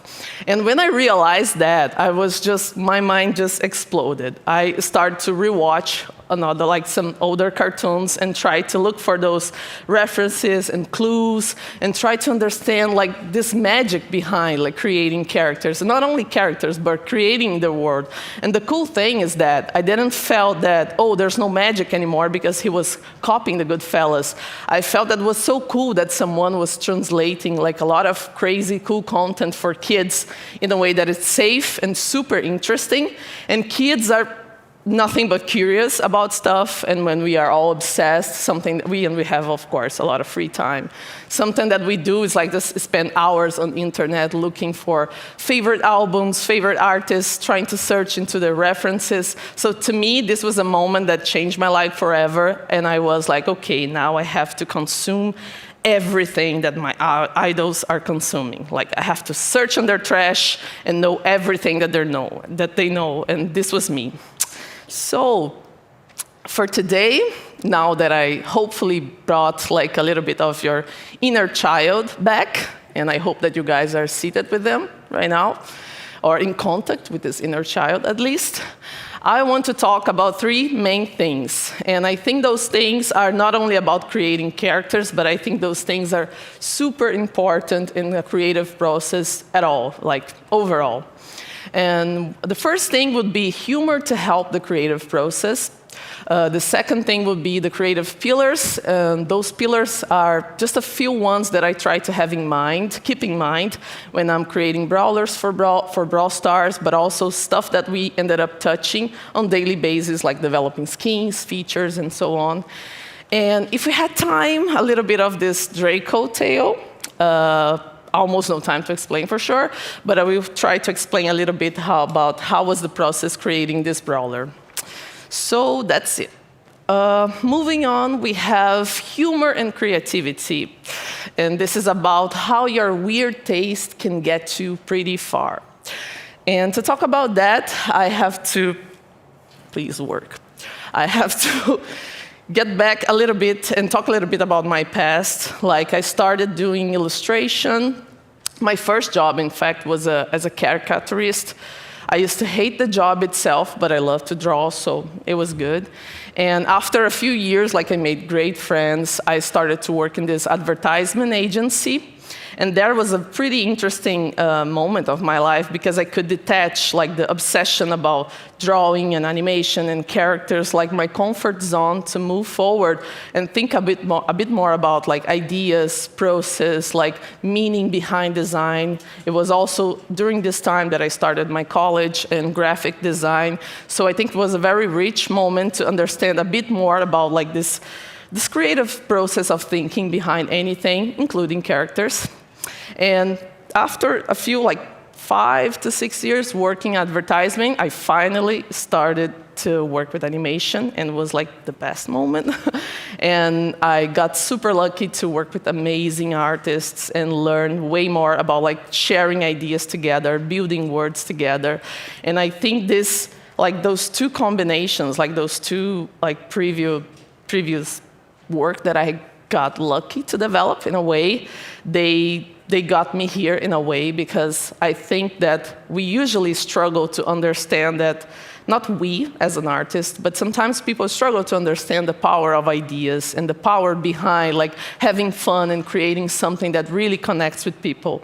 And I think a little bit of the advertisement, like tricks to get into your brain, and the fun that I got from animation and discussing about references and ideas every day, this really made me understand what I would love to do and how I would like to have more impact on my next step. And moving forward, I decided to join the games industry. And I'm glad to say, I'm really happy to say that this has been like the best thing that I've ever done with my life, because I've never been so happy. I think the feeling that I was missing my whole life was to create something that it can feel alive and that can connect with like players or audience, with everybody in a deeper level, in a way. And just to give a special shout out here and talking again about connection, I remember that when I was doing my interview for Supercell, I had to chat with Paul Chambers. He's the OG creator of Brawlers. And I remember that my first interview, like our first connect, it's supposed to be only 30 minutes. And we ended up talking for almost 2 hours because we connected so much with a weird taste. Like we started to talk about cartoons and like our favorite cartoons, characters, like the things that we love about games, the things that we hate about games. And I tend to bond with people through hate. Sometimes it's like, oh, what do you hate? Yeah, I hate that shit, man. It's so generic, blah, blah, blah. And he was like very intense, passionate guy. And I remember that was like magical. It's like, wow, that's so cool that we're going to work together, because I feel that this connection is so important, even more for this role. And I think that this was also like almost like a clue for the work that I had to develop after that, like after joining the team. So yeah, talking about weird taste and word building, since me and Paul, we kind of bond. Those two guys, I don't know if you're familiar with them, but if you don't know them, you probably know their characters. Let me just check the name again. This is Trey Parker and Matt Stone. Yeah, because I also forget the names, but I know the name of the characters. So this is an example about how your weird taste can get you this far. Like South Park, I think it's pretty famous for everybody. And this is basically two guys having fun, creating stories and trying to do stuff in a super short time and relying on their crazy ideas and humor. And this sounds silly, but we are actually talking about a super important and influential IP that we had for animation. And just to deep dive a little bit more about like humor, creativity, and this process, like in South Park, they had this, not a theory, but a few tools that they call the writer's room. This wasn't created in South Park itself. It's kind of borrowing stuff from improv classes, but also like this magic that happens when a bunch of crazy people or creative people get together and they have to write a script. They have to come up with ideas, so how they can work together. And they usually, in improv in South Park, they had a super short time to come up with ideas. So they couldn't afford like try and test new stuff all the time. So they have to rely on 3 concepts to kind of increase like their timing and to not, I don't know, get lost in the process. So a few of those concepts are like shared vision. So it was a small group of writers, so they have to share the same vision. They have to understand what is this world about, who are those characters, and are we aligned in the same project? Like this is something that we all believe that it has to be this way. So this is like essential to start to pitch any kind of ideas. You have to be sure that everybody in your team, in your writer's room, are aligned. The second thing would be character-driven story.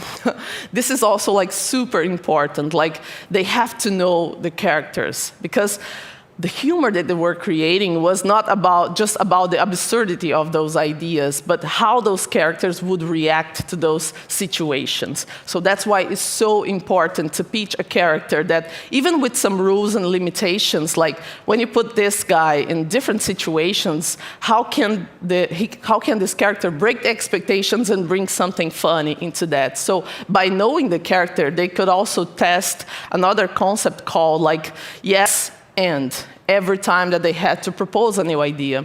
So, for example, when they have to pitch an idea, okay, Cartman has to buy, I don't know, grapes in the supermarket, but then he goes there and there's like a dog dying in front of the supermarket. Yes, and so they can trust each other with their humor, and they know that their partner will come up with something crazier and funnier, that it's aligned with this character, aligned with what their audience likes, and it will be funny, like we'll make everybody in the room laugh. And this is no joke. This is nothing like that we should take for guaranteed. Like if you have people really aligned and building up humor based on ideas, they are actually being creative, but not knowing because they're just having fun.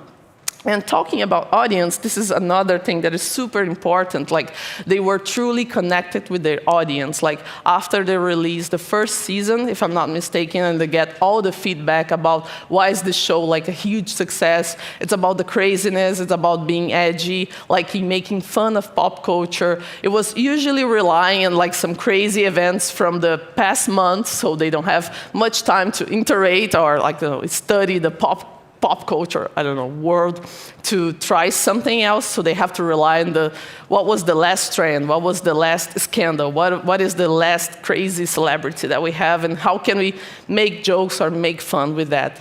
So knowing their audience was also allowing them to bring what they were expecting. So this is super important as well to pitch those episodes. And they had a pretty interesting documentary called like 6 to 5 days to live or to show, that they can explore a little bit more of that. And I also believe that this short time aligned with trust, the right group of people, and this chemistry, like that humor can create with people, was also allowing them to be more creative and to bring more ideas, and to ended up with like a great show.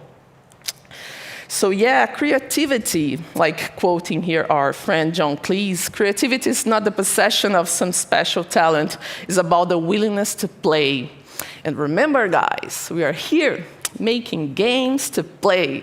And it's pretty weird when you go to like a meeting room, or like when you have to discuss game ideas and so on. And for a brief moment, people kind of forget that they have to do something that they have to like it, right? They have to enjoy. Like, what is the fun about that? Like, we're trying to bring more players, we're trying to better retention. Yeah, this is all great, but if we are starting with like a pretty sad and boring meeting room when people should be creative, should be putting like their best ideas on the table, having fun while creating, like during play tests, having fun, like finding interesting, like genuinely interesting what they are doing. Like, how can we actually expect our players to come back to our game? So this is no bullshit. And here at Brawl, this is how we try to do it, not only for characters, but for everything.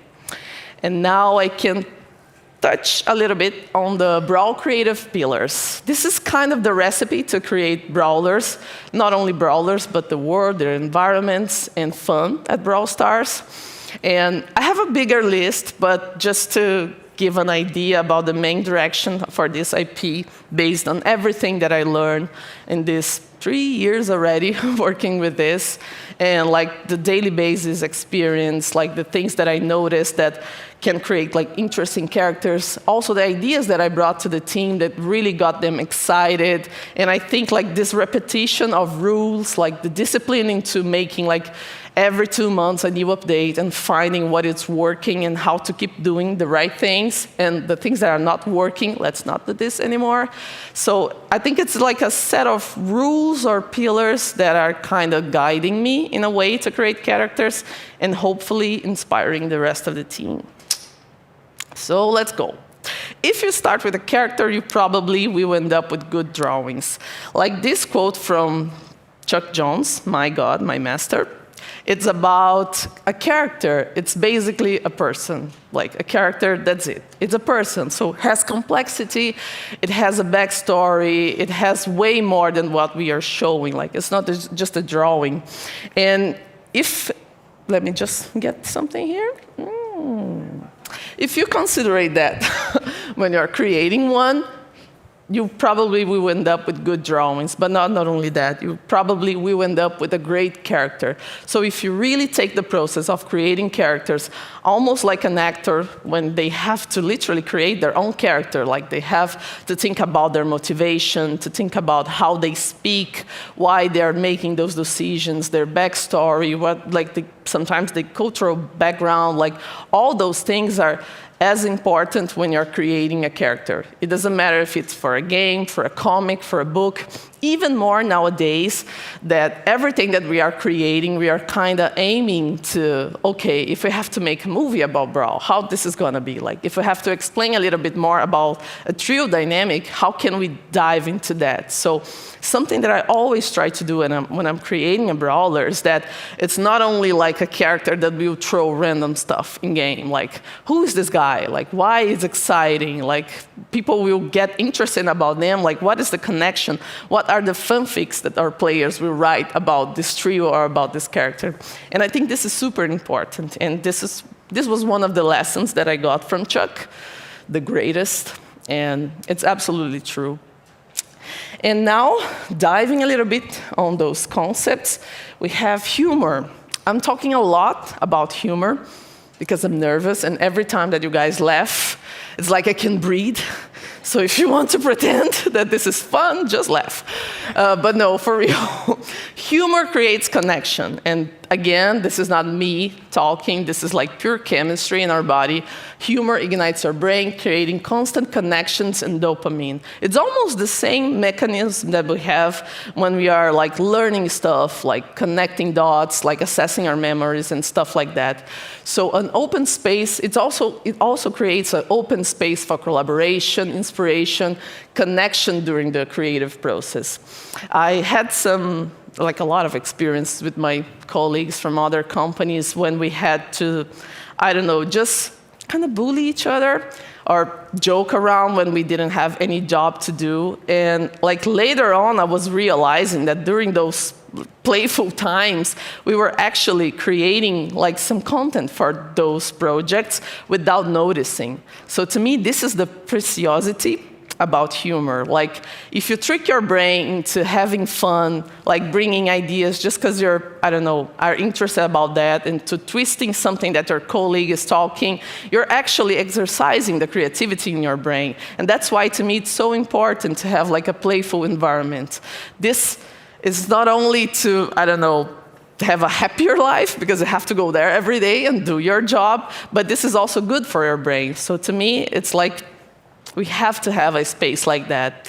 And talking about characters, another thing that I like to connect with humor and characters is that, to me, whenever I have an idea about a Brawler, I try to explain almost as a joke. Like, I have a setup, so they're gonna have some expectations about this character, and then I twist into something else, exactly like a joke.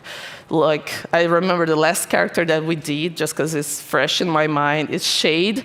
He is supposed to be a ghost, because we were working with this mechanic. The base mechanic was a ghost. But I was thinking, okay, in Brawl, we don't have magic. We cannot rely on any fantasy in that sense. So how can I come up with a ghost that is not actually a ghost? And I was thinking about the classic pile of clothes that we all have, like in a corner, in a room.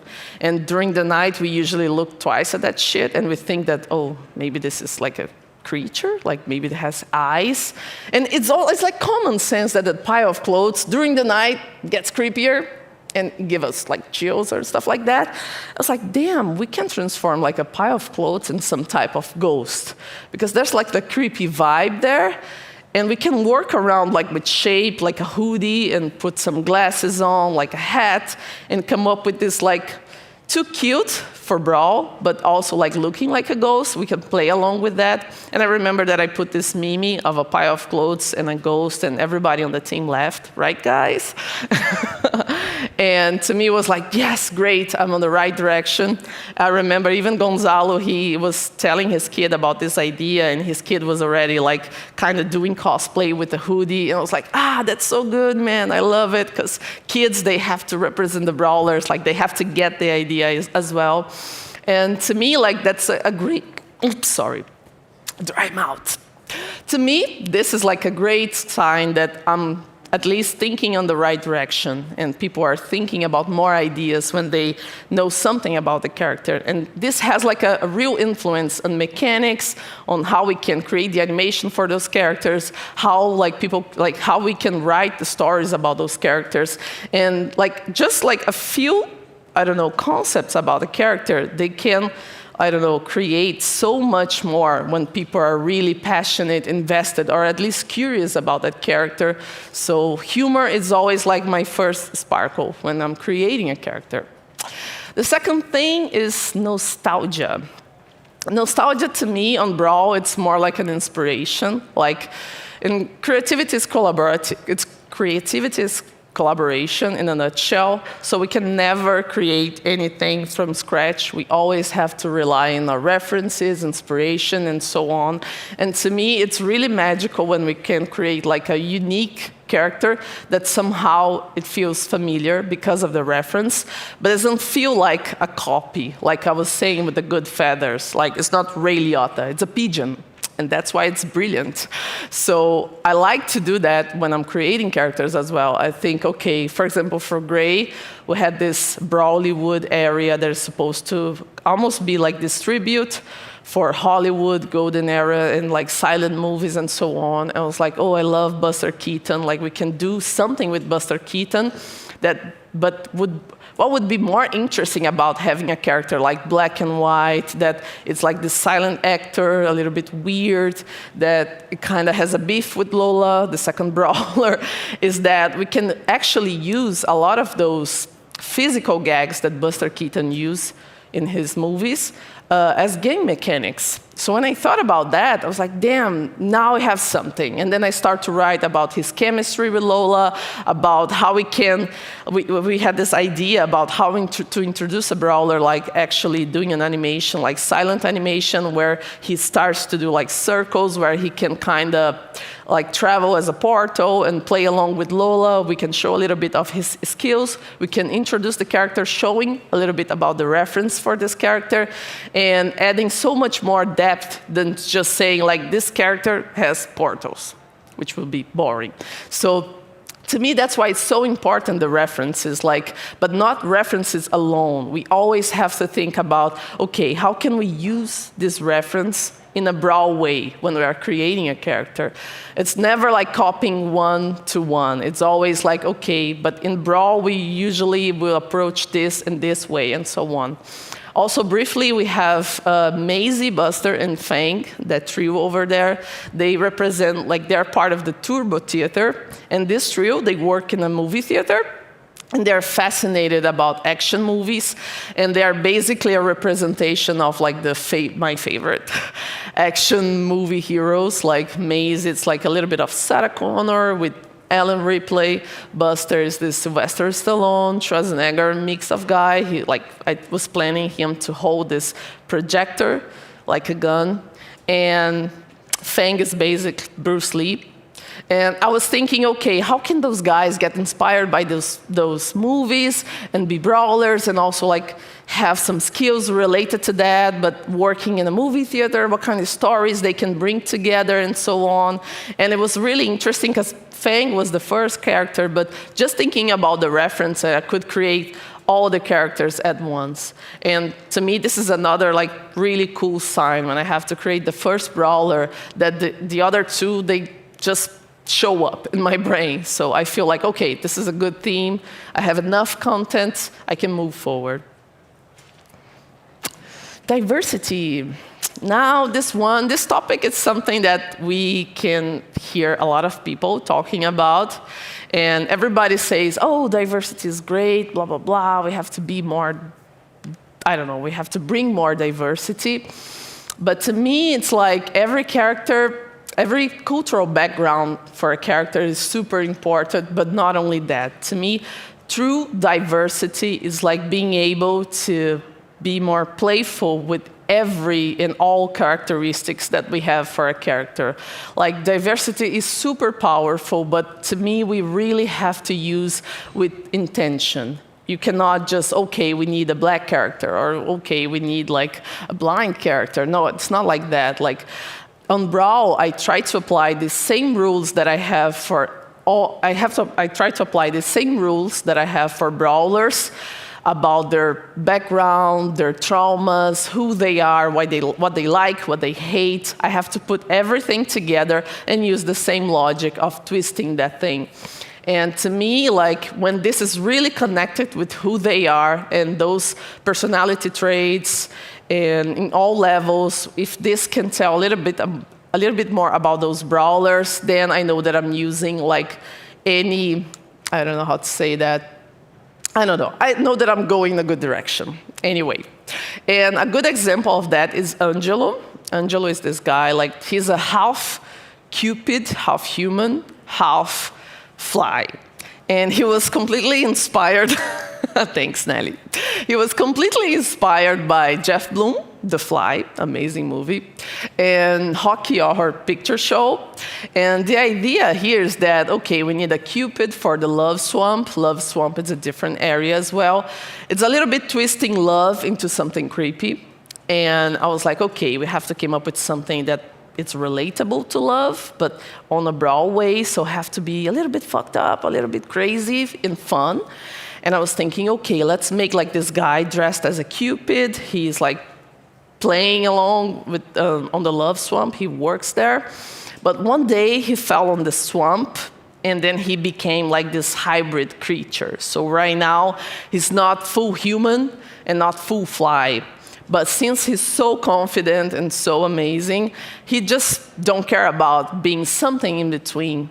And to me, it was like, man, it's perfect. It sounds like Brawl. It resonates with his personality, because he's also like a kind of fucked up Cupid. Instead of like making people fall in love when he throw his, I don't know, lances. When he throw that, instead of making people fall in love, in fact, he has those little mosquitoes that they will spread gossip all around and, I don't know, make people fall in love for the wrong person. So it's everything a little bit twisted. And when I was creating him, I was like, damn, it would be so cool to have like a non-binary character that actually his personality and his looks resonate with his origin story. And to me, that felt truth. Like, now I'm creating everything together. It's not only about bringing diversity. I have to have like a real intention. Like, it has to be on his DNA, his cultural background, who he is, how he wants to identify, and so on. So Angelo, it's one of my favorites. And next slide.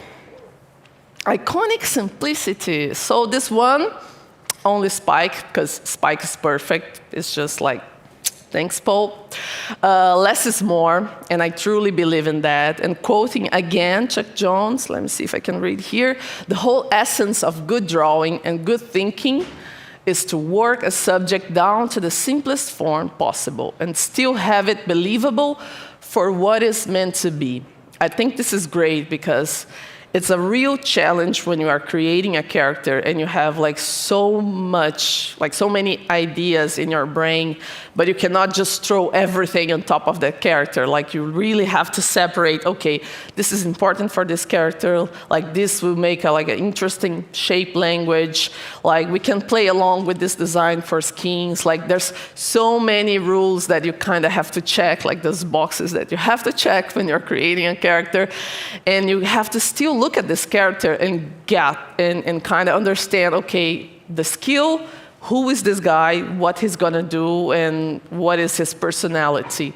So the challenge and the trick to do that is less is more, because then you have to really think about, okay, this character is about to be cute and creepy. So I'm gonna do something that is cute, a little bit like dubious, like a cactus. A cactus is not really a cute thing, at the same time that it is, because I think cactus are cute. And he always gonna have like this smile in his face, like this dark hole of eyes and mouth, smiling all the time. Like, it's funny because kids find Spiky pretty creepy and cute at the same time. And there's nothing much there. It's just this, just Spike smiling. And we have that. So you don't have to add like, I'm kind of against those designs that you have to put like, I don't know, 100 props and stuff hanging to tell the whole story of this character. To me, it's like, no, man, please. Like, what is this character? You need to pick one thing and go with that thing. I think this is really, really, it's hard to do it, but I prefer characters that try to follow that rule.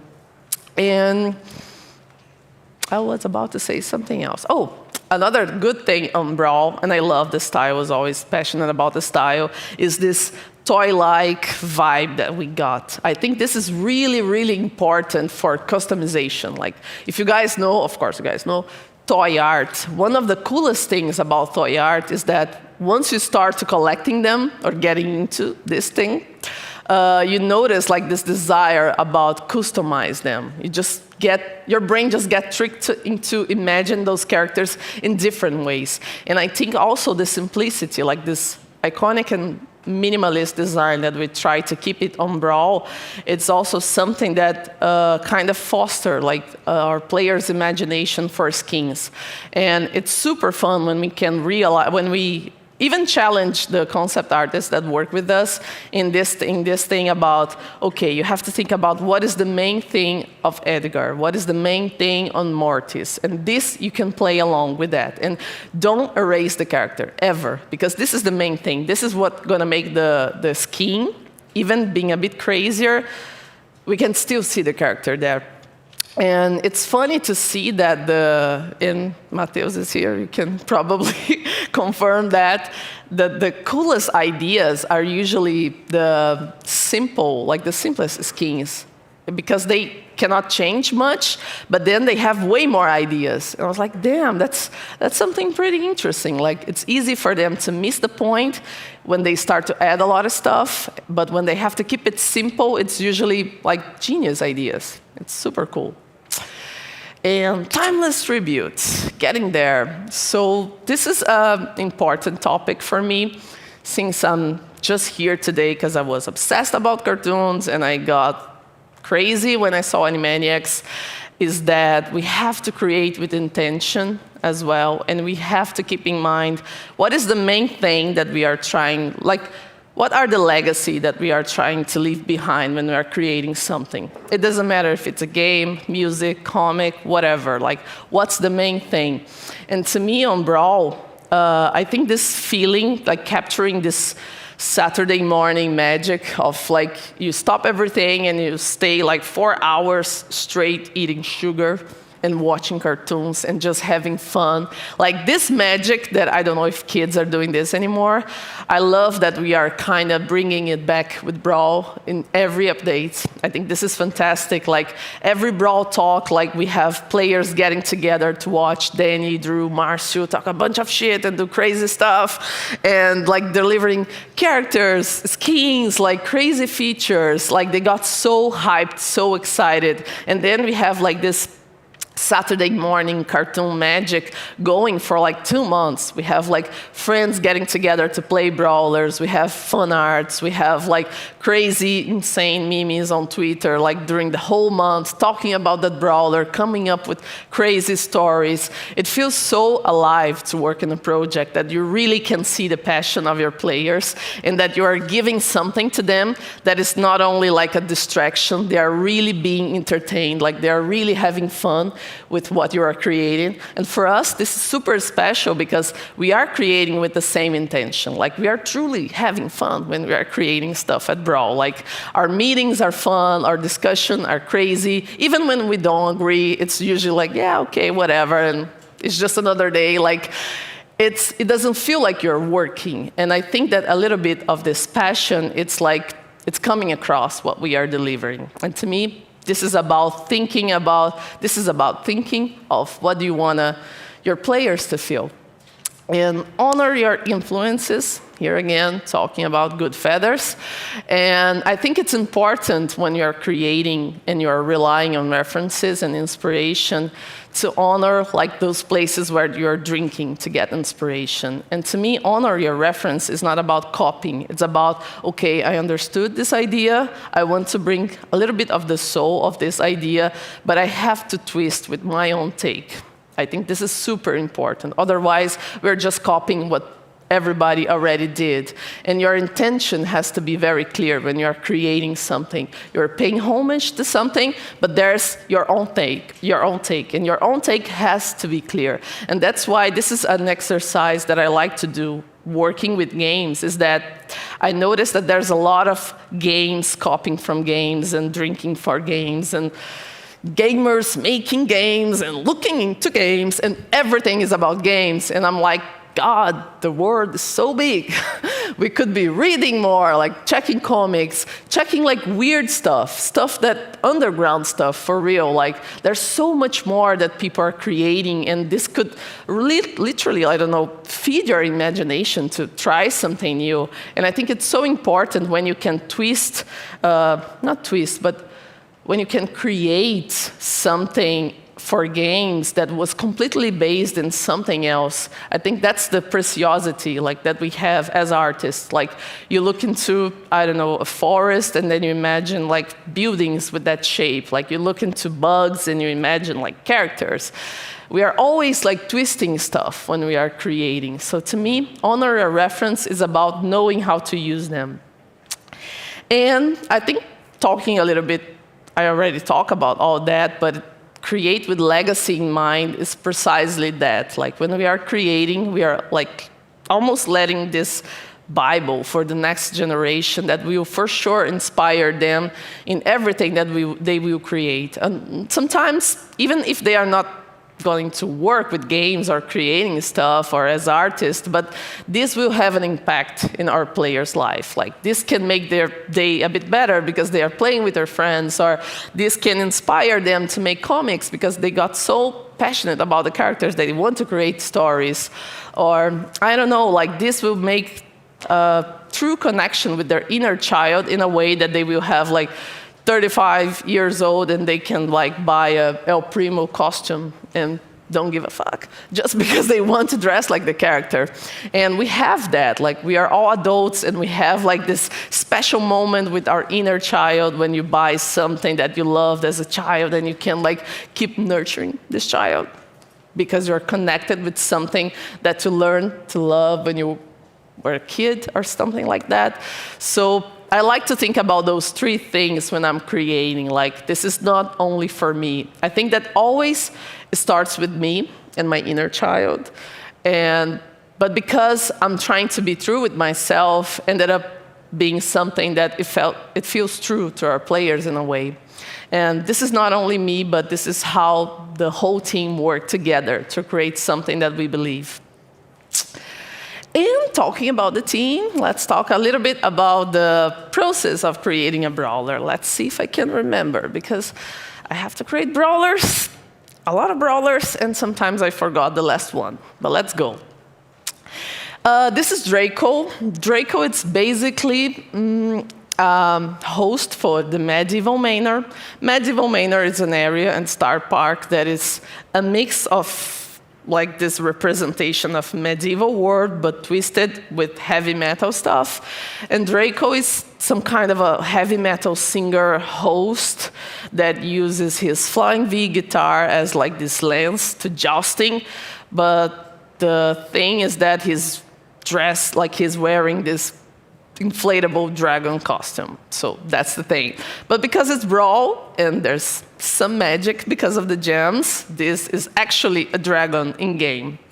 So when I was creating Draco, I had a lot of my own crazy references in mind, and I always thought that heavy metal, medieval stuff is kind of cheesy. It's kind of, we did already so much stuff about that. Like, there's no way to make it look cool. And my take was, okay, we don't have to make it look cool. We can kind of mock the universe and make it cheesy.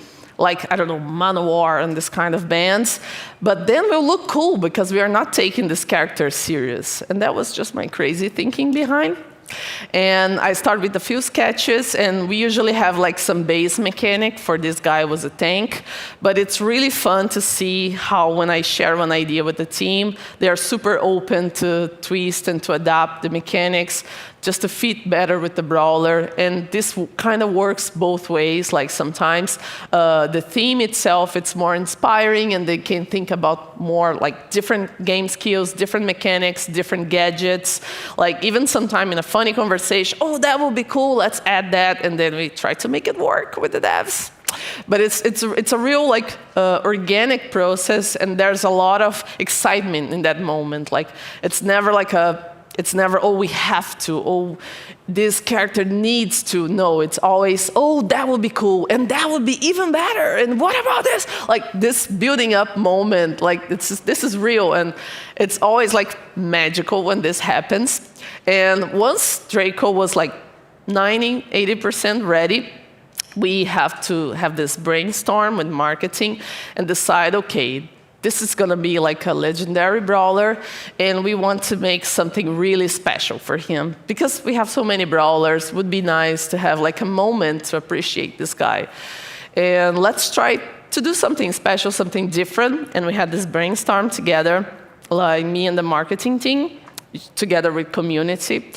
And I remember that when I was sharing the references, they were already in love because metalheads and gamers, and they were like, yeah, let's do a D&D.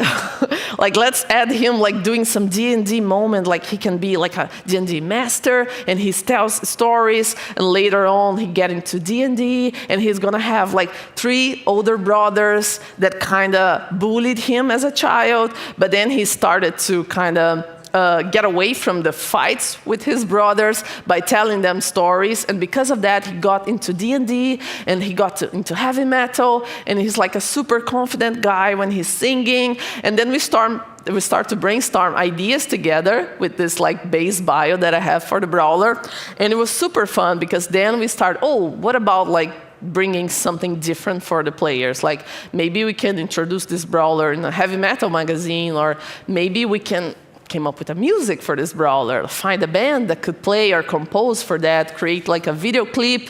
What can we do? And I remember that Danny had this idea about reaching out to Dragon Force, but we had like a super short time. It's always short times, like less than 2 months to create everything. And during this meeting, all we had was this slide that you guys are seeing. We didn't even have 3D models. It was like pretty wild moment to, yes, let's make a clip. So we did it anyway. And then we tried to came up with this force task about, okay, we have to reach out the band on Twitter, see if they are available. I remember that Danny usually is the guy doing that. And they were in their European tour, I guess. And we were ghosted on the first meeting. We were like, the whole marketing there, waiting to have the meeting and come up with ideas. They didn't show up, and we were like, oh my God, they're not gonna make it. But then the second meeting, they were there, and we get a chance to talk with Herman Lee, and he was like such a great guy. Like we all have a second brainstorm session with him, explaining about the character, explaining about Brawl Stars, like how the Brawlers are loved by the community, how we try to approach like different themes, different subjects with every character. And he got super, super excited to be part of that. He liked the references as well, like metalheads. And it was super, super exciting when he said yes, and we had super short time to come up with lyrics. But then all the community guys, together with Herman Lee, started to compose the song. We had the idea to make this custom flying V guitar for a giveaway for the community, Draco T-shirts. We designed costumes for the actual, for the band to wear it when they were recording the video clip. We also have like a huge task force from our environment artists to make the in-game environment into this real medieval manor environment, and it was insane. I remember that during those meetings, we had like the first pass on one of those environments, they were looking like Doom. It was super dark and full of fire. And our marketing lead said, maybe this is not for kids. And we were like, no, let's give a second pass and blah, blah, blah. But guys, those conversations, they happen like feedback sessions and everything. They happen like overnight. It's super short time. It's like literally you cannot miss one Slack message. And I miss a lot of those messages. So those guys working together, like sometimes over the time and the weekends, they made this dream happen, and it was insane because I remember the final week we had an offsite in Korea, and we were super excited by the offsite, but also we have to release Draco campaign. Oh, I forgot to mention, we also recorded the team screaming for the song. All together, we were all happy and excited, screaming Draco there. It was a very special moment. And I remember that we were in Korea 1 week before we have to launch the Draco campaign. And then he had to fly back just to make sure we're going to have all the assets right in time and everything would work together nicely. And Herman Lee was with us on Slack, working overtime, like checking every asset, make sure that we're going to have everything. He was literally working as a producer with us, he and Danny. And it was so special when everything was in the right place, right time, and we finally got our video clip. And we got the video clip launch, I think, we were still in Korea, and the whole team was so proud. Like, we have a session playing the music in the restaurant and blah, blah, blah. It was very special. And I really believe that, again, everything that I was saying about humor, connection, using this as like our North Star when we are creating stuff together, having fun during the process, thinking about the players, just because of that, we managed to deliver the whole thing in less than 2 months.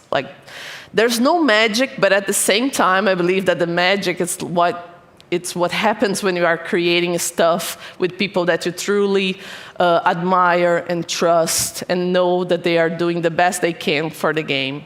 And I'm really happy, I'm really proud to say that on Brawl, that's what we do. There's no way to find someone at Brawl right now that is not working fully committed with this team. And I'm super proud of that. And this is the results. Let's hear.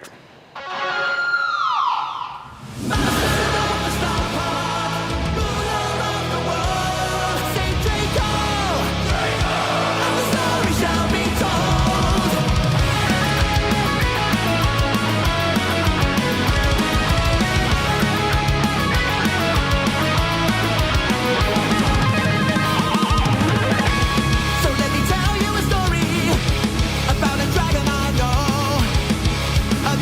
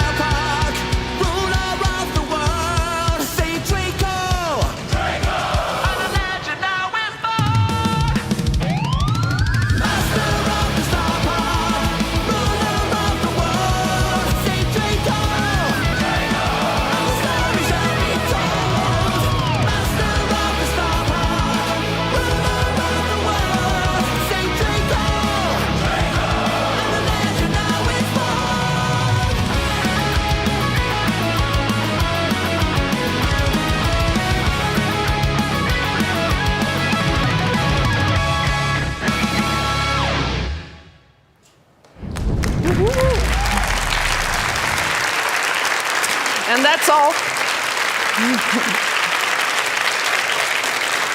Thank you, guys. Oh, it's escaping already. Thank you, Faye. Thank you so much, Faye. That was so cool, Faye. Yeah. See, we get to call her Faye because we're friends. Mm. But unfortunately, we don't have any time for questions, so we just give you our big applause. Thank you so much. Thank you, guys.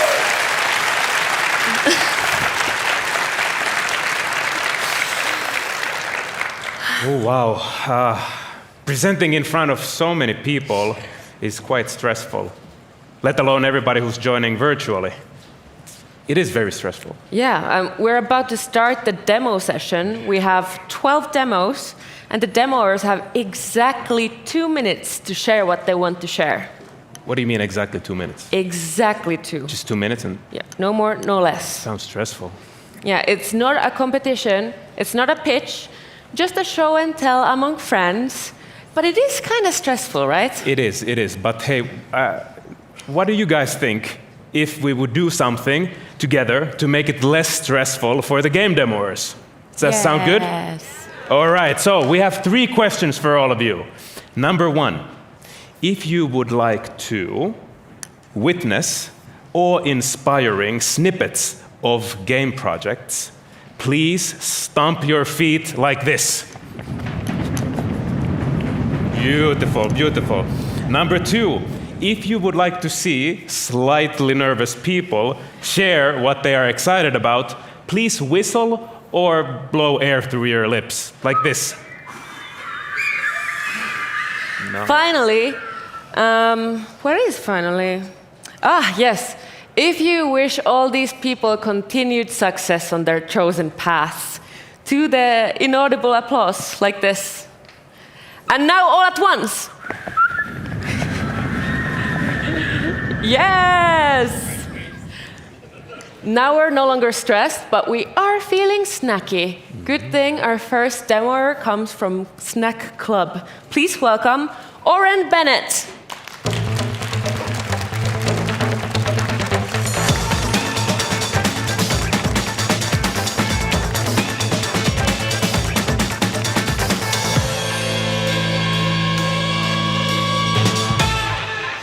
Welcome, Oren. You will be the first demoer. Are you ready? Born ready. You're born ready, and you shall be showing us the project called Take Down Legends. Your 2 minutes starts now. Mina, Olin, Oren Bennett. I spent like an hour practicing that. Chief Business Officer at Snack Club. So I'm going to show you guys Take Down Legends today. Top-down Battle Royale. And we have a little legends here. I'm going to show a quick video of our legends. It's one of them. Took a lot of inspiration from Brawl Stars. A lot of big Vainglory players here. We also have sort of our spells. We have 3 spell categories: offensive, utility, and passive. So let's get right into the game. Not wasting any time. So while the game's loading up, our CEO was a professional Vainglory player. All of us really into mobile MOBAs. I have, I think, over 10,000 hours in Clash Royale. And we took what sort of we really loved about all our favorite games, Vainglory, Brawl Stars, and Clash Royale, and we took what we thought were the best parts and created an entirely new game. So we're loading in here.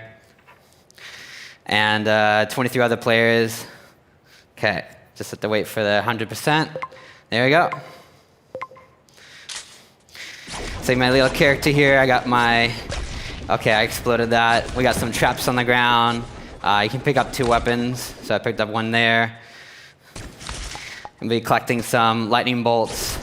Let's see if I can collect enough lightning bolts in time to power up my legend, which I showed you briefly.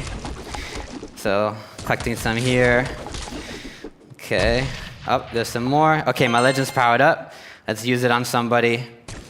I think my teammate's on the upper right there. So I'm gonna see if I can use it. Okay, my timer's almost up. So I'm gonna pop in my legend here. See if there's actually someone I can use it on. Don't see anyone. That's it. Thank you. Thank you. Don't forget to download on Google Play and the Apple App Store. Kiitos paljon, Oren Bennett. Next up, we have two people joining us from Boom Corp. And those two people are Miikka Harjuntausta and Kiri Kälkäjä.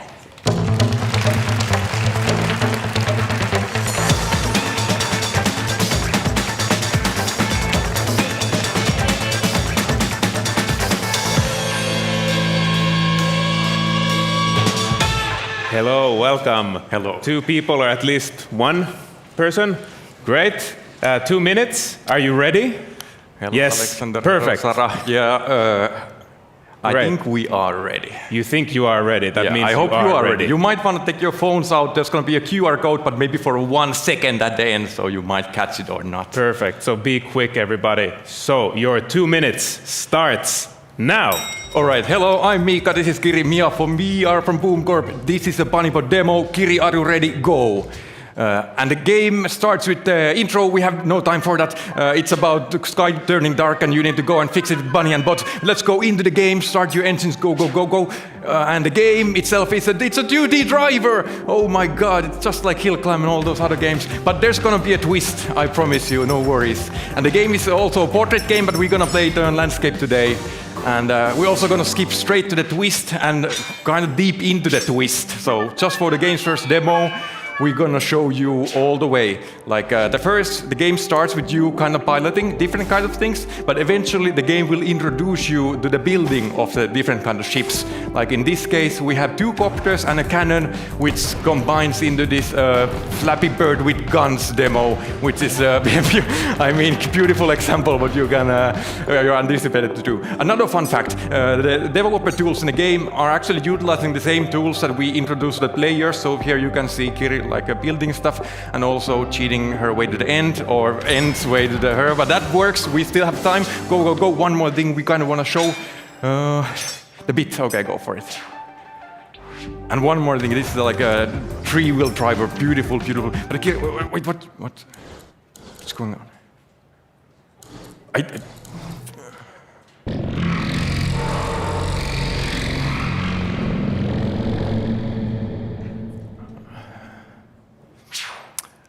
Okay, I don't know what that was, but this has been the Bunnypod demo. That's the QR code. Sign up as a Boom Corp playtester. This is one of our new game candidates, so if you sign up, there might be other games that come up, but this is just one of the top 4, I would say. Shout out to Olli Keton, amazing music and audio. Special thanks to Avec Digidemo 2023. They helped us produce this one.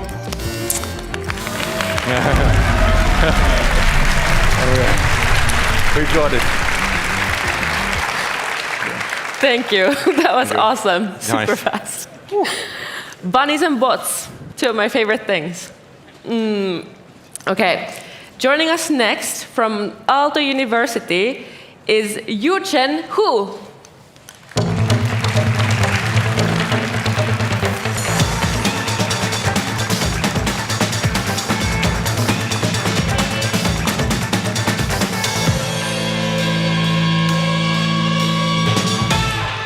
Hello and welcome. Are you feeling ready? Yes. Perfect. Your 2 minutes starts now. Okay. Hi everyone. I'm very happy to be here to share you with my game. And I will start with a quick question. Can you imagine that 2 art students could make a game in 3 months with no programmer? Let's watch the trailer together and see what we have done.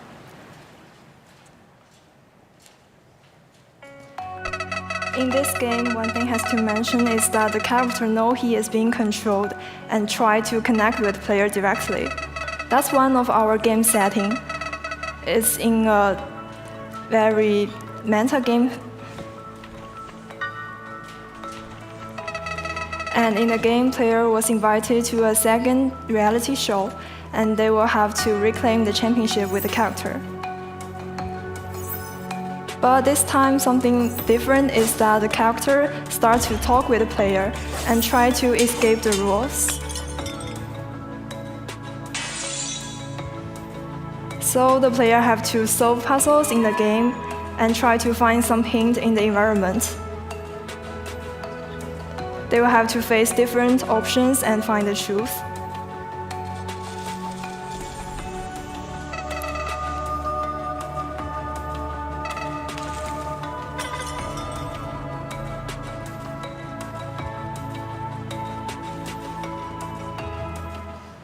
and all you have saw is our real gameplay. And we are only 2 artists, and we make all the art assets and animation by ourselves and using visual scripting for the interaction. Now this game has finished for about 30 minutes gameplay and is available on Steam wishlist now. I'm currently a game design and development student at Aalto University and try to keep working on this in my spare time. If you're interested in the game, you can scan the QR code to add to your wishlist and feel free to connect me. Thank you.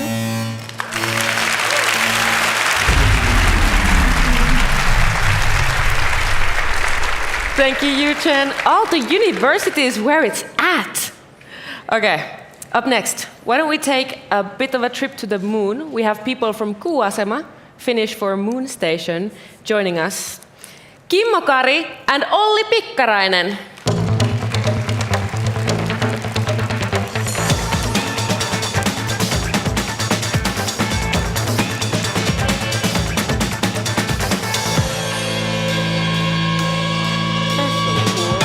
Such a cool, slow entrance, just like in the wrestling thing, you know? All right, guys, you're here for Shutlu Keeper, correct? Correct. Are you ready? More than ready. Perfect. So your 2 minutes starts now. Okay, I'm Kimmo. I'm Olli. We're from Kuuasema, and we have something horrible to show you tonight.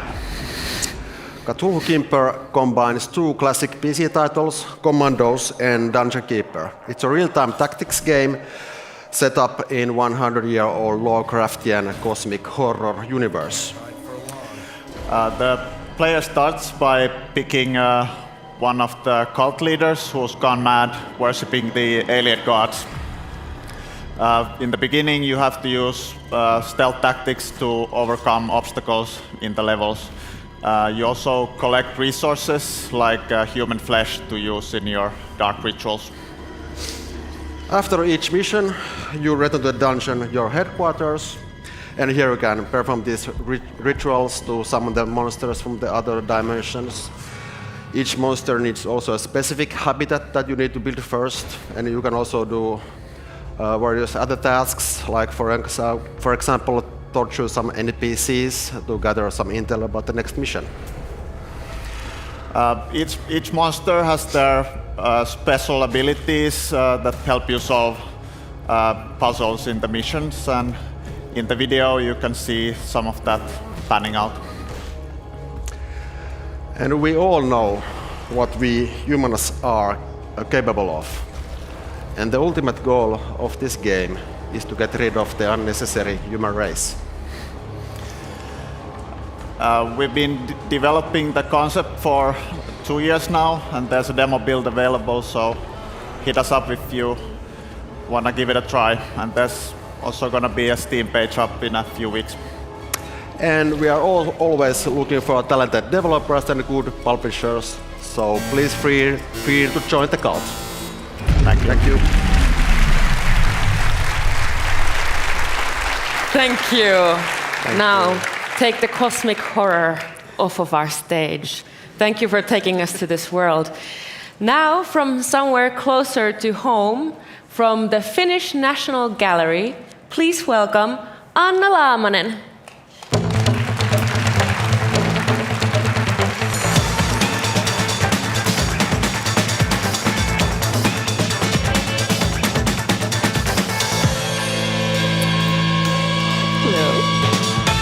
Wow, art heist and Finnish National Gallery. I know. That's not something we see every day. Yeah. Super cool. Are you ready? I hope so. We know you are. Super nervous, but hopefully I'm ready enough. Have fun. Yeah, thank you. Your 2 minutes starts now. Okay, so I'm Anna Laamanen, as they told, from Finnish National Gallery. And now you must be wondering, what is a museum person doing here? Well, we have a challenge. We have a challenge. We want to create engaging online art experiences to be more accessible and show more of our national treasures. Unfortunately, museums have limited resources, but we still need to explore interactive game-like solutions. Not just virtual walls, with images of artworks. So, Fortnite Creative came to the rescue, and this is what we came up with it. Welcome to Art Heist, a capture the flag game on Fortnite. Hunt down the artworks scattered around the island, break their containers, and claim the treasure inside. Deliver the loot to your gallery to rack up points, and swipe art from rival gallery while protecting your own. Gather your troops and get ready to pull off the ultimate art heist. My timing went a bit off there. And who wouldn't love to steal a painting from Vincent van Gogh, by the way? And since I have time, I want to have this few seconds to thank the amazing partners we had to make it possible. We had Marja Konttinen, who is also here somewhere. We had Adventure Club, that is not a gaming company, but still amazing partner. And then we had Helsinki XR Center's Virtual Creation Core, that was also really helpful. And without them, we couldn't have done it. So thank you all. And I still have time, so. Well done. Yeah. Thank you, Anna. Thank you. Thank you very much. You want this? We can have it. Yeah, thank I'm going to click you away. Bye-bye. Okay, 5 demos down, 7 more to go. Why don't we just go ahead and welcome the next presenter. It is Yo-Jung Liu from Snowclaw Games. Please welcome.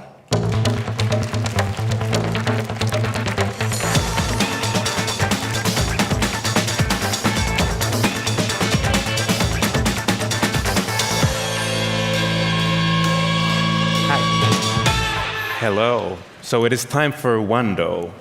Yeah. Correct. Are you ready? Yeah. Nice. Yeah. Great. They are ready. Yeah. Your 2 minutes starts now. Hi, I'm the co-founder of Snowclaw Games from Taiwan, and today I'm happy to share our mobile puzzle game, Wando. Please look at the trailer.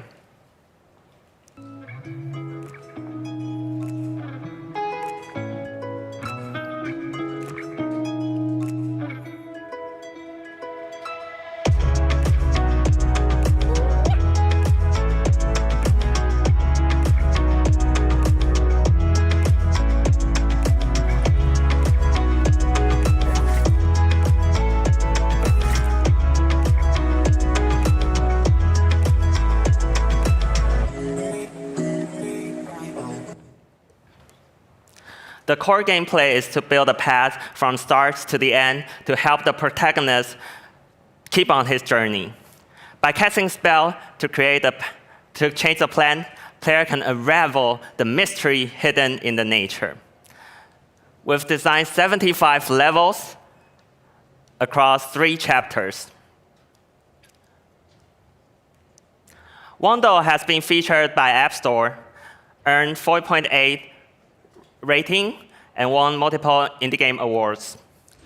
Without any big advertisement, the play-to-play version already earned more than $5,000 in profit. Wando is now available on Google Play and App Store. Download now to start your journey. Applause, man.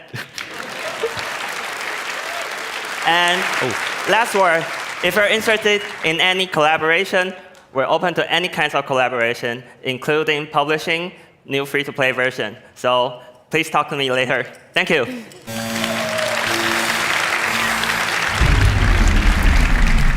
Thank you, Yo-Jung Liu. That was very impressive. Under 2 minutes. Okay, our next demo comes from a studio that gets its name from the second lowest layer of Earth's atmosphere. Christian Metzger from Stratosphere Games.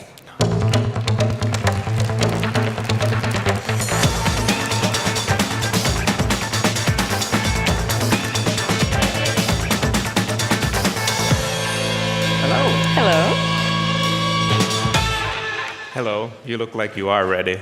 I'm so ready. I'm born ready. All right. Like a lot of other people, hopefully, and we'll see. We'll see. It's going to be great. So your 2 minutes starts now. Hello, everyone. Yeah, I'm here. Christian Metzger, founder and CEO of Stratosphere Games. I am here to present The Desolation. It's a cross-platform co-op looter shooter, and it's built on the coolest elements of Helldivers, Diablo, and Warframe. And the special thing about it is ground-up built for mobile and for PC. We're really proud that the controls and everything else are a perfect fit for these kind of things. The core gameplay is an extraction experience. So it means you go down with your team, you do cool missions, and then you go back up and get your loot. And the gameplay depth comes from really deep build customization. You can have everything built out for the strategy of your map, and everything is built around the procedural level system. Last but not least, you have an amazing playership. You can customize, you build on, you can meet your friends on and go down. And now, have fun with the trailer, and at the end, have a look on our website, and yeah, watch it.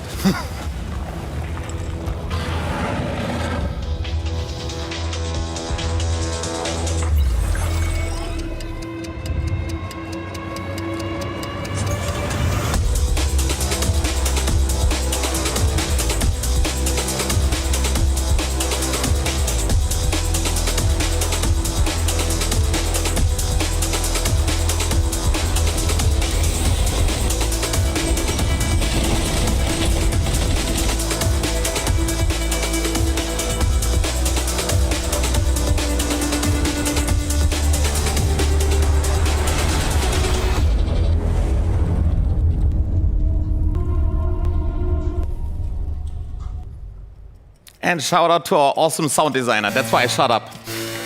Thank you very much. Bye-bye. Thank you.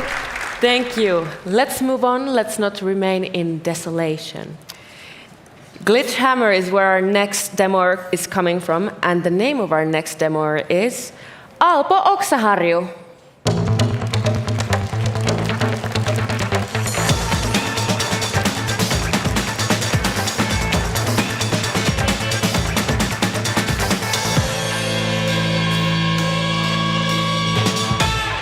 Hello, Alpo Oksaharju.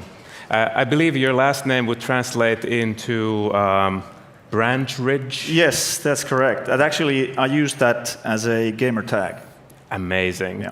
Well, or dog food man, that's one as well. But many uses, many uses. Yes. Are you ready? Totally.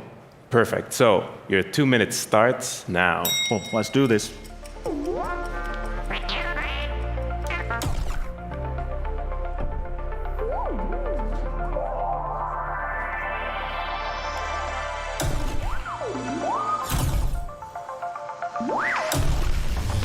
Hello everyone, we are Glitch Hammer. Thanks for the intro there, Dave. We are building a casually ultimate robot fighting game where size truly matters. Here's one of our fighters right now.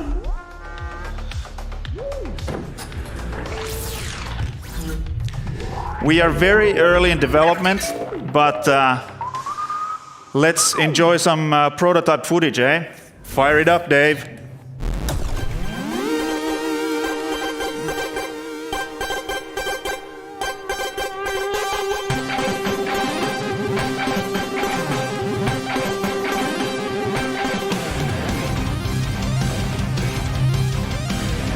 A team-based PvP action with tiny humans, big robots, big destruction, and even bigger fun to have with your kids and your friends in cross-play multiplayer.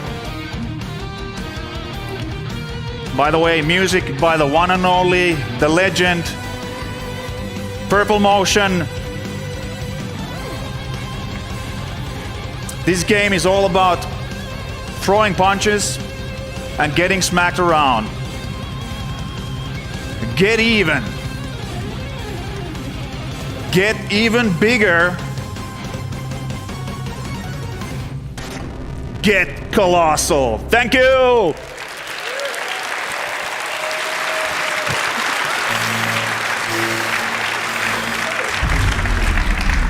Thank you, Alpo. Big energy. Okay. Colossal energy. Colossal energy. From the ominously named End All Entertainment, let us welcome our next demoers. These are Arttu Pösö and Oskar Riekko.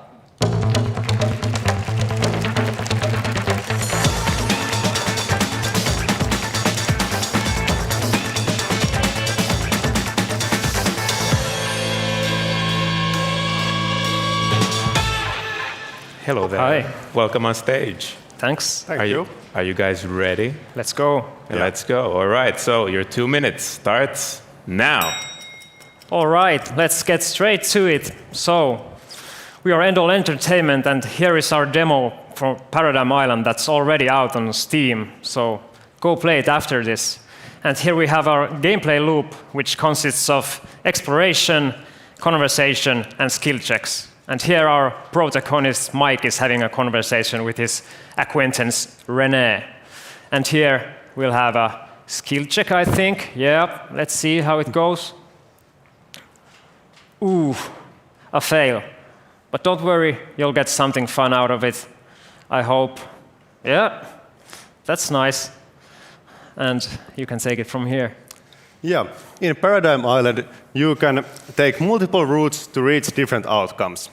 In this part of the game, you could pick up a valve to turn off the steam, just brute force yourself through, or just skip this part completely and deal with the consequences later. And now let's enjoy the trailer.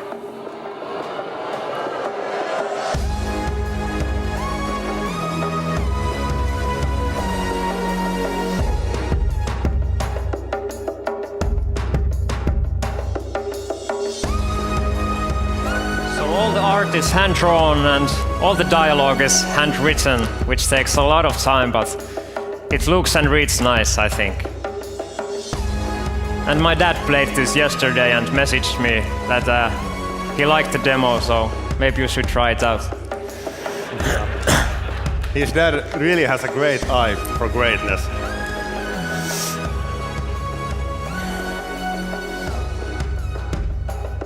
And like I said, it's out on Steam, so please go play it and wishlist the game.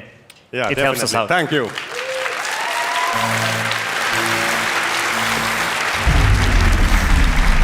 Thank you, End All Entertainment.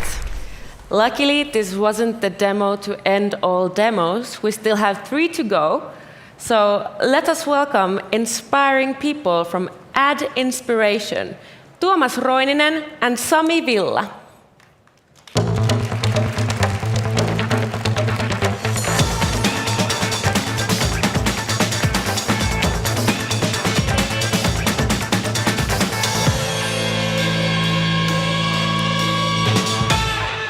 All right, so you have the clicker. We have this. Are you ready? We are ready. Perfect. We are ready too, so your 2 minutes starts now. Awesome. Hello, I'm Tuomas Roininen, CEO of Ad Inspiration. From Jyväskylä, we've been making Majestic Farmstead, a free-to-play narrative merged to idle game. Yeah, hi, I'm Sami. I'm an artist from Majestic Farmstead. And our game has an idle mechanic, which is the most exciting part of our game, where you take care of different farm animals, which produce more resources to the merge side, and then you can progress the story and decorate your farm even further. Let's load some gameplay.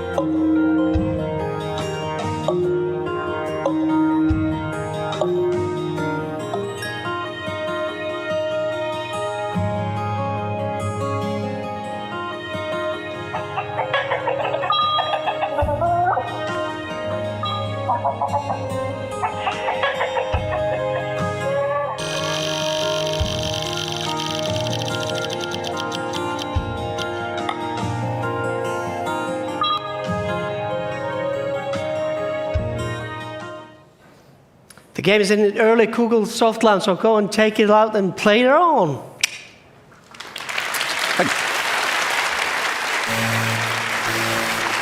Thank you. Thank you so much. Majestic and so soothing. Lovely sounds. All right. Up next, we have another duet from Stellar Wave Games. Please welcome Riku Timonen and Saana Korhonen.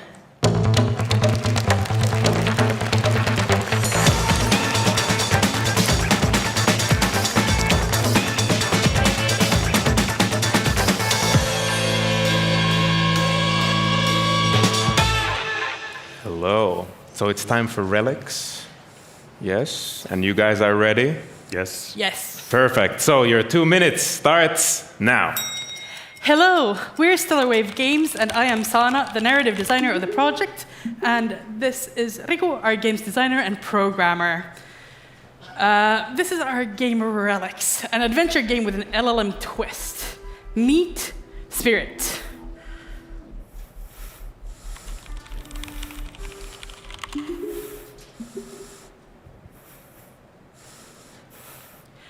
So, about the setting of our game.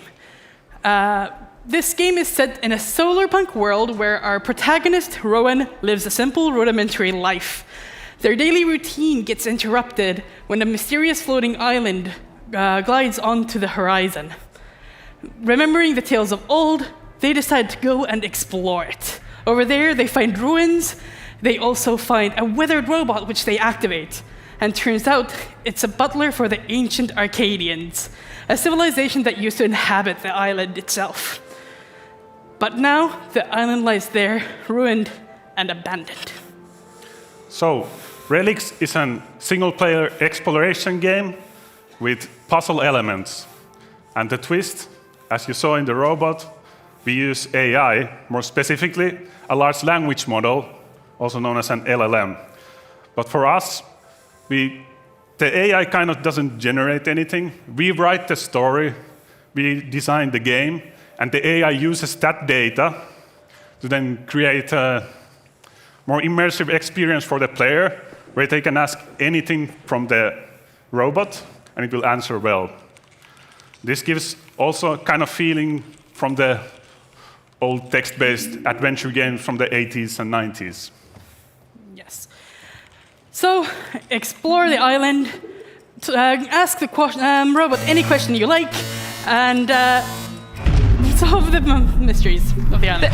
Thank you, Riku and Saana. Thank you very much.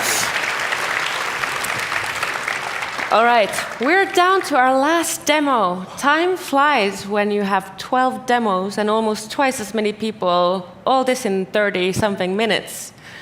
Without further ado, let's welcome our last demoer, Alexander Sergeyev.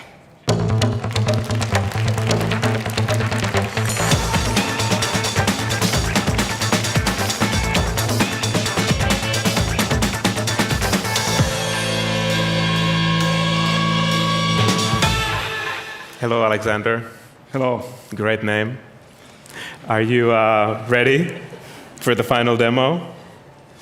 Yeah. Yep. Was that a yes? Yeah. It is a yes. Great. Your 2 minutes starts now. Hello, everyone. My name is Alexander, and I'm glad to introduce you a first-person multiplayer sandbox experience, which built around 3 game core pillars. The first pillar is the solo and cooperative experience, where you take on the role of mercenary and embark yourself in fully procedural generated environments and different biomes. And as a mercenary, you sign the contracts, complete them, raise money, find friends, build fortifications, and fight against other mercenary groups. The second pillar is the map builder. It's an embedded in-game tool that allows you to create new maps or updating existing ones. You can do that together with your friends in real time. And the third pillar is the camps. It's a team-oriented base building pipeline where players unite together and they create their own private military company. So it's practically a community inside of the game that brings new abilities to your team, like buying vehicles, gears, weapons, and participating in the combat with other camps. And obtaining victory points, you can share them among of your team members, which they can use for assigning new perks, determining their specific role in your team, like a sniper, engineer, medic, and etc. The camps are fully synchronized over the battleground, so it's either your or enemy base might be partially or fully destroyed on the map, and you have to build it and rebuild it again. So, ladies and gentlemen, this is the camps.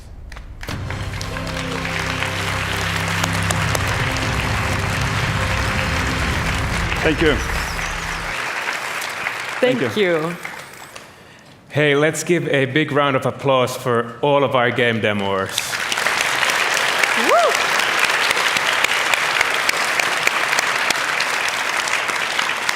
Wow. Wasn't this just the most exhilarating game demo session ever? It was, yes. Great. Okay, but I'm just extremely excited to be able to share the stage with so much creativity, inspiration, and talent. And talent. I'm sorry, was there a question? No, but I think it was your cue. Oh, you must excuse me. I'm just dumbfounded by the talent we've seen here today. And it's so impressive what people can do with just 2 minutes. Mentally, I've checked out. It's quite a day. Speaking of checking out, now is the time that we can say bye-bye to our online audience. Do we not say bye-bye to our live audience? Yes, we will, but we shall say first bye-bye to the online audience, because after that there's some specifics about logistics and buses and stuff like that that we need to go through with everybody in the room. Makes sense. You can find the recording of today on Supercell's YouTube channel indefinitely. Feel free to log off now and join us at another time. Bye-bye.